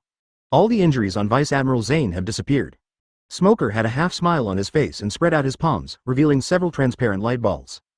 Damn it, Marine, let me go, Akainu answered him with a poker face. Duolu froze at first, then suddenly let out a sharp scream, his whole body shaking violently and the iron chains rattling. Smoker looked at Zane's belly, then at Akainu, and felt himself in disbelief. Don't worry, injuries and pain can be treated, but mental fatigue can only be recovered slowly by itself. He pressed the ball of light on Duolu. He stared at Smoker with burning eyes, as if pirates were eyeing a treasure. Although there was still a lot of blood on his body, all the wounds had disappeared without even a scar left. Duolu found that there were no injuries and thought that Akainu was afraid of his identity. Akainu said something, turned around and walked out. This is really too polite. Akainu, let me go. I promise you, I will keep this matter a secret. The multiple calls lasted for more than half a minute. Smoker followed. Stussy was also horrified. No wonder this girl has been acting strange lately, it turns out she is pregnant. He was wrong. Akainu didn't use any more brutal force in order to let them suffer more from Zane's pain. Akainu tucked Zane in. Then, why hasn't she woken up yet? CP has been professionally trained, and torture is nothing to them, but what is this light ball? It simply made the CP captain look like this. Smoker, it's up to you. Hiding from me, probably because I am shy, or I am worried that I will talk too much. And there was still a small half of the ball of light left. Let her sleep for a while, it will do her good. Finally, his head tilted and he was completely dead. Apart from his wife and her good friend Hina, he had most interacts with Sengoku Garp Zephyr Hyaokiji Jaji Yuan Tu Chafe Shu. To put it simply, at most it is expanded to classmates of the same period. Then let her rest. We should entertain the guys outside. Smoker stared at Stussy with a half smile. When he saw Akainu coming over, he was surprised and happy. Chapter 183. The wily girl Nika. Smoker looked at Stussy with a half smile, then unceremoniously pulled her hair and lifted her head up. What a coincidence. I just met you when I was about to transfer to Punk Hazard.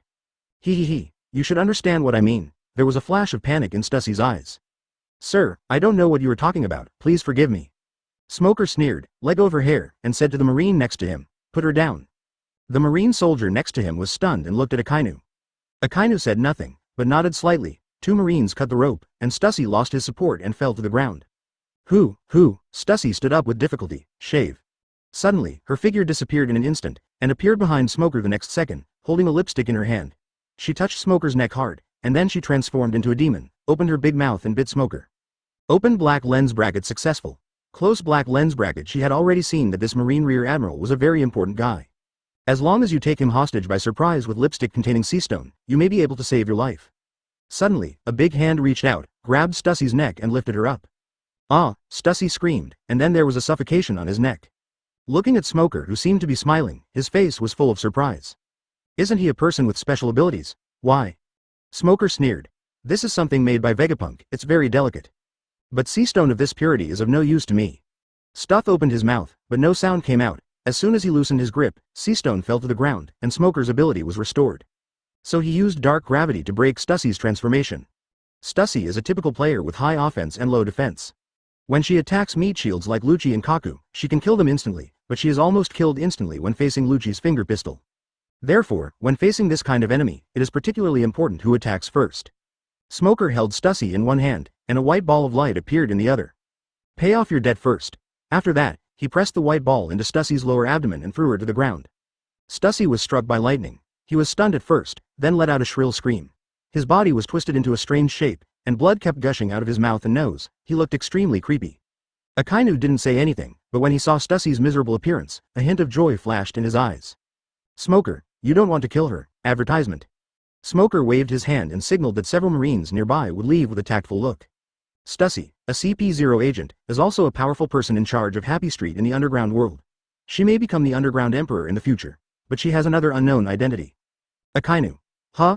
She is also a clone of former Rock's pirate member Bakingome Stussy, and the first successful clone of Mads. Even Akainu was slightly moved when he heard Rox and Bakingome Stussy. Rox.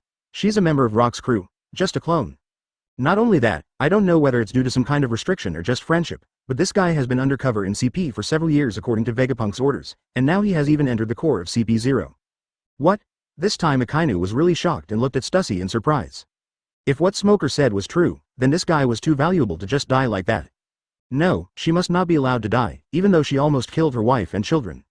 This is the necessary price for justice. As Stussy struggled on the ground, he could still hear Smoker's words, and he felt a little more frightened besides the pain. Who is this guy? Why do you know your background so well? Smoker put his foot on the twisting Stussy. I know you can hear me. Akainu is right. I killed you, but that doesn't mean your blood debt will be wiped out. Now these are just interest. I will ask you to pay back this debt at any time. After that, he pulled a strand of hair from Stussy's head. Perhaps the pain in other places attracted his attention. Stussy only felt a numbness on his head, but it was not too painful. If she hadn't hurt Zane, Smoker might have chosen to cooperate. But now, she only deserves this way. Mr. Akainu, I'll have to trouble you to explain to Zane when she wakes up. No need to explain, it's all for justice. There are thousands of Marines who bear a blood feud. It's a blessing in disguise that she's not dead and her child is fine. As for the minor skin injuries, they're nothing. Smoker nodded and quietly turned off the recording phone. When the time comes for Zane to settle the score, just let her find you. It's none of my business. After a long while, Stussy finally came through, but he only had one breath left, and he could only lie on the ground gasping for breath, unable to move even a finger. Smoker was not surprised by this. Before inflicting pain, Smoker had carefully sensed her condition with his observation hockey. This level of pain wouldn't kill her, but it would just make him lose his blood. Smoker threw her an encrypted Den Den Mushi. Listen up, Stussy. Be obedient and cooperate with Marine. Today's events can be written off. I will not treat you unfairly. At least in the underground world, no one will oppose you anymore. But if you have any evil intentions, neither you nor Vegapunk will survive. It's useless even if you hide in the holy land of Mariajoy. Of course, you can also hide somewhere where no one is. Advertisement. After saying that, he shook the hair in his hand. I will make a lifeguard for you. No matter where you run to, I will find you. Akainu stared at her coldly, and it took him a while to suppress his murderous intent. Ship's doctor, treat her, give her another shot of strong medicine, don't let her die. The ship's doctor came down and gave Stussy an injection. The strong medicine was very effective. After just one injection, Stussy's complexion became visibly rosy. Then several soldiers carried her onto the boat. This guy can't die yet, he still needs to be given the necessary treatment. Suddenly, a Marine rushed down. Mr. Akainu, Ms. Zane is awake. Akainu, Smoker. Zane has now been moved to the boat. Akainu leapt onto the boat and hurried to see Zen. Smoker originally wanted to go straight over, but after thinking about it, he turned around and found Stussy and interrogated him first. Once I knew what I wanted, I followed the scent to find Zen. Zane has regained his spirits, and his expression is a little embarrassed when he sees Smoker. Smoker, thank you so much for this time. If it weren't for you, I would have been in real danger. You are welcome. Smoker took out a cigarette and was about to light it, but his eyes glanced at Zane's stomach and he put the cigarette back. I have found out what happened. Although the order to attack you came from the world government, it was just a private calculation by some people. Hearing him say this, Akainu and Zen both breathed a sigh of relief. That's good. Now Sky Island's gold has not yet been transformed into military power. If the world government really takes action against Zen, the Marine executives will also have a headache. If it was 2 years later, Marine wouldn't have to worry so much and could just give up the slave trade and clean up Zane. It would even be possible to maintain the status quo and forcibly protect Zen. But now is not the time.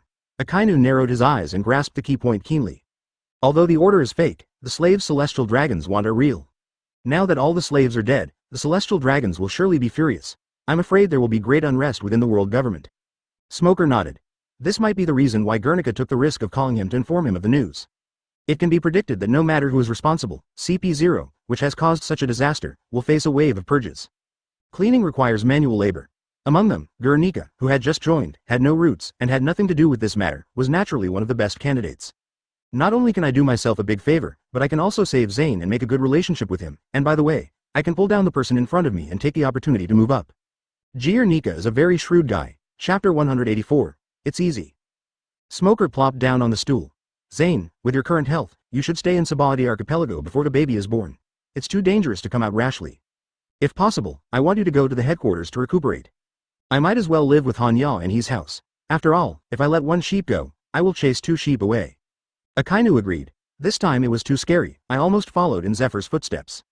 If Zane died at the hands of CP, he didn't know what he would do. With my own strength, it is unrealistic to melt the red line, but I can still throw lava at Malinjoa from the headquarters. Knowing he was in the wrong, Zane nodded in agreement reluctantly. The headquarters won't be in such a situation.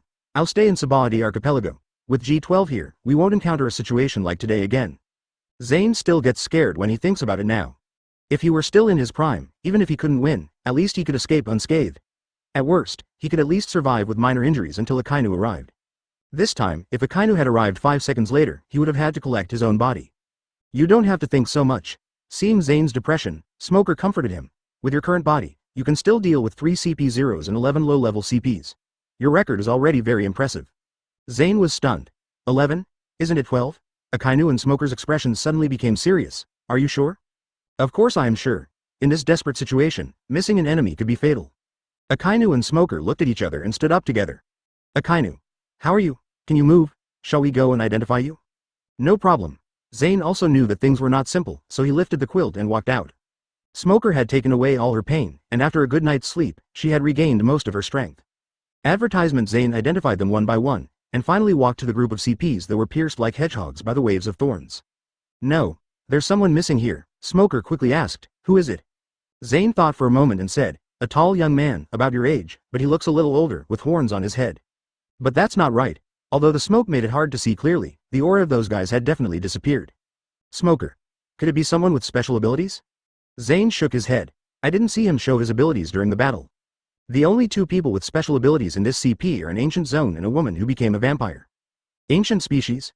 Smoker was shocked. This is good stuff. Then he remembered that this group of CPs were dead, and the fruit was naturally gone. He felt so heartbroken that he couldn't breathe for a moment. Suddenly, Smoker thought of a possibility and became excited. Wait a minute. He hurried back to the boat and returned with a lamp, paper and pen. Let's talk in the dark. Smoker called out, and released darkness to swallow the 2 of them. Neither of them resisted and sank into the darkness obediently. Entering the dark space, it was pitch black all around. Akainu quickly used his ability to condense a lava fireball. Although it is not as bright as a flame, it is enough to see the surroundings clearly. The 2 seemed to be in a black house, with the roof, floor and walls all made of dark matter, and nothing else. Akainu couldn't help but exclaim.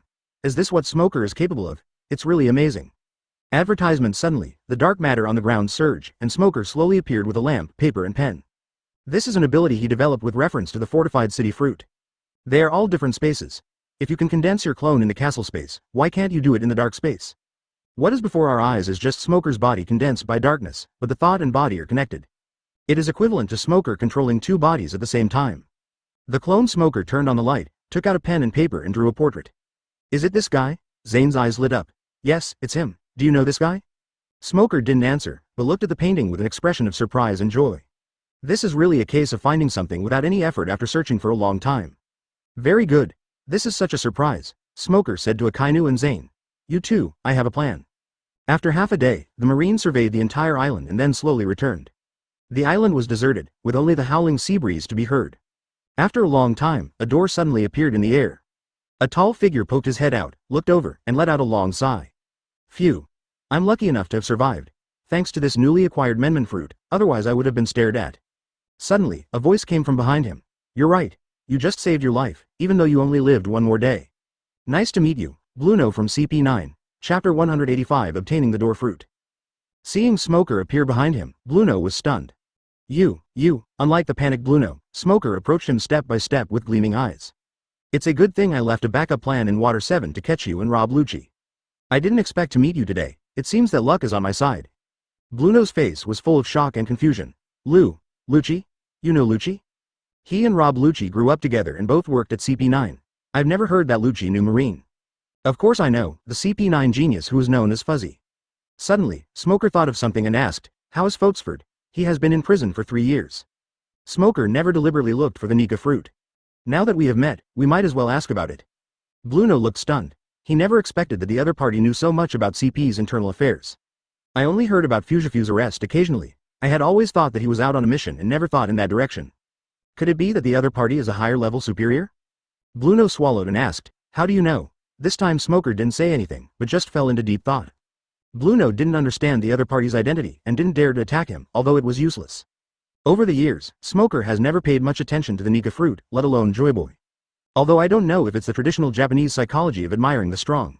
Roger, Kaido, and other races. They're all like brainwashed, either obsessed with Nika or waiting for Joy Boy. It seems that if they don't appear, the world will only be dark. As soon as they appear, the celestial dragons will bow down obediently, and the world will shine again. Smoker has always scoffed at this. What the hell, it's just like playing. If you want to kneel, kneel peacefully. If you don't want to kneel, stand up and resist. You have to wait for a saint to descend from heaven. Joey Boy would rather bury himself in the mud than stand up unless he shows up.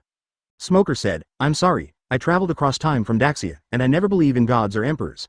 I can only rely on myself. And he also didn't think that Luffy's random actions could save the world. Even if there is some great power in this world and Nika is needed to save the world, I will not sit there and wait foolishly. The sooner we act, the sooner we can win, and people will suffer less.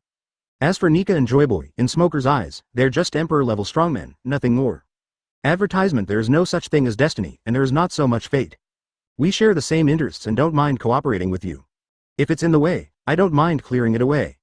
Of course, Smoker didn't think he needed to wait until Luffy grew up, nor did he have any plans to do so. It's been less than 2 years since I came out of the recruit training camp. There has been a noticeable change in the power of the world government and the Marine. The Marines are thriving. Without mentioning anything else, the skyrocketing military spending alone is enough to make them take off.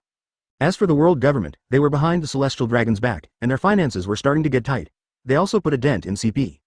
Everything is moving in a good direction. It seems that what I have done in the past few years has not affected the plot of the Nika fruit. Shanks won the fruit 3 years ago, met Luffy 2 years ago, and just separated a year ago.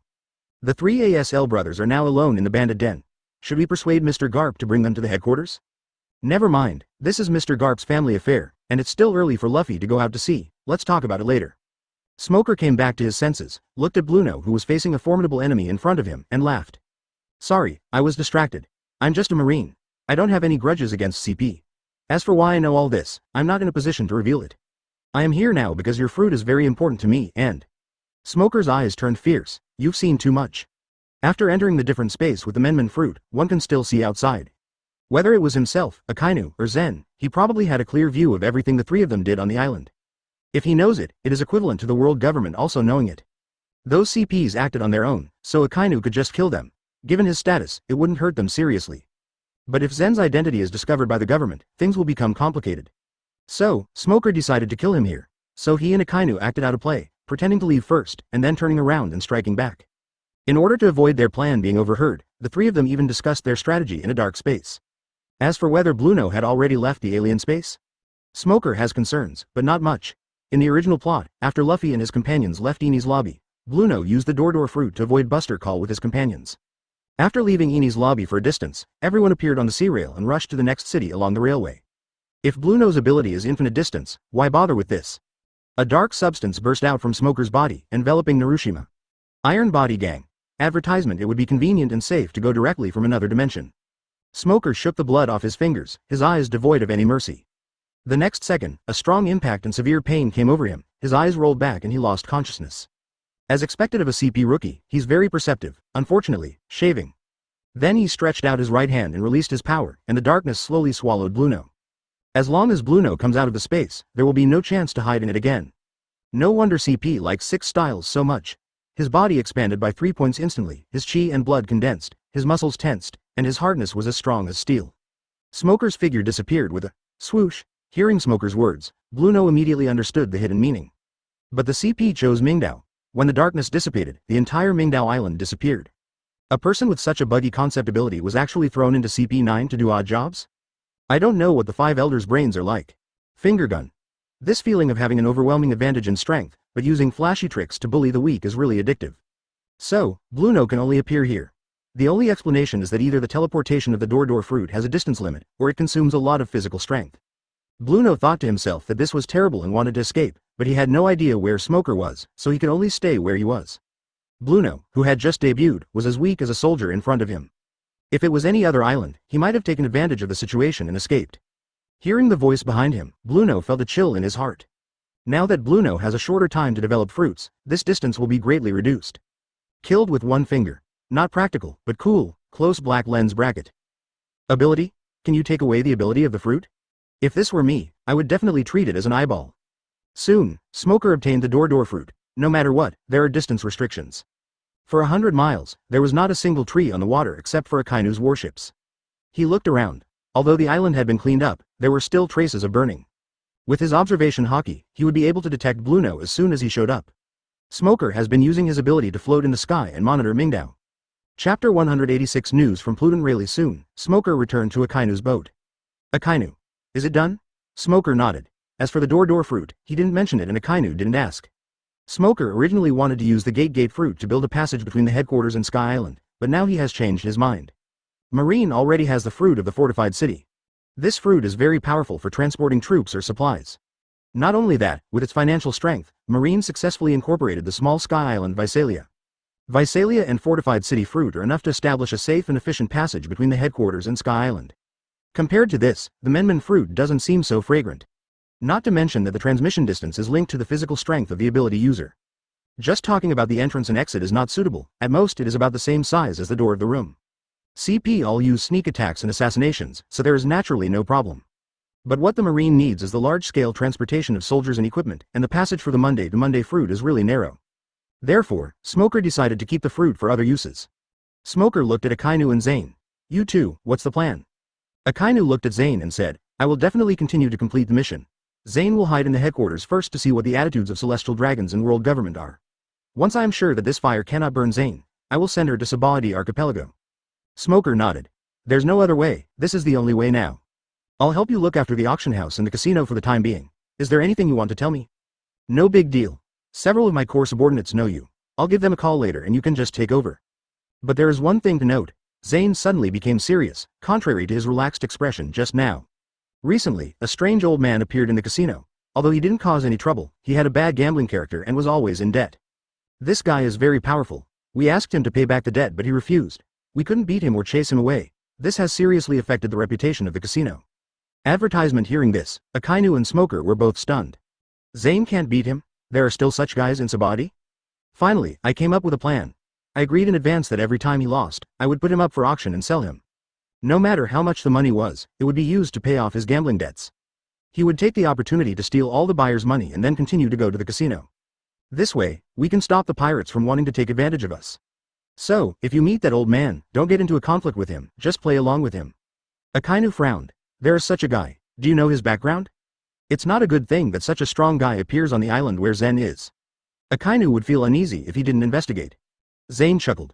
Don't worry, I've investigated. He's just a poor, lonely, and weak old coding craftsman. If his wife hadn't opened a tavern to supplement the family income, he would have been unable to make ends meet. Although this old man has a strange personality and I don't know why he has such strong power, he has never done anything evil and has no criminal record.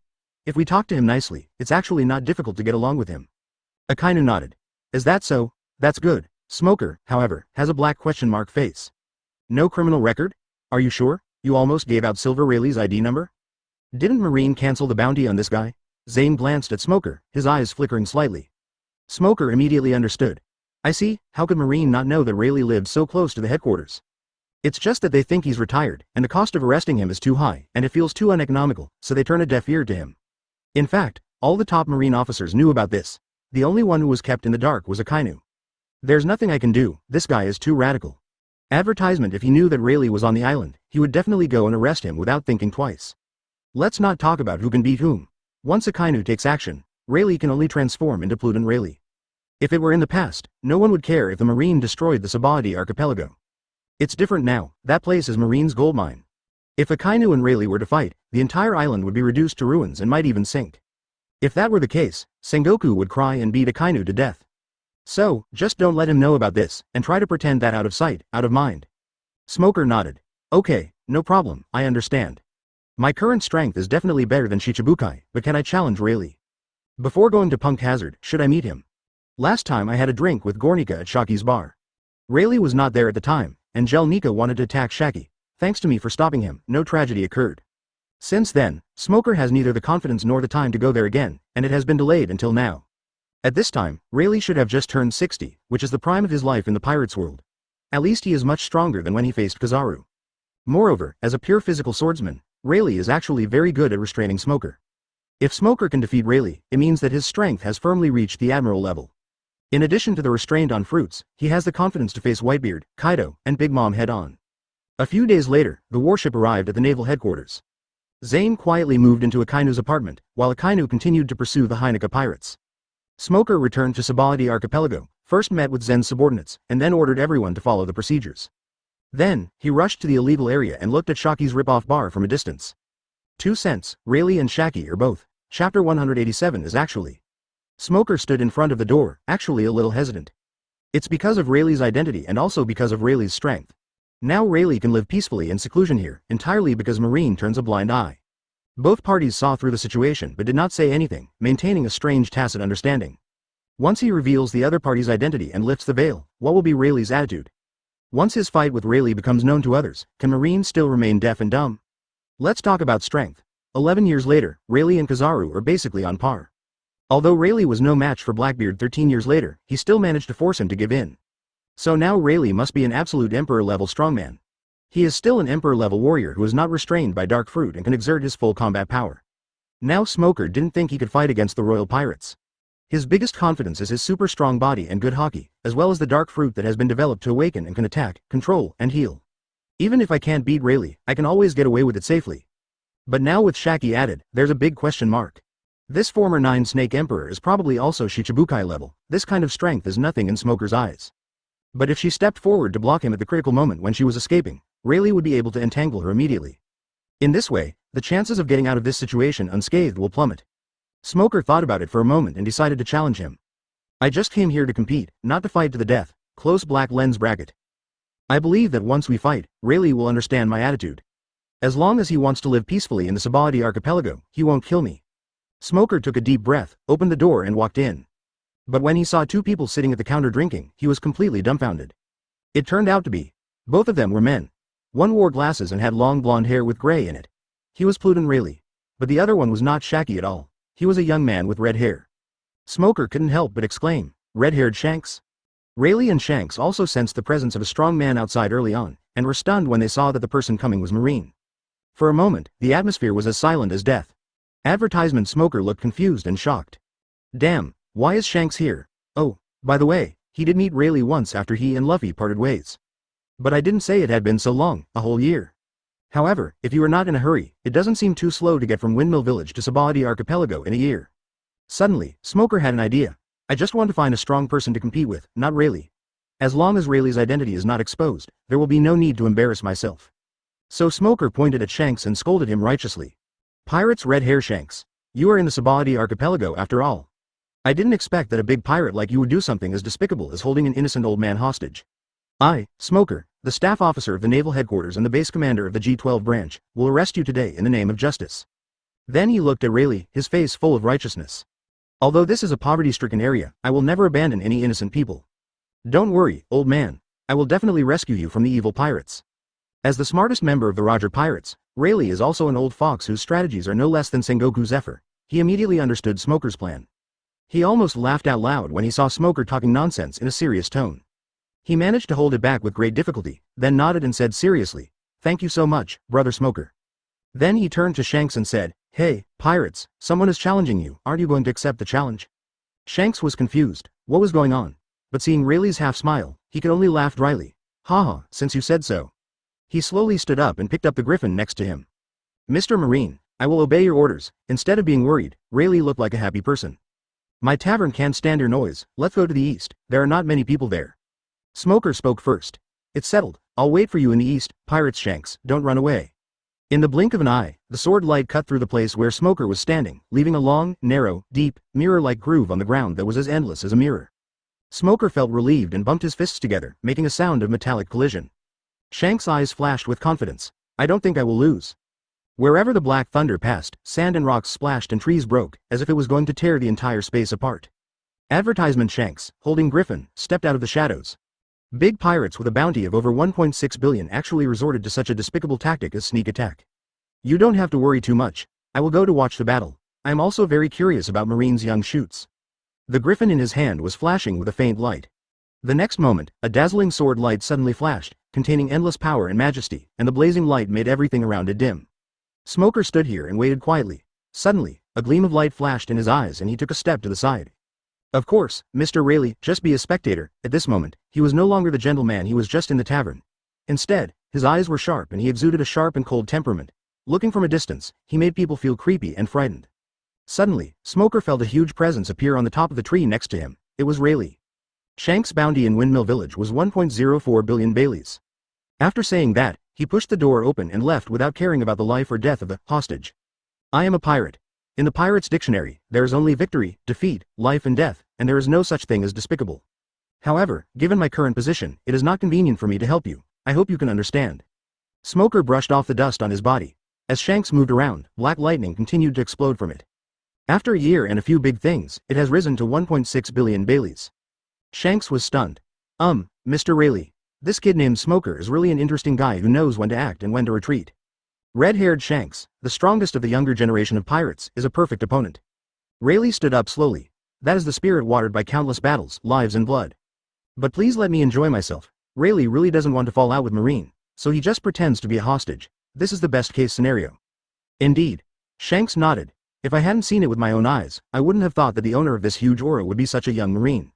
But be careful, although this guy is low-key, his strength should not be underestimated." Rayleigh chuckled. However, he had no intention of getting closer and seemed to only want to be a spectator. Island 3 of the Sabaody archipelago is a deserted land with few human traces. It doesn't matter. Sneak attack, hidden weapon, poison. Whatever method you want is up to you. Go ahead. If I'm not mistaken, he will be the future leader of the Marine. It's not a bad idea to get to know him in advance. Chapter 188 Swordsman Shanks sneered. "Don't worry, I will definitely make you enjoy it." After saying that, he swung Griffin with all his strength, and a black slash slashed at Smoker. Smoker's pupils shrank slightly. "So fast, his observation hockey is definitely not inferior to mine. Logically speaking, no matter how fast you go, it will be meaningless when facing the ability to foresee the future." But Shanks's sword seemed ordinary. Not only did it attack Smoker directly, it also blocked the direction he had prepared to dodge. However, Smoker doesn't just rely on observation hockey, his nerve reflexes are also extremely fast. He tilted his body and barely avoided the knife, and the coldness of the blade made his hair stand on end. The sword light slashed an ancient tree 100 meters behind, cutting it into pieces. Smoker bumped his fists together, black lightning burst out, and his body shot towards Shanks like a bullet, punching him in the face. Shanks turned Griffin around and slashed at his fist. The black knife and the black fist collided with each other, countless lightning burst out, and the shockwave shattered the surrounding ground. The two bounced away instantly. Shanks was unharmed, but Smoker had a deep scar on his fist that could see the bone. Smoker held back the pain and said, "It seems that you are better at armament hockey." Then the dark powers released, absorbing all the damage. Shanks's expression was originally calm, but he frowned slightly when he saw this scene. Swordsmen are good at attacking, so it is normal for Smoker to get hurt in this head-on competition. But I didn't expect that the other party had this kind of healing ability. It seems that this battle is not so easy. Smoker held out his hand. Darkwater. Suddenly Shanks felt a huge suction force and his body flew towards Smoker involuntarily. But he reacted quickly, turned over and attacked, then raised his sword and slashed down fiercely. Arm up.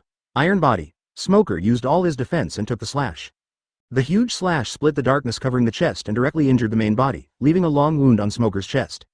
Smoker ignored the pain and grabbed Griffin's blade with one hand, which cut his palm and caused drops of blood to flow. He clenched his fist with the other hand and hit Shanks hard in the abdomen. Although Shanks used armed hockey to defend himself, he was still hit by such a powerful punch that blood spurted out of his mouth and nose, and he flew out. Smoker took advantage of the victory and rushed forward. But Shanks reacted instantly and rushed towards Smoker on tiptoe. Advertisement: the two men's bodies intertwined, and Smoker had several scars on his body. Ouch, ouch, ouch. Dark Bone Tempest kick. Smoker kicked out, and a dozen black wind blades slashed towards Shanks. Shanks' eyes were stern, and he tightened his grip on Griffin's hand, with black thunder surging on the sword god. Break the demon. A huge slash collided with the Black Tempest kick, causing a violent explosion, like a huge hurricane, blowing away all the trees within a radius of several hundred meters. Smoke and dust rolled around, obscuring the figures of the two people. Shanks held the griffin in his hand and carefully sensed his surroundings. Suddenly he leapt to the side, and countless black thorns emerged from the ground. This is a move that Smoker stole from Zane. The black thorns seemed to come alive, suddenly stretching out and continuing to chase Shanks. Shanks frowned slightly, dodged continuously, and chopped the black thorns into pieces with one knife. At this time, Smoker jumped out from behind. Don't think you're the only one who can foresee the future. Then he punched Shanks. Shanks quickly raised his knife to block, but he blocked too hastily and was knocked flying. Huh, Smoker wiped the sweat off his face. I have to say that Shanks's attribute panel is really powerful. Even this seemingly ordinary blow contained enough power and speed to kill Vice Admiral in an instant. Smoker felt his energy draining out several times faster than when he was fighting Enel and Crocodile. After just a short while of fighting, he started sweating. Smoker didn't dare to be careless and quickly released the darkness to clear all negative states. There is no way, Shanks' attack is too high, and I would feel guilty if I don't maintain the condition. What? Are you tired? Break it for me. In the distance, Rayleigh, who was originally sitting on a tree branch, also stood up, and his expression was no longer as calm as it was at the beginning. Damn it. There's no time to hide. The sword light collided with the body, making a huge roar. Advertisement: suddenly, Shanks jumped high into the air. Who, Smoker was shocked. Although he was out of breath, Smoker felt like a different person. The sword light hit the Black Mountain and penetrated deeply into the darkness. Soon, a big hole was pierced through the Black Mountain. A stream of sword light suddenly shot out, like a giant snake or a stream of water, rushing towards Smoker with a mighty force that could reach the sky. Smoker was bleeding from his mouth and nose, and his entire body was covered with tiny wounds, as if he had been tortured to death. Hey, I can handle it. The remaining sword light was much less powerful, so Smoker hardened his fist and smashed it to pieces with one punch. Flowing light chant. These two guys are incredible. Even Smoker felt his whole body stiffen and cold sweat broke out on his forehead. If he was originally a human being, now he looks like a ferocious beast in human form. Facing Shanks' attack, Smoker activated his body, hockey, and fruit ultimate. An ordinary black and red sword light slashed towards Smoker. Suddenly, a low voice flashed through the smoke and dust. The sword light was fading, and the hockey and darkness covering Smoker's body were also disintegrating layer by layer. Facing the massive amount of hockey contained in the sword light, Smoker felt his hair stand on end. Countless black and red lightning exploded, turning the surrounding ground into powder. Open black lens bracket. What? This is Conquerors. Close black lens bracket. Shanks' eyes widened, a huge amount of hockey swept over, and countless black thunders exploded. He quickly controlled the darkness on the ground to rise and turn it into a black mountain blocking in front of him. Armor: iron body, dark armor, God's ancestral high. He crossed his hands in front of his chest, and the darkness on the ground around him returned to his body like a swallow returning to its nest, condensing into a thick black armor on his body surface. Smoker took a deep breath and stretched out his arms, completely turning the attack into tiny sword beams. Shanks stared at him, slowly raised his sword, and swung it slowly but actually quickly. Smoker's eyes were bloodshot and his feet were deeply embedded in the ground, trying desperately to block the knife. Tiny sword chi flew out in all directions, and the giant tree next to it was cut into pieces. Chapter 189: Conqueror's Entanglement. Seeing his divine power being blocked, Shanks looked extremely solemn. Even the special move taught by Captain Roger was blocked. Although he blocked it, Smoker also paid a heavy price. At this moment, his whole body was covered with wounds, like a bloody man, and his steps towards Shanks were a little staggering. As expected of Shanks, I haven't had such a good fight in a long time. But if that's all, you can't beat me. As soon as he finished speaking, darkness filled Smoker's surroundings, and when the darkness dissipated, he was safe and sound. Shanks was also surprised when he saw this. I have been on the sea for so many years and have seen many zone users, including some who have awakened their abilities. However, apart from Marco from the Whitebeard Pirates, I have never seen anyone with such a strong recovery ability. I hope this strange recovery ability has no price or limit, otherwise it will be troublesome. Shanks wiped the blood off his face, made a sword gesture, and then slightly bent his waist. Daysaw. Shanks rushed forward with a high rotation, like a gyroscope. Smoker couldn't dodge in time and was knocked into Shanks' arms. Although he used armament hockey to protect himself, the blades strengthened by hockey left wounds all over Smoker's body. Puff. Smoker vomited blood and a hideous wound appeared on his chest instantly. He gritted his teeth and leaned forward, the blade cutting deeply into his shoulder. Then he tensed his muscles, covered the wound with armament hockey, and the blade paused. Open black lens bracket chance. Close black lens bracket. Smoker endured the severe pain, and the armament hockey on his chest flowed to his hands. He grabbed the black blade with his left hand, which was stuck in his bone, making him completely unable to move. Shanks was shocked and tried to draw his sword in retreat. But Smoker would not let him have his wish. He grabbed Griffin tightly and punched Shanks in the face with his right hand. The punch was powerful and accurate. Although Shanks covered his face with hockey, his face was still deformed. His eyes rolled back, blood came out of his mouth, and he was sent flying far away. The griffin in his hand slipped out of his hand and stuck to the side helplessly. Smoker endured the severe pain and healed the wounds on his hands and chest. As expected of the future 4 emperors, the wounds in this battle are more than those in the previous 2 years. But this should be over now. Rayleigh, who was far away, thought the same thing and sighed secretly. However, he saw that Smoker had no intention of killing, so he did not show up. It seems that this marine guy is more skilled. Smoker let out a long sigh, his body and mind slightly relaxed. But the next second, he suddenly felt his skin tighten and his hair stood up. Then bursts of black and red lightning erupted in the distance, making sharp explosions, and hurricane-like shockwaves spread, blowing Smoker so hard that he could hardly open his eyes. Under the cover of this powerful vision, the sky and the earth seemed to have changed color. Advertisement, this is Conquerors. Suddenly, a figure appeared. It was Shanks walking back slowly. Shanks looked really embarrassed at this moment. There was a deep wound on his forehead, the flesh was turned inside out, and blood dyed half of his face red. His body was covered with scars and small wounds everywhere. But Smoker was indeed facing a formidable enemy. Shanks' aura was also huge before, but it just made Smoker feel heavy, but now it's a creepy feeling. However, Smoker was not afraid at all. Not only did he not back down, but he couldn't help but burst out laughing. Great, so that's how it is, that's how it should be, this is the real you. Come on. Let me see what kind of beast lives under your easygoing appearance. Shanks had no expression on his face. He just walked step by step to Griffin and slowly drew out his sword. When he held Griffin in his hand, strands of black lightning appeared on the sword. Rayleigh in the distance widened her eyes with an expression of surprise but joy. Finally. Only when you are in a desperate situation can Conqueror's entanglement break out. In the pirate's world, Shanks's talent is undoubtedly top-notch. His talent is not reflected in his physique like Big Mom and Kaido, but in his control over hockey. But too much talent also leads to a problem. That is, after Shanks went out to sea, his strength improved rapidly and he rarely encountered life and death crises. This also led to him being able to master Conqueror's hockey very early on. But he still couldn't figure out how to deal with Conqueror's entanglement. I didn't expect that this marine brat would force Shanks to take this step. Because of his accumulated experience, Shanks had achieved considerable accomplishments as soon as he mastered Conqueror's entanglement. Rayleigh felt the corners of his eyes warm slightly. Roger, see, the seedlings you cultivated have grown into mature trees. Seeing Griffin's changes, Smoker slowly stopped smiling. Conqueror's entanglement. As a swordsman, you should be aware of the strengths and weaknesses of a swordsman. Although the swordsman has powerful attack power, his attack is too simple and cannot defeat all opponents.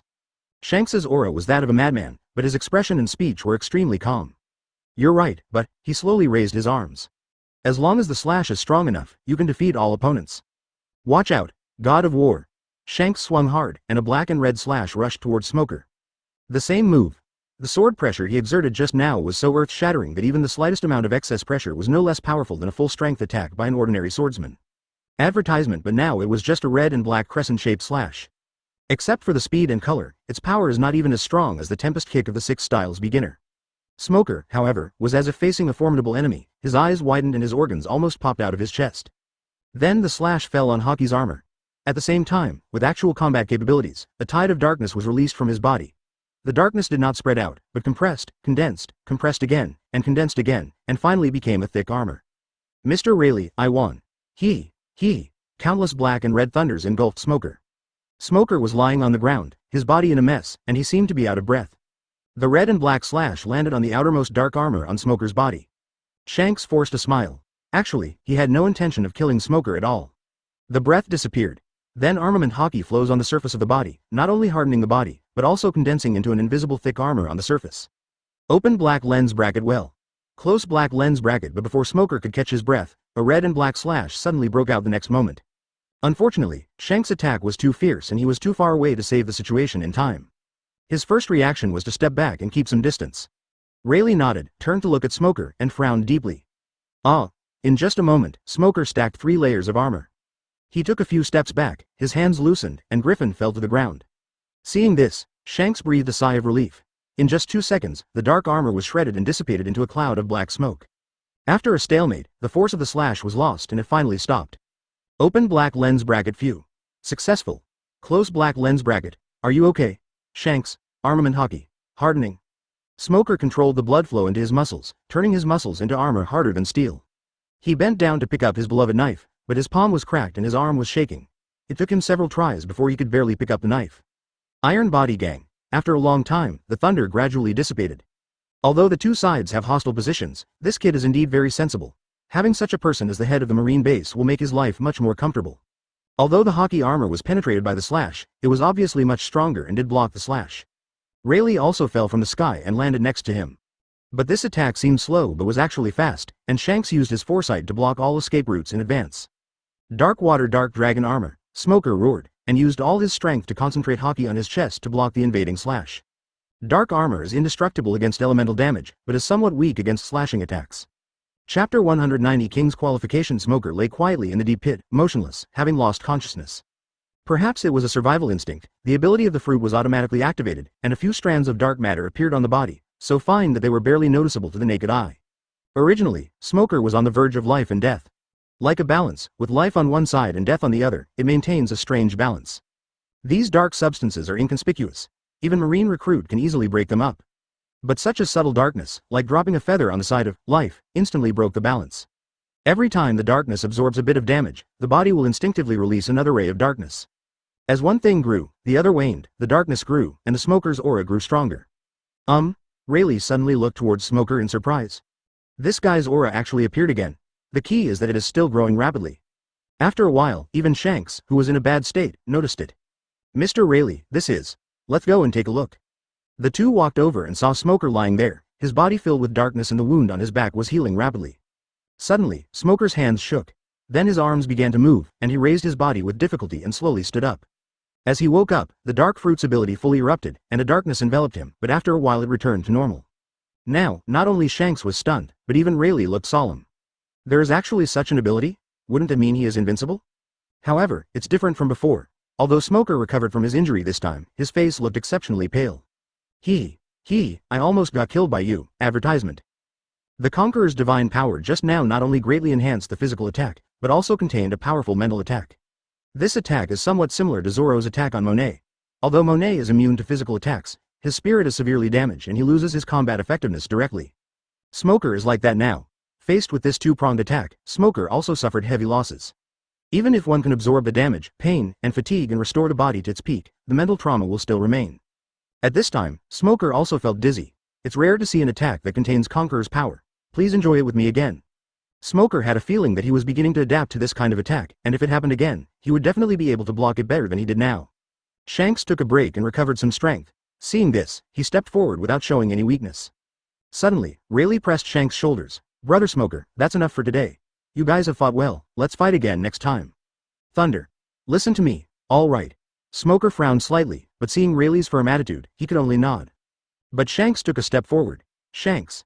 After saying that, his body shook, and Conqueror's hockey suddenly exploded, shattering all the surrounding trees and gravel. With the two people as the center, two forces, one black and one red, compete with each other. Anyway, I don't believe in the qualifications of a king, nor do I believe in a natural king, and I don't believe in a savior. Instead of waiting to be saved by someone hundreds of years later, I would rather save myself now. Rayleigh didn't say anything, but his expression changed and I didn't know what he was thinking. Mr. Civilian, who do you think will win if we meet again? A burst of energy suddenly burst out from the laughing Smoker, instantly pushing Shanks' Conquerors away. You have your reasons, and I have mine. I will not be shaken by a few words from you. Let's wait until the next time we meet, and then let's prove whose path is the right one. What kind of king's qualifications? It's just a skill that causes mental damage. Although it's powerful, it's just a skill after all. It can still be resisted and surpassed. Advertisement. After walking a few steps, he suddenly stopped. Rayleigh, Conqueror's entanglement because of this? Smoker. Observation hockey, armament hockey, Conquerors are just 3 weapons. Smoker was dismissive. Now that he has mastered Conqueror's entanglement, his strength has skyrocketed, and he can already compete with the Emperor-level strongmen. Only when he has completely mastered this skill, will he be able to truly be promoted to the Emperor level. Although your ability is indeed powerful, I'm sorry, I still prefer Shanks who has learned Conqueror's entanglement. Okay, I accept. Who made that rule? Shanks, like Luffy, doesn't like to cause trouble or show off, so his strength far exceeds bounty. It has always been like this. Roger, Whitebeard, Golden Lion, Kaido and Big Mom who became famous in the New World, everyone is like this. Are you trying to get me to join if I can't win? Who says a man with 2 weapons can't beat a man with 3? However, a dramatic scene occurred, so, Smoker suddenly grinned. Really? Young man, if you want to reach the top, Conqueror's winding is essential. But he did not resist at all. Instead, he opened his arms, felt the oppression, and laughed. After saying that, he staggered away. After hearing what Smoker said, Rayleigh and the red-haired girl's pupils shrank. Smoker was also shrouded in it. Rayleigh stroked his beard and gave an answer after a moment's thought. Since you said so, I will leave first. This pirates will not hurt you again. Let me prove that you can reach the summit without any conquerors. Chapter 191 Transfer Order. More than 2 months have passed in a flash. On this day, the naval headquarters issued a commission. In view of the fact that Smoker, the base chief of the G12 branch, had wiped out 17 pirates groups in a row, he was promoted to vice admiral and transferred to Punk Hazard in New World.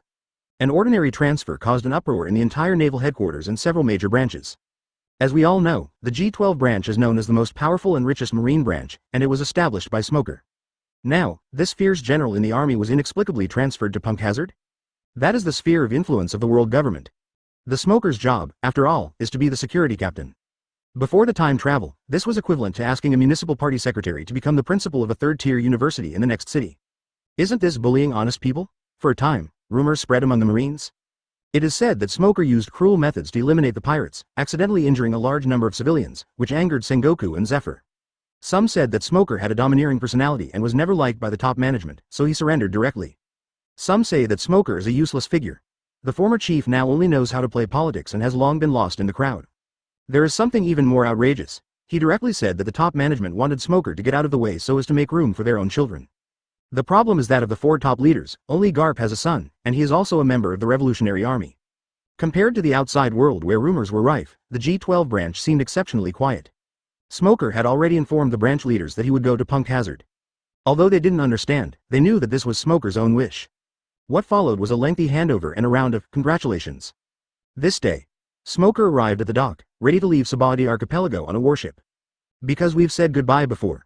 So, at Smoker's request, only a few friends came to see him off today. Smoker said to Ace and Eamon, after I leave, this place will be handed over to you. Just remember 2 things. First, listen to Zane more. It's inconvenient to talk about her identity, but if you get along well with her, it will only benefit you. Secondly, Marine, the most important thing is strength. Whether you have the fruit or not, the most important thing is your body and hockey.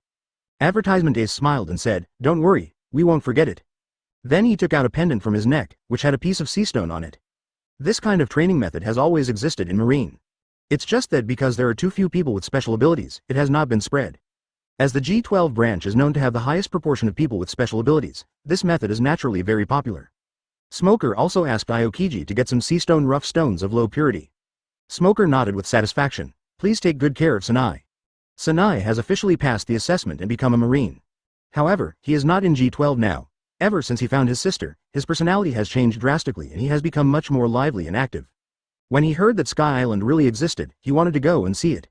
So not long ago, he applied for leave and rode the Griffin to Sky Island.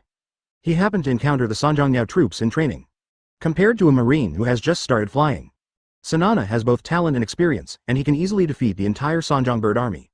Not only that, he is also a super sniper, and Griffin also has a strange blood suppression on the 3-foot bird. Facing other people, it's simply a dimensionality reduction attack. When the flying squirrel learned about the situation, his eyes lit up. He directly arrested the man and specially hired him as an instructor of the Sanjong bird unit. G12 only received a transfer letter. Ace was furious and was about to file a complaint, but was stopped by Smoker. It is not easy for a Marine like Sanai, who is extremely biased in one subject, to find a suitable stage. These 2 branches are run by themselves. The palms and backs of your hands are all made of flesh, why bother to tear each other apart? Smoker persuaded him for a long time and finally made him calm down. At this time, a tall figure walked over. He. Smoker, I didn't expect that someone as powerful as you would actually go to a place like that. The person who spoke was Gaspardi. This guy is already a Commodore. Ever since he went to the special base in the illegal zone, he has been like a fish in water. Advertisement. At first he just tortured the pirates' prisoners and Smoker didn't care much. He was wanted only to maintain order in lawless areas, but we didn't expect him to actually capture slaves. Unexpectedly, Gaspard had an idea one day and caught a pirates and sent him to the auction house. Looking at the desperate eyes of the pirates, Gaspardi suddenly understood something. Yes, I used violence, isn't it just to appreciate this desperate and painful look? The despair of becoming a slave is even greater than the physical torture. Since then, Gaspardi has risen to prominence. Because of the agreement with Smoker, he could not attack civilians, so he tried every means to capture pirates every day, and sent them to the slave auction, enjoying their unwilling, regretful, fearful and other expressions. MD, this is not more interesting than fighting and killing. Smoker glanced at him. Everyone has their own aspirations, I also have things that interest me. Having said that, I still say that you can do whatever you want, but you can't leave the lawless zone. Gaspardi threw his head back and laughed. Ha ha ha ha, don't worry. I didn't expect you would let Virgo come to be my deputy. This deputy is good. I like him very much. Virgo next to him bowed slightly. Thank you for the compliment.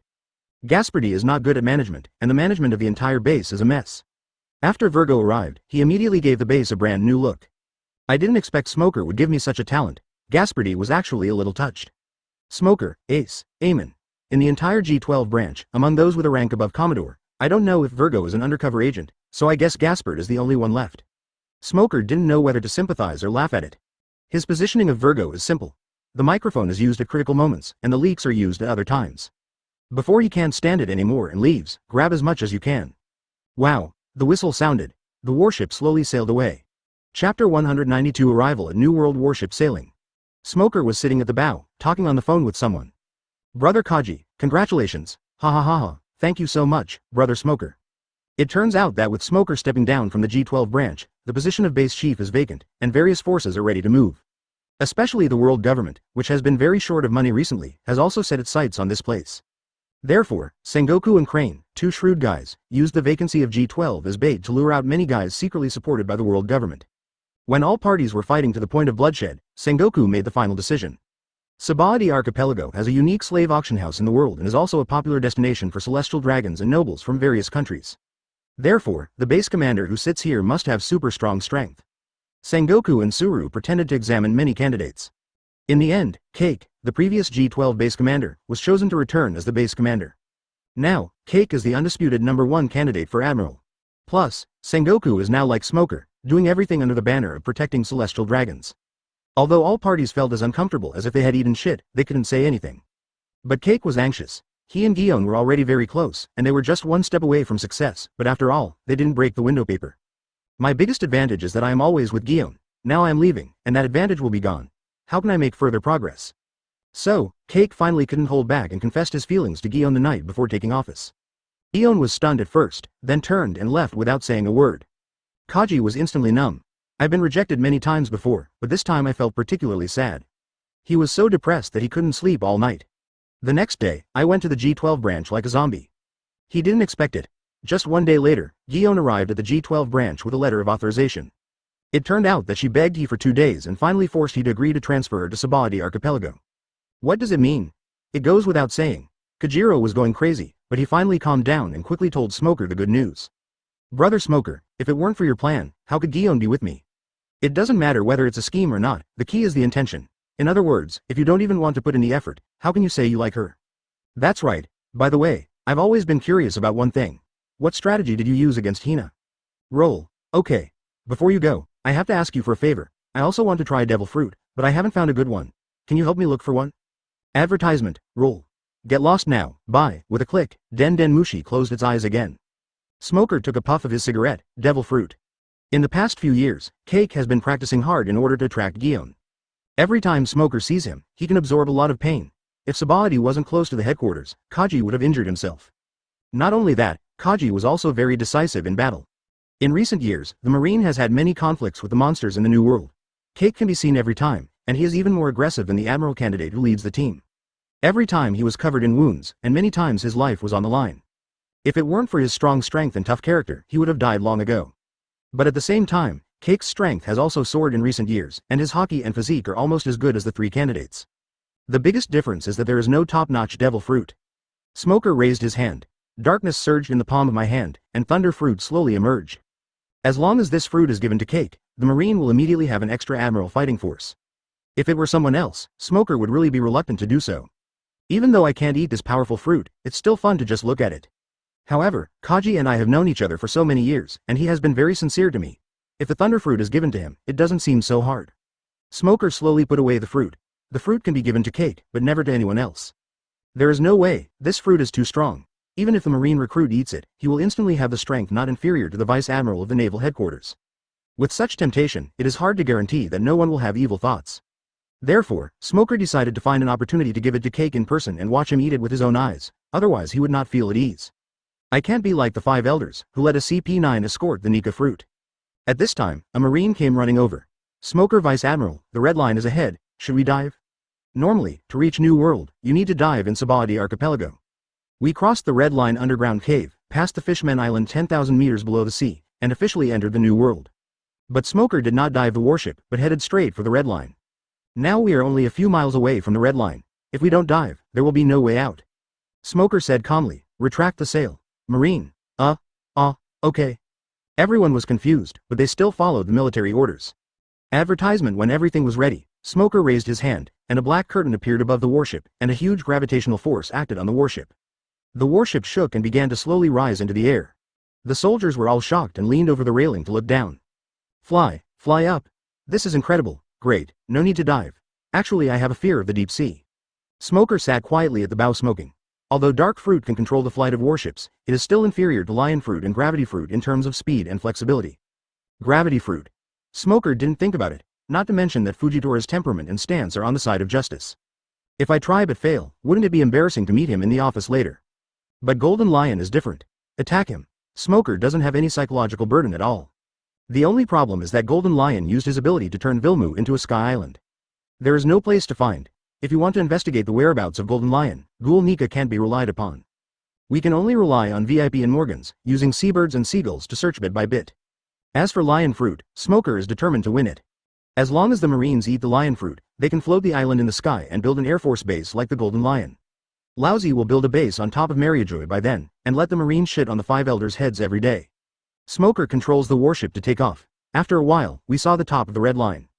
They stayed away from Mariajoy. At this moment, all I could see was red. There are no animals, no vegetation, let alone people. In fact, the height of the red line is not suitable for the survival of organisms. It is only because of the world government's unconditional supply that Mariajoy looks so vibrant.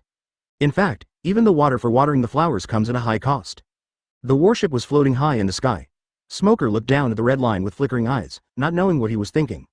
A few hours later, the warship crossed the red line and began to land slowly. After a while, the warship returned to the sea. Listening to the Marines' cheers, Smoker walked to the railing and looked at the waves around him. Is this the New World? Chapter 193 Transports Experience? 2 days passed in a flash. The warship broke through the waves towards Punk Hazard. Smoker sat on a lounge chair on the deck, smoking a cigar in the sea breeze.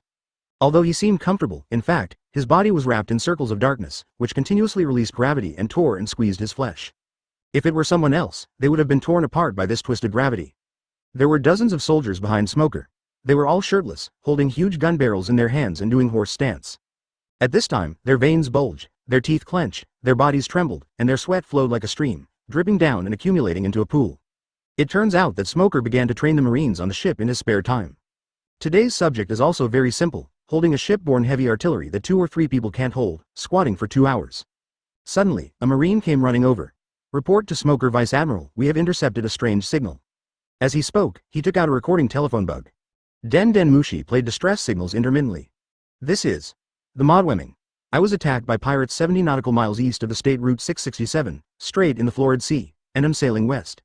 Anyone, please come and save me. The signal loops several times and then fades away.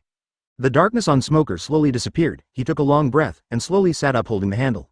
Because I have been training for a long time, my bones make crackling sounds with the slightest movement. Smoker frowned and glanced at Den Mushi.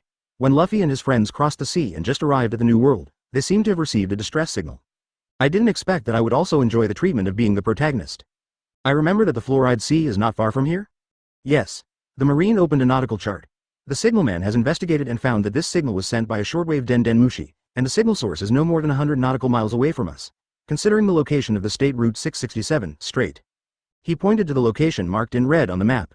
It should be in this sea area. Well, since we have nothing to do, we might as well go and take a look. After all, it is our responsibility to fight against the pirates. The Marine nodded and put away the chart. Then I will immediately order them to change course. No, I can go by myself. Smoker took the chart from him and took the cloak of justice hanging next to him. You continue sailing as planned, and I will come back to see you later. After saying that, he used his ability to fly out. Smoker compared the chart with the mark and soon arrived at the marked sea area. He was high in the sky and saw a ray of smoke in the distance. Advertisement. He flew over quickly and saw 2 ships chasing each other from afar. However, the appearance of the 2 ships surprised him. The ship that was being chased away in a panic was flying the flag of a merchant ship. There was a large chimney on the hull, emitting thick smoke, and there were huge, rapidly rotating wheels on both sides of the hull. It's actually a steam paddle steamer. Although it was still relatively primitive and not much faster than a sailboat, it used a steam engine, which was an era ahead of sailboats. The next ship is the pirate's ship. The bow of the ship is dragged by 2 huge sea snakes, and the sail is painted with a skull wrapped by 9 snakes. The 9 snake pirates. Smoker was a little surprised. He didn't expect to run into this pirates group consisting only of women. Then he landed on the merchant ship in front. Such a big ship, but there is only one person's presence. Smoker followed the scent to the captain's room and found a man in a suit and tie, but sweating and looking tired. Seeing the other person's appearance clearly, Smoker couldn't help but exclaim. Transport. Transport is a subordinate of the shipping king Umid and the pilot who ate the paramecia pilot fruit. All vehicles, whether carriages or boats, as long as they are not living things, will move freely according to his will once he touches them. Of course, the speed cannot exceed the original maximum speed. Smoker had cooperated with him a lot before, and the captured pirates' ships were sold directly to him. However, in the past 2 years, there have been many frictions between the shipping king and Zen, which has more or less affected their cooperation. In addition, the focus of both of them has changed, so they interact less and less. But to be honest, the 2 of them got along very well before. When he saw Smoker, Transport burst into tears of joy. He rushed over, hugged Smoker and started crying loudly. Great. Smoker-kun. First didn't expect Marine to actually receive my signal, now I'm saved. By the way, I've been looking around, but I didn't see any warships. Smoker shook his head. There are no warships, just me. What? Just you? Transport stiffened all over and quickly stuck his head out to look around. Indeed, there was not even a trace of the warship in sight, only the 9 snakes chasing closely behind. He retracted his neck, looked at Smoker blankly, and started crying again. I understand, Mr. Smoker, you were shipwrecked and climbed onto my boat, right? But you don't know that I'm in more danger now than if I were to encounter a shipwreck. Go back to the sea. Their target is me. They may not be able to kill you. Smoker wiped the snot and tears that sprayed on his face. Transport, stop crying and tell me what happened. But they are about to catch up. Advertisement. It's still quite a distance away. Anyway, you don't need to worry about anything since you can use your ability to drive the ship. Well, now that I am in a desperate situation, it is God's last favor that someone can hear my last words. If it weren't for the high speed of the engine ship and the extreme flexibility under the control of the driving fruit, I'm afraid he would have been torn into pieces long ago. In fact, in the eyes of the 9 snakes pirates, 1 billion is nothing. When this happened, Kaido was furious. Without saying a word, he gathered people to attack the shipping king's transport fleet and sank dozens of ships to the bottom of the sea. Not long ago, shipping king received a big order. This made Yoroge even more furious, and he offered a reward of 1 billion for his head. Then he talked about the whole story in a rambling manner. Until Smoker comes. Transport couldn't fight or get rid of the enemy, so he could only flee while sending out distress signals. The scale of this batch of arms was extremely large, and the shipping king also attached great importance to this business, so he gave the escort task to Transport. But things don't always go as planned. Only Transport escaped by driving the lifeboat with the power of the fruit. First, dozens of ships were destroyed, then the compensation was doubled, and Big Mom had to be given a treasure chest as a thank you gift. In just a few days, the shipping king lost tens of billions of berries. If you see that the situation is not good, you can drive directly into the calm belt. These days, Transport worked almost without sleep, driving the boat to break through the encirclement every day. He bluntly told everyone that engine ships can ignore the natural environment of the calm belt.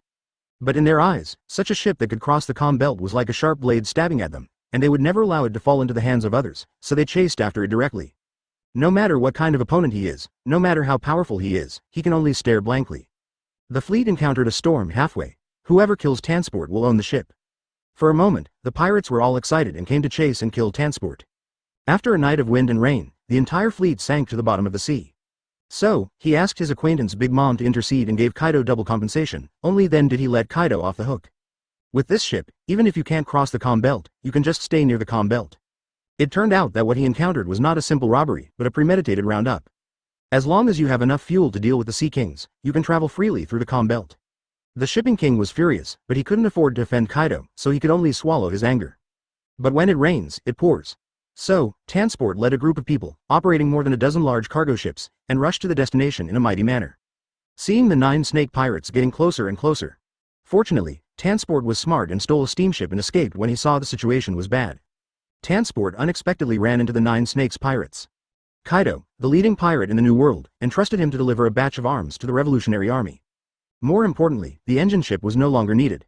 What's even more terrible is that their perfume serpent is towed by a giant sea snake, and its speed and flexibility are no less impressive. He put the entire debt on Transport and was ready to cut him into pieces. Chapter 194 Frey Grace hearing Transport's story. Smoker captured several key messages. First, Kaido's arms business has officially begun, and it seems like business is booming. This means that the people of Wano Kuni are in dire straits. This is really a pity. Second, the Revolutionary Army bought arms from Kaido. Now the ship was sunk, which meant they were short of weapons. I remember that the marine warehouse still had a lot of old-fashioned weapons piled up. Can we recycle the waste? Well, come to think of it, you are unlucky enough. Don't you want to reconcile with the 9 snakes? Tansport said with a sad face. What's the point of reconciliation? They want to kill me. Smoker nodded. In that case, how about I help you deal with the guy behind you? Tansport's eyes widened. Eh? Is it possible? They're the notorious 9 snakes? I heard that the world government wants to recruit them to become Shichibukai. Smoker walked out of the captain's cabin. It's not Shichibukai yet. Then he raised his hand. Black Star, 2 black balls suddenly appeared in front of the sea snake. The sea snake had no time to dodge and crashed into the monster headfirst. Without even a scream, its head was smashed to pieces. The sea snake twisted a few times, and its headless body fell heavily on the sea. Smoker took his hand back. Actually, all 9 snakes wanted was this steamship. If you hand over the boat, they may not kill you all. Advertisement. With your ability, even a lifeboat can make it to the nearby island. Of course, there is no hope now. Tansport's eyes suddenly widened and he wanted to say something, but no words came out. Seeing him like this, Smoker laughed. Forget it, I won't tease you anymore. Now, the entire underground world and the pirates' world are hunting you. If you want to survive, you can only surrender to the forces under the world government. This place is not far from the G1 branch. Go over there. I will greet them. There is nothing for you to do here, please leave. Tansport swallowed and said, Really? Well, I'll leave it to you then. Stand down.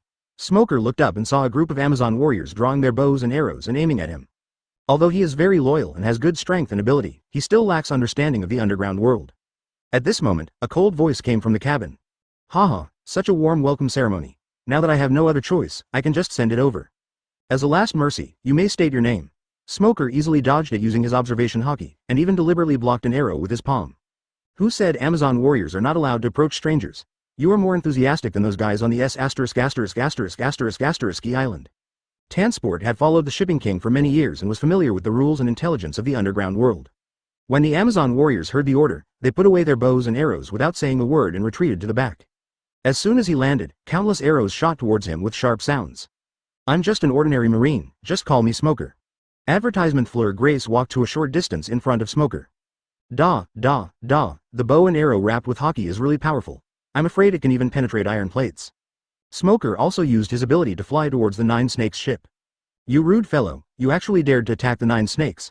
I don't know whether to praise your courage or laugh at your stupidity. The woman had long red hair that fluttered in the sea breeze. She was wearing a black and blue cheongsam with exquisite tailoring and smooth lines, which made her figure look tall and slender. Her face was beautiful, but cold as ice, especially her eyes, which revealed endless indifference and alienation. With such a strong aura, it seems that the real owner is inside. Behind her, a scarlet python followed closely, its dark green eyes staring at Smoker. Not only that, the Shipping King wants to cut off Zen's industry, and Zen also wants to tear off a piece of meat from the Shipping King. It has been 2 months since Zane was in danger, and it won't be long before he is due to give birth. Excuse me. Smoker lit up a cigarette and took a puff. The appearance is correct, the current queen of Amazon Lily, Blood Disaster, Fleur Grace. The whole ship was shaken. Besides, the relationship between the Shipping King and Zane was already bad, so this was a good opportunity to give him a slap in the face. During this period, Zen certainly had no time to run the slave auction house and casino. Smoker looked toward the cabin. With the help of such a veteran from the underworld, there won't be any trouble at the slave auction house even if Zen is not there. Smoker arrived above the perfumed serpent and landed heavily on the deck. Along with the sound of crisp footsteps, a beautiful and tall woman walked out. After saying that, he quickly controlled the steamboat to turn. Although it failed to penetrate, it left a wound on the palm. But the subordinates she relies on most are all from the Marine Corps. Chapter 195 Bloody Disaster. Grace tied her hair up. Smoker, I remember. Then he flew out and kicked Smoker in the chest. Smoker reacted quickly, crossing his arms over his chest and blocking the attack. But the kick was so powerful that Smoker broke through the railing and flew out. Fortunately, it was nothing to Smoker and did not cause any harm. He rolled over to steady himself, using moonwalk to hover in the air. The Amazon warrior took the opportunity to draw her bow and arrow, and fired a hail of arrows at Smoker. Smoker uses his observation hockey to foresee the future, transform into an element in advance, and easily dodge all attacks.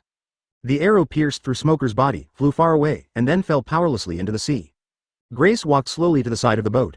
I didn't expect that a mere person from the outer sea could actually cultivate his observation hockey to this level. This really surprises me. Smoker chuckled. It's more than just observation. After saying that, he suddenly stepped into the air, and under the powerful recoil force, his figure disappeared in an instant. Then, there was only a dull rumbling sound in the air.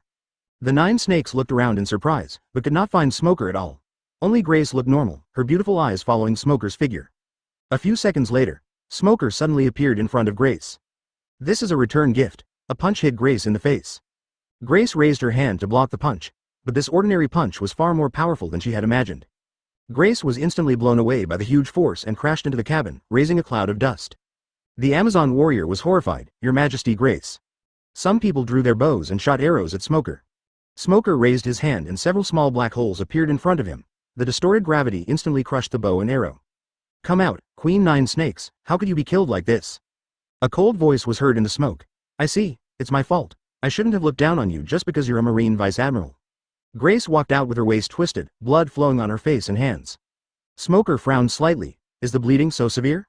Advertisement, but judging from his breath, this guy doesn't look injured at all. Moreover, how could the 9 Snake Queen who dominated the Grand Line be injured so easily? Grace's azure eyes turned scarlet, looking a little weird. Suddenly, the blood in her body seemed to come alive and began to flow through her body. "It's a very heavy fist. I haven't felt such a heavy fist in many years." As she spoke, she raised her pink fist, and the blood gathered on her fist and turned into blood-red crystals. "I want to try it, too." After saying that, he punched Smoker.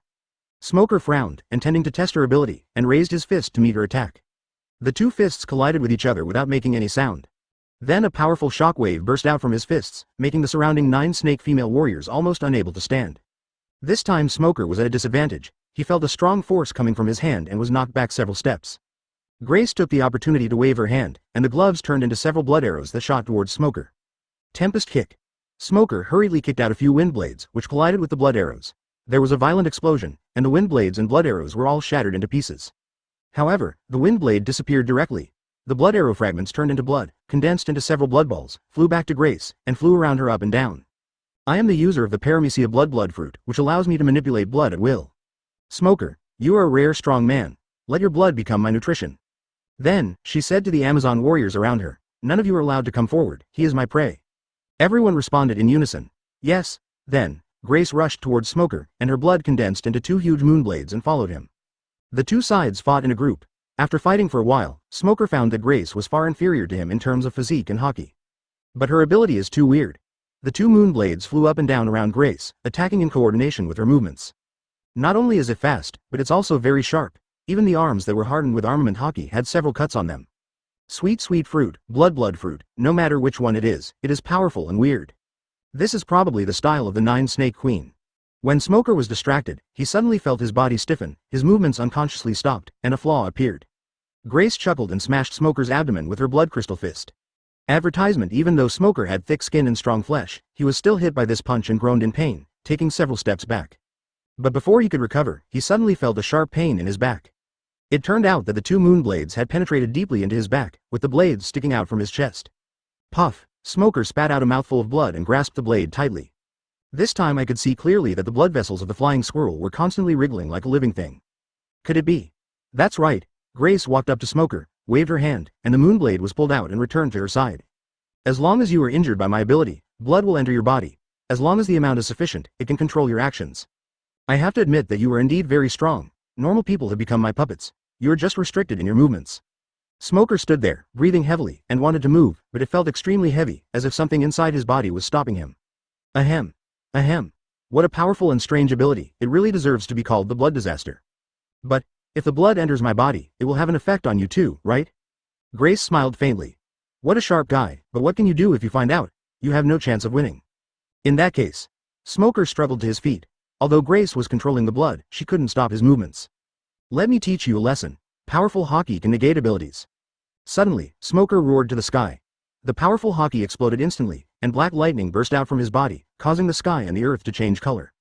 After a while, Smoker stopped releasing hockey, raised his hand and clenched his fist, then looked at the stunned Grace and chuckled. My body feels relaxed again, even more relaxed than before I was hit. It seems that your blood has become my nourishment. This is what they call shooting oneself in the foot. Grace sneered. Even so, what can you do if you are half dead now? Smoker smiled. The darkness surged, instantly healing the wounds. What? Grace was stunned for a moment, but the next second, her eyes became fierce again. Disrespectful fellow, this is just the beginning. Blood, I have as much as I want,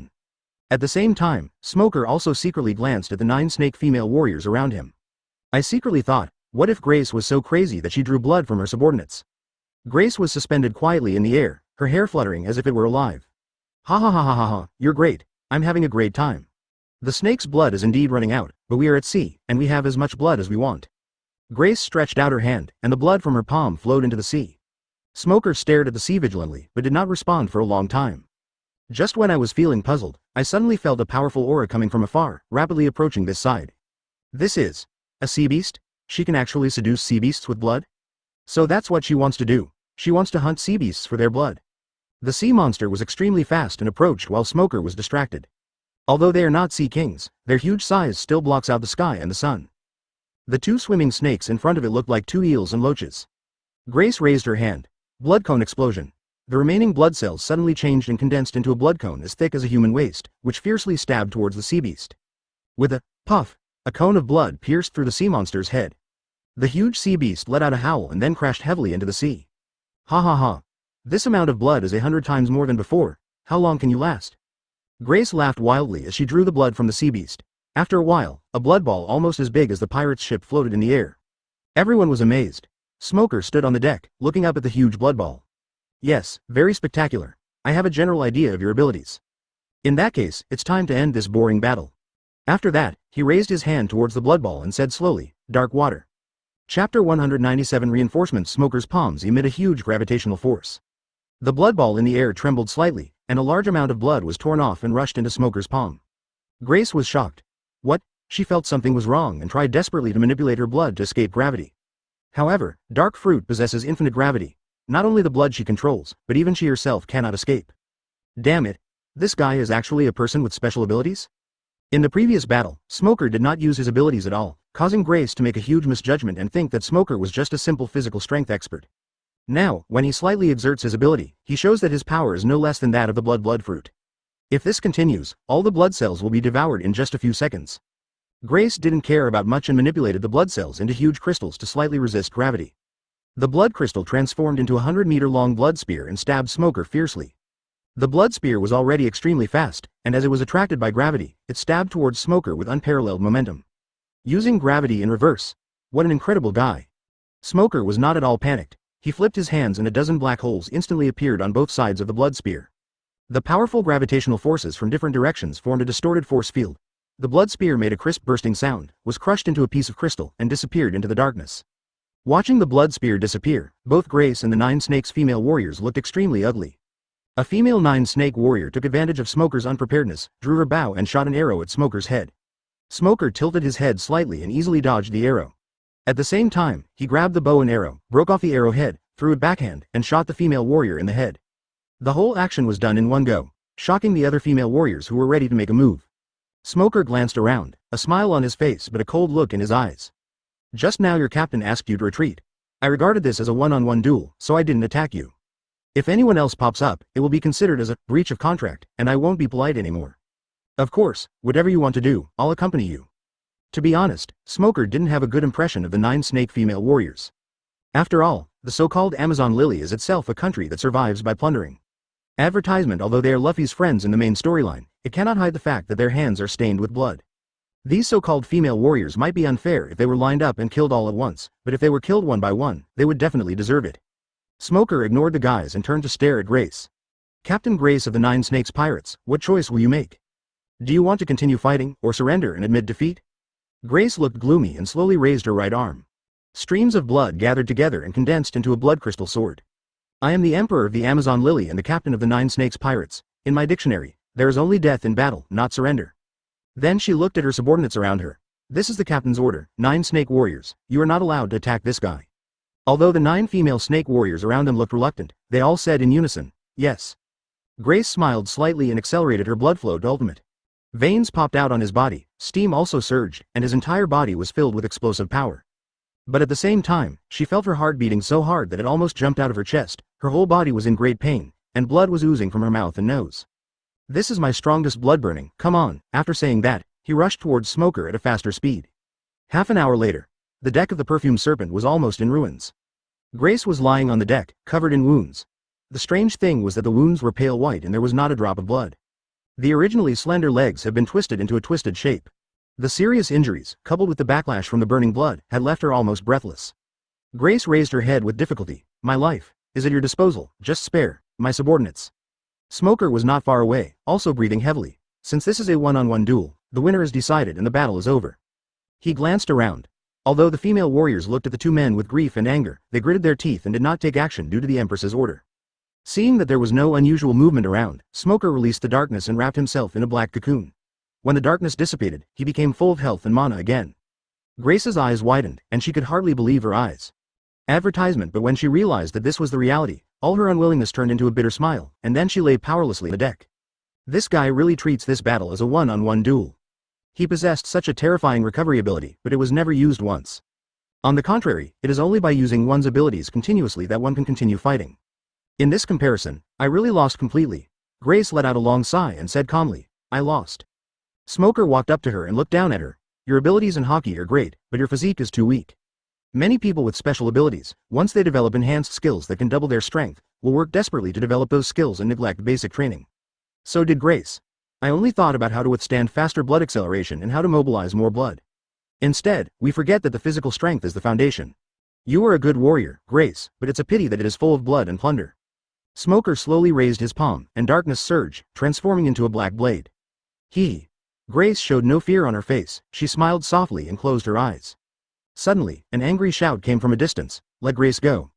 Let go of Lady Grace. Before Smoker could react, two figures appeared in front of him, one on the left and one on the right, kicking at Smoker together. Smoker raised his arm to block, but the two men were extremely powerful and their coordination was perfect. The two of them worked together and kicked Smoker out, smashing a part of the cabin. Two Amazon warriors stood in front of Grace. A tall, youthful-looking girl with waist-length black hair and a pair of snake-shaped earrings, she is incredibly beautiful. The other was a middle-aged woman. Although she also had a pretty face, she was far from a young woman. However, the large scars on her arms and the right side of her body were particularly eye-catching.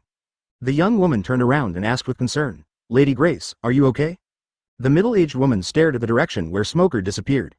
Grace, leave the rest to us. Grace looked at the two of them and murmured, Gloriosa, Hancock, it's you. Chapter 198 Handover, clatter, there was a noise coming from the ruins. Smoker dusted himself off and came out. Although he looked a little embarrassed, his defense was not broken. All the female warriors of the 9 Snake Pirates know hockey, but I know that most of them only know the basics. But I didn't expect to meet guys like you today. Smoker could tell the identities of the two people opposite him at a glance. Gloriosa left her country at a young age, joined the Rocks Pirates, became a cadre. After the fall of Rocks, he joined the Shattered Pirates. He was called the vice-captain, but he was actually the captain. He disappeared after being defeated by Aokiji a few years ago. I thought you were dead, but you're still alive, but it looks like you were seriously injured. Gloriosa touched her arm, her face looking somewhat gloomy. A few years ago, he and Cruz were supposed to fight Aokiji together. With his hockey and the smashing fruit, he might be able to defeat Aokiji. I didn't expect that B***********D to slip away on his own, resulting in him being severely injured by Aokiji. If a sea beast hadn't happened to pass by, I'm afraid I would have died long ago. Humph, I never thought that the kid who used to hide behind Garp would become the Admiral's backup now. Smoker approaches step by step, armament hockey flows. None of this matters. I heard that you have armament hockey that is not weaker than Admiral. I would like to see it. Then he glanced at Boa Hancock next to him. Of course, it's okay if you come together. What did you say? Hancock was furious and stepped forward to attack. The three sisters were rescued by Gloriosa a few years ago and returned to 9 Snake Island. Although Grace did not blame Gloriosa, she was also very sensible. After returning to 9 Snakes, she has been keeping to herself. The only ones who were close to me were the 3 Hancock sisters. Because they have not been tormented by celestial dragons, the 3 sisters have much brighter and more cheerful personalities. Later, Hancock showed amazing talent, and Gloriosa accepted her as her apprentice. When they fought today, their master and apprentice happened to be training nearby. After receiving the news, he immediately rushed over on a python and rescued Grace at a critical moment. Gloriosa narrowed her eyes and raised her hand to block Hancock. I won't refuse a fight that's offered to me. After saying this, his arm slowly turned black, as if coated with a layer of black glaze, appearing particularly thick. Both sides rushed towards each other at the same time, and their fists, one big and one small, collided. A shockwave erupted. Gloriosa stood firm, but Smoker flew out and hit the deck hard. The surrounding 9 Snake warriors burst into cheers. In this competition, Gloriosa had the upper hand. But her expression did not relax at all. Soon, Smoker walked out of the ruins again. His shirt was completely shattered, revealing his strong muscles, but there were almost no scars on them. Sure enough, this guy is of the same type as Linlin and Kaido. Both of them have physical fitness far beyond that of ordinary people. This is difficult. Advertisement with the powerful hockey, he can suppress the opponent's attack and defense power. At least he will not be at a disadvantage in a head-on battle. But the endurance and recovery ability brought by a strong body cannot be compensated by hockey. The longer you fight against this kind of enemy, the more disadvantaged you will be. Hancock, together, yes. Hancock, who had been unable to contain himself any longer, stretched out his hand, and the pink python quickly formed a huge bow. She knocked 3 arrows, aimed at Smoker and shot. Smoker was somewhat dismissive. Empress? That's it? This kind of attack is just harassment, right? But the next second, the future scene emerged. Smoker's face turned pale and he quickly turned over to avoid it. 3 arrows brushed past his body, and the wind they created stung his skin. An arrow hit the heavy artillery on the ship, and the steel gun barrel that several people could not hold was instantly blown into pieces. The other 2 arrows flew far away and plunged into the sea, where they suddenly exploded violently. A huge wave swept in and almost capsized the boat. Smoker was shocked. Is this a bow and arrow? It's even more exaggerated than an exploding rock. And when did Hancock become an ADC? Smoker didn't know that Hancock was not enslaved by the celestial dragons and naturally did not eat the sweet fruit, so his fighting style changed drastically. However, he knew that he should get serious. Gloriosa and Hancock, one is a melee fighter and the other is a ranged ADC. Any one person alone is nothing, but when they are put together, it is not so easy to deal with. Stop it, stop it, suddenly, Grace's voice came from the side, interrupting the tense situation between the 2 sides. The 3 turned their heads and saw the big snake holding her up. You guys step down. This is a one-on-one duel between us. If I lose, you have to admit it. Do you want to humiliate me? Grace. Gloriosa wanted to say something more, but in the end it could only turn into a long sigh. Yes, Your Majesty. Grace tried to stand up straight. Sorry, Marine, my men were too impulsive. Our outcome is clear. The hockey on Smoker slowly faded away. It doesn't matter. Since you admit it, I will definitely not deny it. Grace took a deep breath and closed her eyes again. Then my life belongs to you. Gloriosa opened her mouth but said nothing. This was the captain's order and she could not question it. But after a while, Grace still didn't see Smoker take action, so she opened her eyes in confusion. Smoker just stared at her without any intention of taking any action. Seeing her open her eyes, Smoker let out a long sigh. Forget it, I'm tired. I'll kill you next time we meet. Advertisement. After saying that, he used his ability to fly into the air. Grace watched him leave, and finally she was completely exhausted. Her eyes went dark and she was about to fall to the ground. Gloriosa quickly supported her. Grace, are you okay? Grace forced her eyes open. I didn't expect that the current Marine is so strong. There is also that kind of steam locomotive ship. Although all the craftsmen died in a shipwreck, it can no longer be replicated, but the comm belt is no longer safe. Hancock said nervously. Lady Grace, please stop talking. We will treat you immediately. It's no use, I can't do it anymore. Grace smiled bitterly. The internal organs are severely damaged. Even blood cannot repair them. While I still have the strength, bring the government's Den to me. The person next to him brought over an encrypted Den. Grace dialed, took a deep breath, and tried to make her voice sound normal. Hello, world government? We agree to your proposal. I am willing to serve as the Shichibukai. I've agreed, so why are you talking so much nonsense? The appointment document has been sent to 9 snakes. I will naturally sign it when I return. Then, she hung up the phone and said weakly, I hope this can buy 9 snakes some time. These are the final captain's orders, the 9 snakes female warrior said in a calm voice. Yes. I now declare Boa Hancock the next emperor. You must obey her as you obey me. Do you understand? Yes. Hancock said anxiously. Lord Grace, I can't do this. Shut up. Grace grabbed her wrist tightly. You can do it. You must do it. Remember, when you return to Kujaku, you will sign the Shichibukai appointment document. Tell the world that you defeated me and took over the Shichibukai. That Smoker. A man like him won't say anything nonsense. Remember, be good, and protect the 9 snakes for me. Hancock couldn't stop crying. Suddenly, she realized that she couldn't move her body. Germany adult. Grace's face began to turn ugly. This is the last thing I can do. Suddenly, blood spurted out of her wound and condensed into blood balls in the air. It fell onto Hancock and slowly merged into her body. I don't know how much time passed. The 9 snakes pirates held a grand funeral. Grace lay quietly on a small boat, seemingly asleep. She had been cleaned and her clothes had been changed, but she was abnormally pale. Gloriosa stretched out her snake staff and pushed the boat away. When the boat drifted away, Hancock attached a rocket and shot it. Soon, in front of everyone's eyes, the boat disappeared in the sea of fire. Gloriosa. Hancock, it's time to go. Hancock wiped his tears and nodded. Set sail. 9 snake warriors. Yes? Hancock was sitting in the captain's room when he suddenly felt something. He raised his hand and a drop of blood slowly appeared on his fingertips. Chapter 199. Arrival at Punk Hazard. Smoker rushed back to the ship after finishing his work with the 9 snakes. First I called Zephyr and told him about transport. Ask him to order G1 branch to sell him down in the name of the headquarters and send him back to Sabadi Archipelago. Back on the warship, Smoker didn't mention the 9 snakes again and continued to lie on the deck. He carefully recalled the brief encounter between Gloriosa and himself.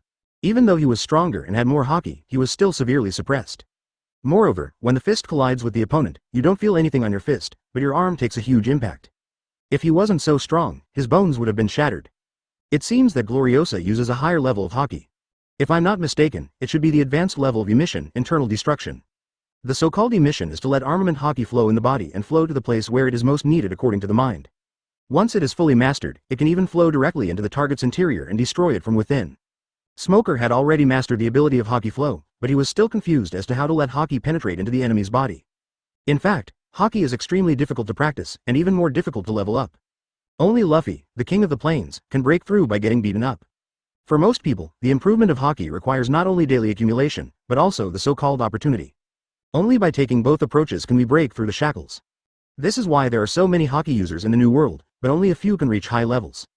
Because this is not something that can be achieved simply through training, teaching, and actual practice, a lot of luck is involved. This fight with Gloriosa was an opportunity for Smoker. Just one punch gave him a glimpse of the direction of breakthrough. This is also Smoker's biggest gain from this trip.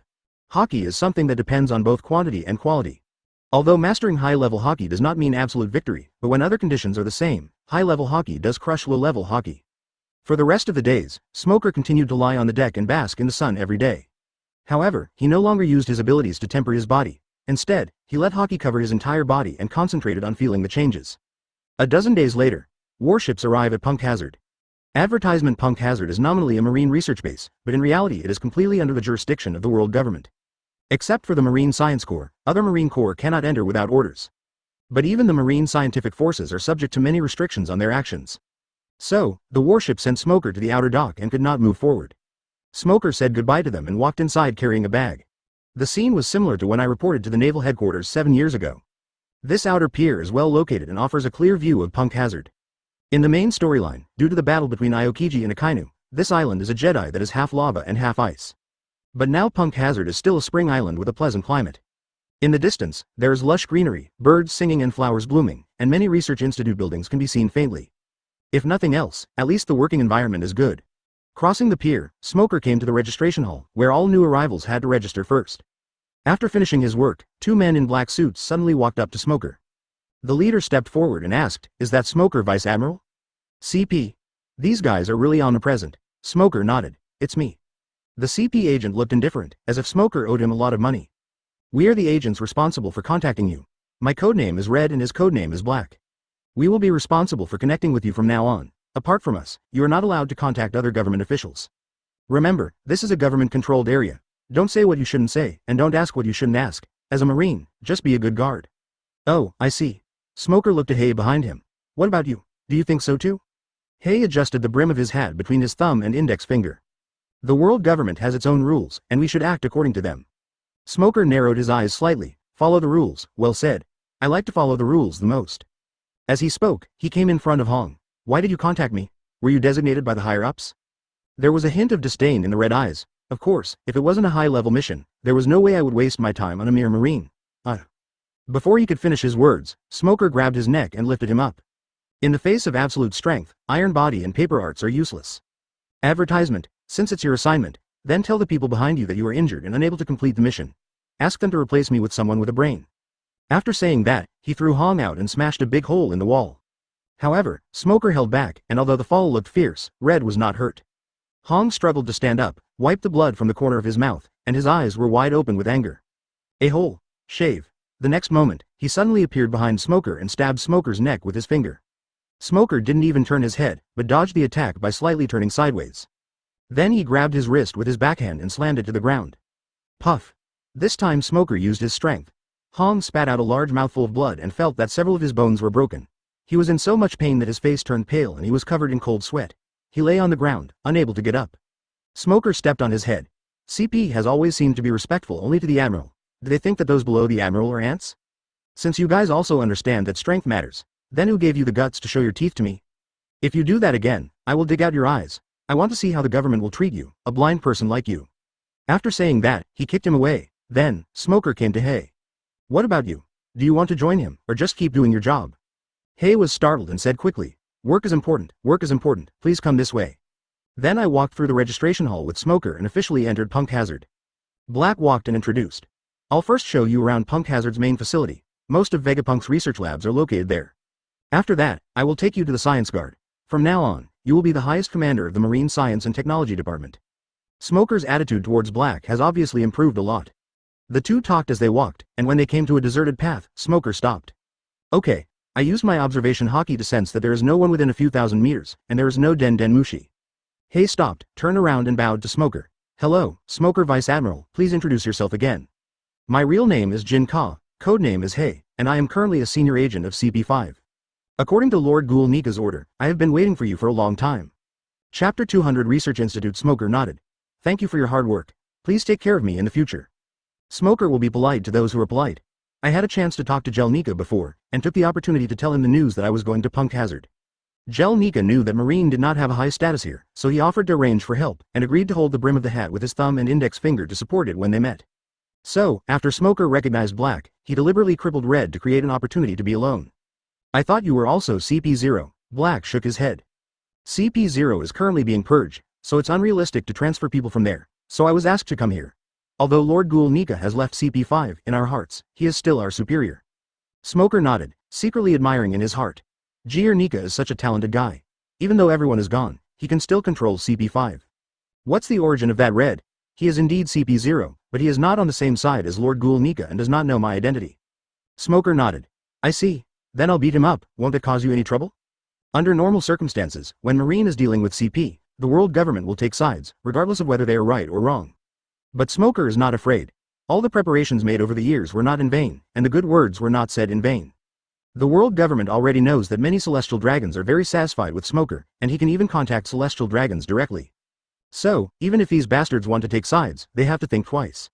Especially since Hong was asking for trouble and had to establish his authority in front of Smoker. To be honest, he was the one who contradicted his superior first and was never right in any way.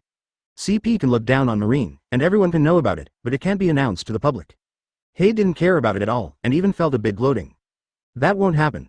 Don't worry. Although he is the CP0 commander, he was actually sent here. Otherwise, he wouldn't be here. Smoker was curious. How does CP divide the work?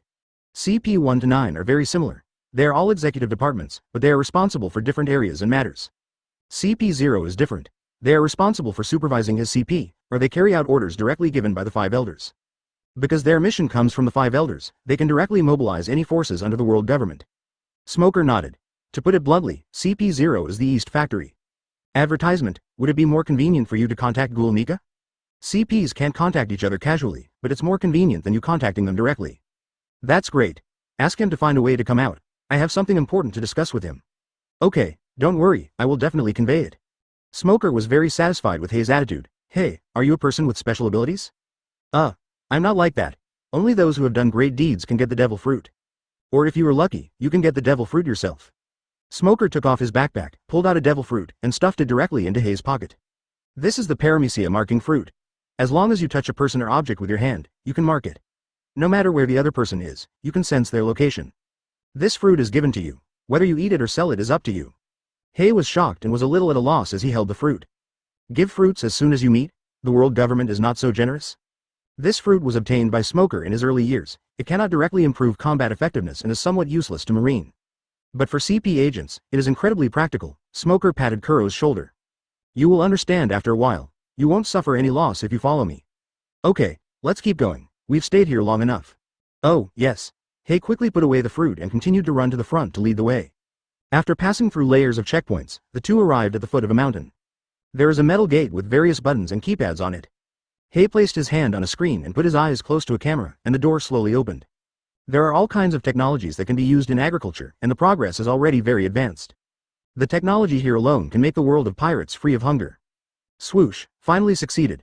What comes into view is a spacious hall several hundred meters high, surrounded by densely packed houses, arranged in layers like a honeycomb, and it seems that the entire mountain has been hollowed out. This shows that these technologies have not been circulated at all. Advertisement in the eyes of 5 elders, research is just for research in order to master technology. Completely different from the punk hazard seen in the plot, much more spectacular. They are just ants. They will continue to reproduce even after they die. It is not worth spending energy and resources on them. But even when Luffy and his crew went out to sea, they never saw any trace of these technologies, and various countries were still filled with famine and riots. The station was in a mess at this time. Smoker picked up a list next to him, which was a research technology schedule. Seeds from Boeing Islands, meteorological technology from Little Sky Island, planting technology from greenbit, and even dancing powder. The first area is the Agricultural Research Institute. These devices can record irises and fingerprints, so people who are not registered will never be able to open the door. Many strangely dressed researchers and robots were walking around, and small aircraft flew through the sky from time to time. Black led Smoker to start the tour, but when Smoker entered the gate and came to the interior of the institute, he was really shocked. It is lush and green with carefully cultivated crops. The second area is the Biological Research Laboratory. Smoker nodded, and said sincerely but perfunctorily, "I see, that's how it is, it's really amazing." Smoker Vice Admiral, this way. When I arrived at the next station, as soon as I entered the door, I heard a familiar and strange laughter. As for the application of technology, the reason is simple. Hey, this is the animal bred by the Biological Research Institute. It involves confidential information, so I am not very clear about it. Let's go. Seeing this table, Smoker felt particularly heavy-hearted. Smoker Vice Admiral, you don't know that a person's iris and fingerprints are different. It seems that this laboratory was also destroyed by the explosion. Good varieties, climate, cultivation. This is the world of pirates after all, and the technology that was commonplace in previous lives is far beyond our comprehension. It would be unreasonable not to show some surprise. A small green dragon and a huge red dragon were fighting, and the whole place was a mess. Smoker was amazed. As expected of Vegapunk, they even have such fantasy creatures. Smoker nodded and continued walking forward. The researchers brought out tranquilizer guns and rope nets, looking for an opportunity to catch the two.